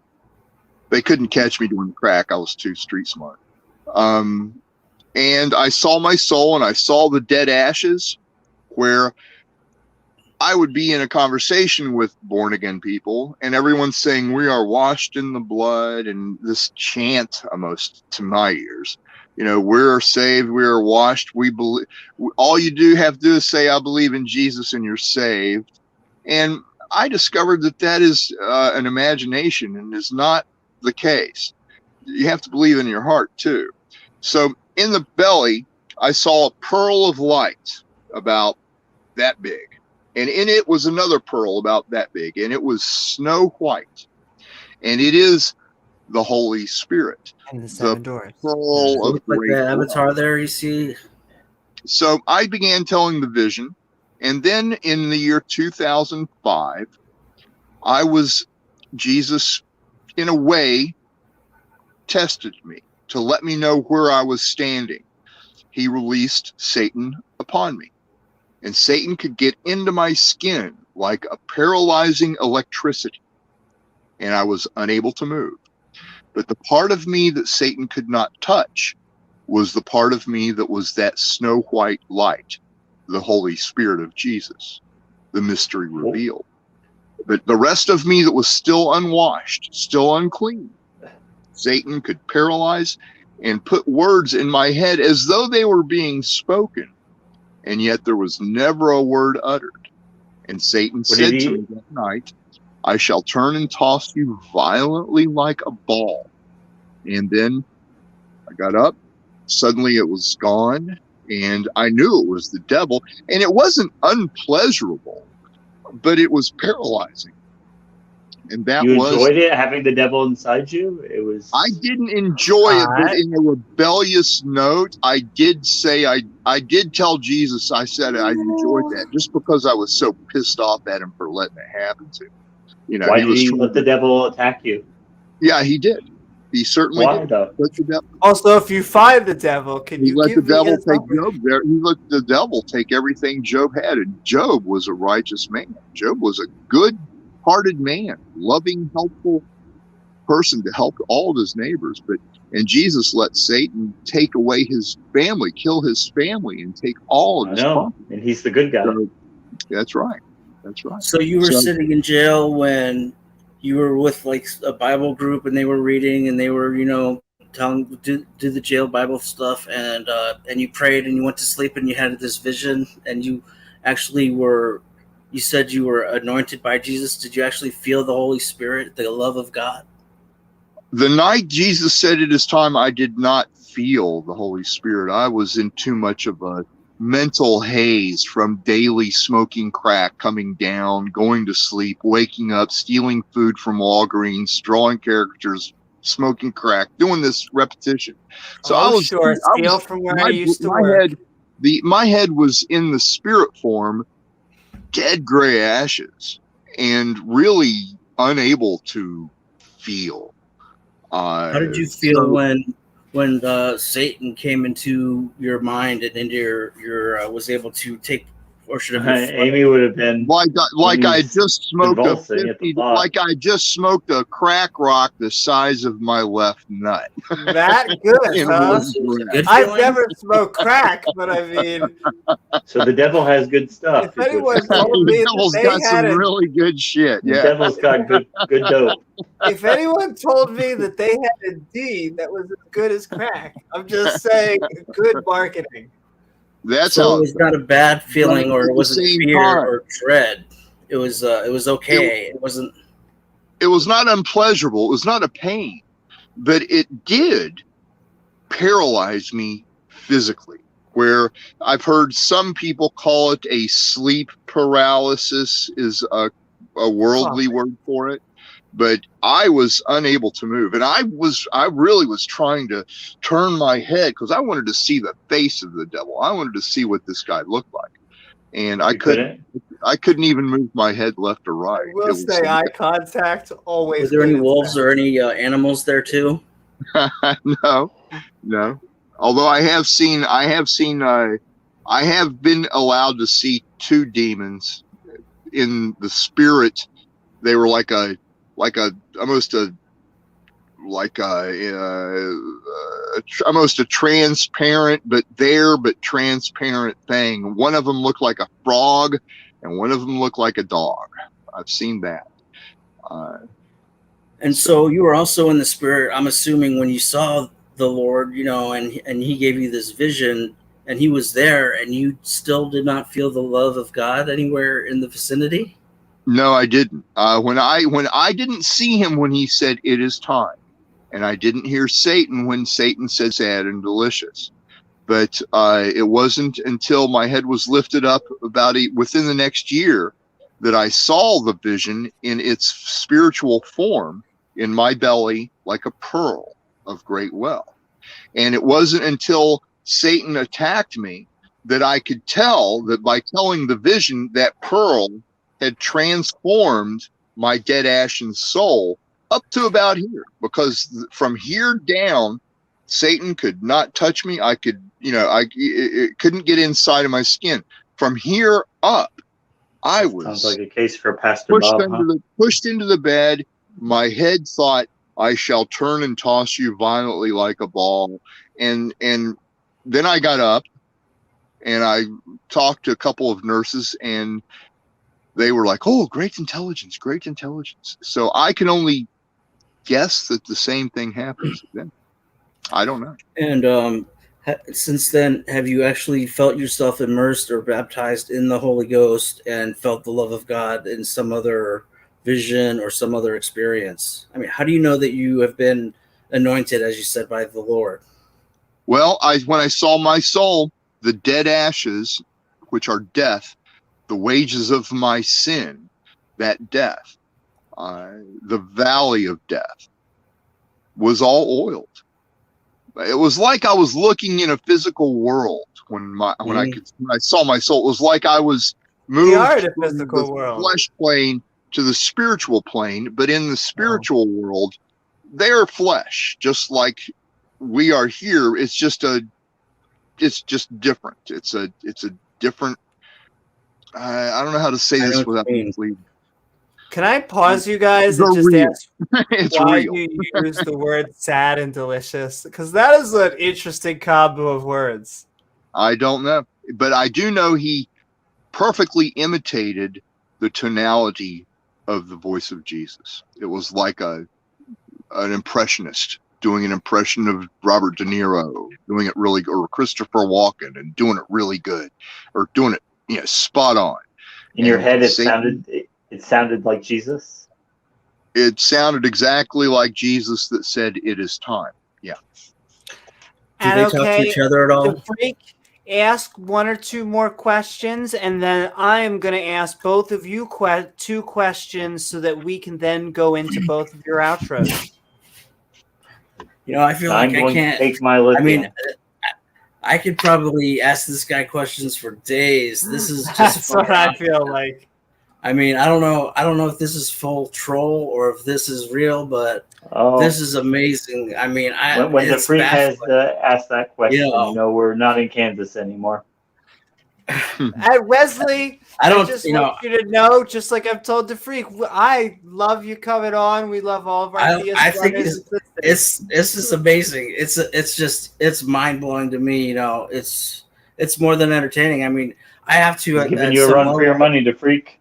He is. I have to at some level think that when I give my testimony, no one believes me, so I have to assume that what someone else is telling me is also at first going to be true. But he says a couple things that are kind of sus. Like a little bit. Prophets don't watch TV. He says he's got a TV. He says I'm not a prophet. I'm not a prophet. I'm a teacher. I know what the word. What are your spiritual gifts? Mean, but I am not a spiritual gifts you have. Just to tell the vision that should you tell it, that pearl of light in your soul transforms your ashes to light, and then from there, whatever gifts come from that's between you and Jesus. Not it's not my call on that. That's between you. Right, but they're listed in 1 Corinthians 12. All the gifts are listed there, and usually when you're baptized and you're when you're in Christ, you receive one or more of the gifts. Yep. You have to know what yours are. Amy received the gifts. The ability to speak and interpret every language known to mankind. But please listen, I am not allowed or able to do it on TV. The way the apostles spoke in the upper chamber on the first day of Pentecost, and everyone on the street heard them each in their own language, and the Holy Spirit came on their tongues as cloven tongues, and they spoke in one voice. All in the street heard them each in their own language. In that way. And then when you say that, John foretold of the one that was to come after, who was to, baptized with fire. He's talking about Jesus there. So it's almost like you're equating yourself as him. And that's a little, it gives me the shakes a little bit. Do you realize what you're saying when you say that? Yes, I do. I do. And it's really huge. And I'm not somebody that I would have chosen to do it. And yes, there's plenty of people that are harebrained that are going to stand on the corner where the end of the world is near, but there's only one with the dove of God over his head. And I'm that person that John spoke of. And what Jesus is going to do, and it shall confound people, he's going to put me back on the earth after I die. And he's going to put me on the earth in the flesh, and not in just one place at one time, in millions of places at the same time. But was this all, where does this come from? Where is this the vision, or is this you just intrinsically know it? The vision is the Bible. I would say, I'll go with that. Intrinsically know it. Yeah, it's also considered to be batshit crazy in a coffee shop, Well, but that's the way it is. That's We're putting it just- mildly. And I'll be honest, I'm just interested. It's always interested to tell what we believe. You know, I could sit here and I do consciousness sometimes, and people probably think that I'm, cuckoo for Cocoa Puffs. But I'm always interested in why. And so my question to you before I do my final question to get DeFreak and Wesley into their outros, you said basically take it or leave it in how can I test these claims, but I would really like to know for someone that can't just take your word for it. I've heard it. I now need to figure out a way, with the four angels, the dove, the dreaming, January 4th on 2003. How do I go out and find some sad and delicious evidence for myself? You want some sad and delicious evidence? I got it for you. It'll confuse the bejesus out of you, though. Bring it on, baby. It's a word in the Bible called similitude. Similitude. Yes. Moses got very tired of the similitude. He knew what they were. Also in the Bible are the giants in the days of Adam and Eve, where there were giants on the earth. That is the similitude. Now let me tell you what similitude are. A similitude is simultaneously an angel of Jesus, and they are on the earth in the flesh. And as an angel, they are holy, good, charged with folly, and on the earth, they're fucking and sucking, and they're in the famous places, and they're low life. Good time. They're low life in homeless shelters, and they are in several places at the same time. You will see, let's say a movie star is a similitude. They are simultaneously an angel of light, a very famous person, and they are on earth in the flesh as not only a movie star in Hollywood, but at the same time, a homeless person buying crystal meth in Huntington, West Virginia, a magistrate in the courthouse, a cop with a badge and a gun, and in several cities at the same time. You could be Brad Pitt also. That is what I've got a theory that Brad Pitt was Samson. They're worse people to be. The thing about this is they are there on earth for a couple of purposes. One is to confuse. They are to confuse and confound, not confuse, confound the wise. The other is, if you have read in the Bible, there's a sickle that is plunged deep into the earth, for the harvest is ripe. They are the people that do evil things to us, that we either recompense by giving love for evil, or we fail that test and we do not give love for that evil. And that is how they can be very tyrant. So will have to put we'll have to ask one more question real quick. When you had the vision with Jesus and the devil was there, did they talk to each other, or were you like the intercessor between? I mean, would they speak to each other through you, or did they interact with each other at all? I had the vision in 2004 or 2003. January 4th. One time. I didn't see it after that. I began telling it every day. But didn't we all see the vision? That's what you said? Or yes, I believe so. I believe so. I spent 8.5 years of my life on the streets teaching the vision from Jesus to anybody that I could get to listen every day. I just want you to know, all I I did. was in Hebrew school at the time. All the people in my Hebrew school, they would have loved to know why. In fact, under what you're telling us, they actually saw the vision. They rejected it. Yep.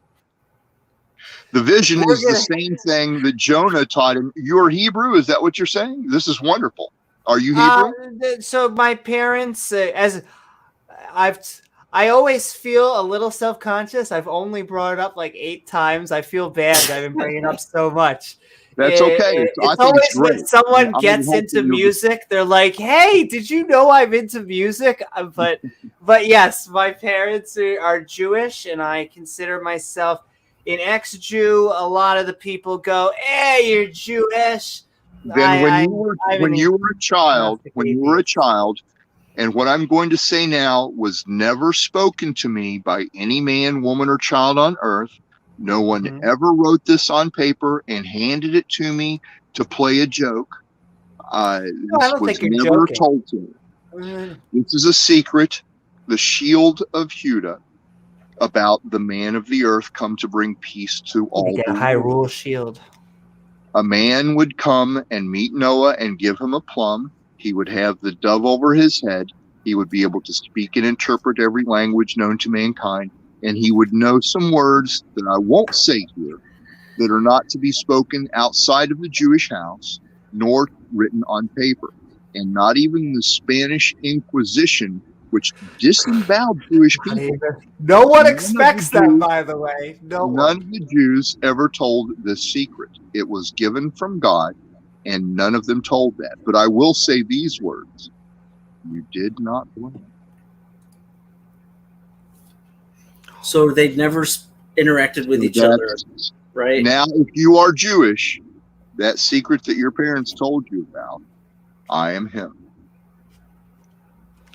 It's not what you know. I do not remember my parents telling me about a secret. I don't expect you to. There's not a Jew on earth that's ever going to say this out loud because it's against the law. Okay. Damn you, Torah and Talmud. He's the upgrade to Glenn Beck. It is against I'm on board. Jewish law for a Jew to say what I have just said. I will say they eat bacon, so. But no one ever told this to me. Now, how do I know this? I can't tell you how I know this. I can tell you how I got the blend thing. I was at a very expensive restaurant in Chicago called Tavern on Rush, at a little they called the Viagra Triangle, where all the very wealthy people lunch in cafes and spend $500 for a table for 4, for lunch. And there was an angel that appeared, a woman with dark hair sitting on a little circular fountain, and she said the words that are not to be written on paper, not to be told outside the house to me. And I won't say what they were other than you did not blend. So that's how I got those words. Not by any man, not by any woman, not by any child in the flesh. Is Wesley going to Discord? I will tell you this. I did meet Noah. I did give him a plum. And that's is Noah still alive? Yeah, every angel is alive. I asked Jesus. I like how matter-of-factly you said that. Yeah. I asked Jesus to send 2 very famous angels to every one of you before I came here, and to say whatever I would say that was okay with Jesus for me to say, they would say with me. That if I were to say anything that Jesus would not want me to say, they would not say it. One of the angels in each of those places, will you please leave those houses now? Wesley, we could honestly go on, just like the freak said, for probably a whole night. Okay. Please call in for more. Call me skeptical. Let's remember mics. Didn't he try to join the Discord, or was that? The secret is not written on. The secret is not written on. The secret is not written on paper. The little book in Revelations is not written on paper, and those angels. The lenses of our cameras are not sophisticated enough to record them. And so it's not on paper. Damn it. None of this Foiled is again by falsifiable. technology. you're not, the only place you're going to get it on paper is in the King James version of the Bible. Hey, There's Not speaking falsified. of the King James version of the Bible, we read a version of the King James version of the Bible in our Skeptic Bible study, so won't you all join us? But I am going to actually go give two more questions, one to each of you, and then I'll let you guys do your outros and say whatever you'd like about the subject. But I'm going to ask you the same question that I asked to Will. I'm going to start with you, DeFreak, then I'll move to Wesley. But DeFreak, what would it take to change your mind to an atheist? You'd have to remove my brain. You'd have to literally remove portions of my brain because I saw him and nothing could ever take that witness away from me. Okay.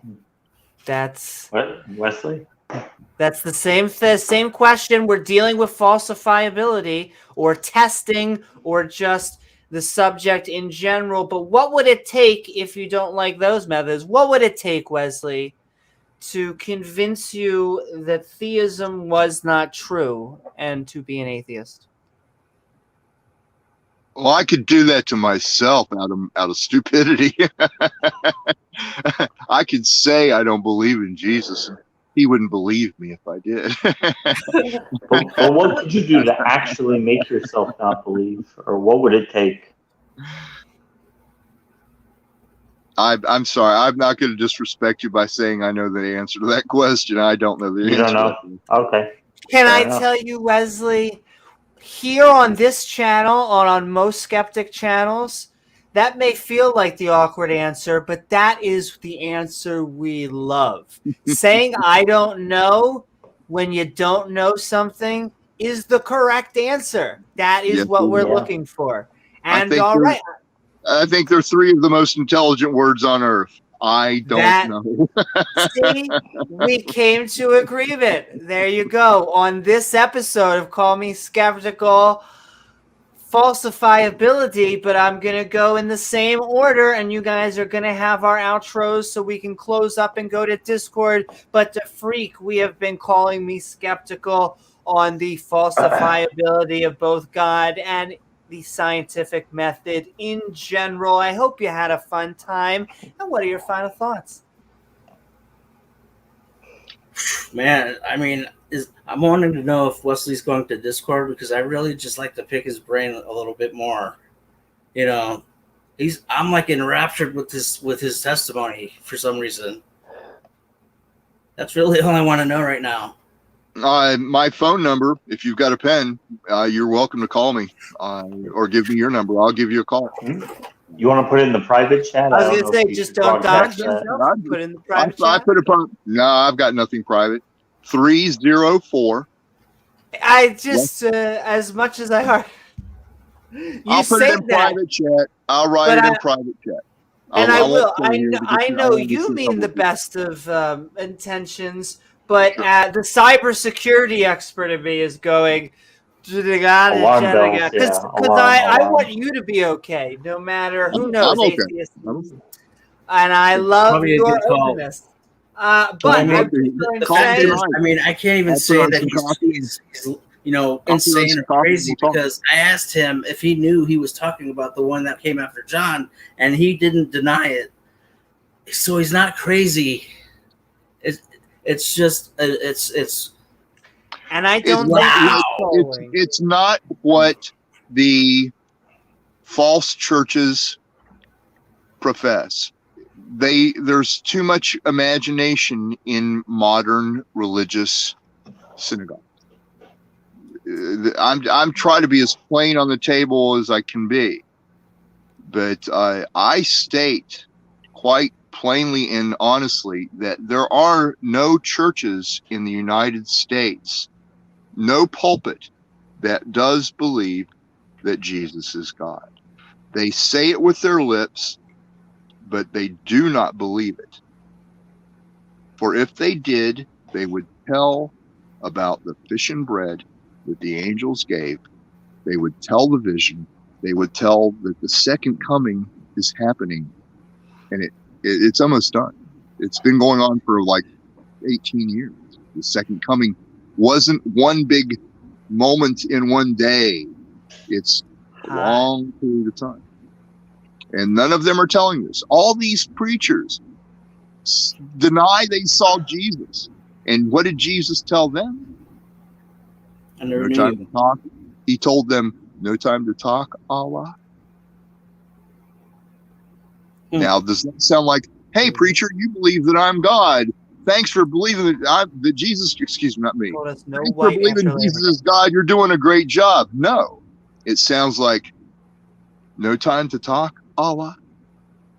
And that's what Jesus told every minister in every church on earth. And so the Muslims also should be Christian. They've seen the vision too. Everybody. There's a really good news.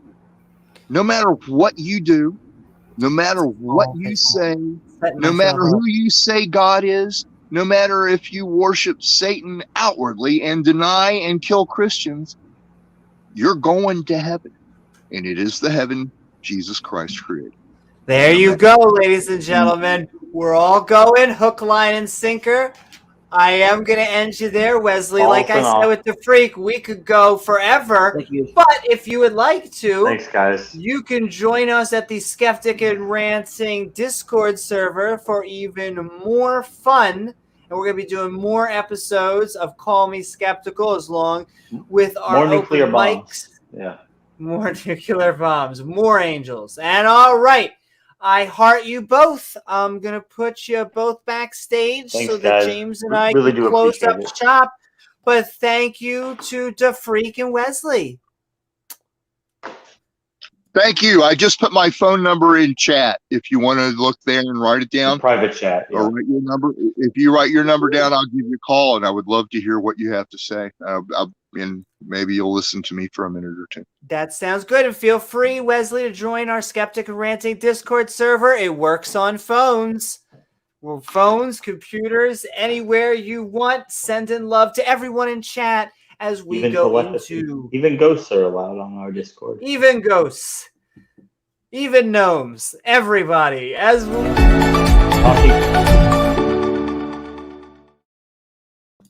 Woohoo! As we close up, talking donkeys. Even talking snakes and talking donkeys. Yeah. But that was a fun night. We it's always difficult with canon. That's what once you go into morality and you go into the canon of the of either the Bibles or of what people believe about theology, it gets away from falsifiability. That is the hard thing because that's really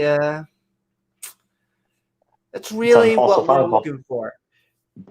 Yeah, and we may develop tests. I'm sending love to all of our theists that graciously were on tonight and had civil conversations. Really, all we can ask for is being mensches, decent human beings, whatever you would like to call it. So I'm gonna send love to all of our guests and hand it over to James to close up shop. You don't have to. Should we? Yeah, I guess that. I will say we'll go after Discord. I'll put the guys, link it up was a great one more show, time. and a lot of good discussion. I just want to thank everybody for coming on, being a part of the show, and Woohoo! Well, then there you go. And I just want to thank everyone, and I hope you all had an awesome time on this episode of Call Me Skeptical Falsifiability. Thanks very much. Tonight, thank you, the Godfather of Atheism. Tonight, we opened up the internet phone lines to see if someone can help us understand why theories of God lack falsifiability. I want to thank my co-host, James W., along with our guests, Nick, Bubbles, Will, Randolph, Wesley, and Da Freak, along with the people in chat, our awesome mods who make this stream so great, and lovely viewers like you who make this channel even possible. If you're feeling fancy, don't forget to like, follow, or subscribe. Then hit that bell icon to all so you can join our live streams. Boom, boom. After the show, we will be heading over to the Skeptic and Ranting Discord server, the link of which is in the description below. Lastly, if you'd like to help us make even more content, we offer some unique perks for our supporters by checking out our Patreon at patreon.com/Amy Newman. I am Amy Newman, and we will see you all on the next episode of Skeptic Ball Z. Good night, everyone. Mwah.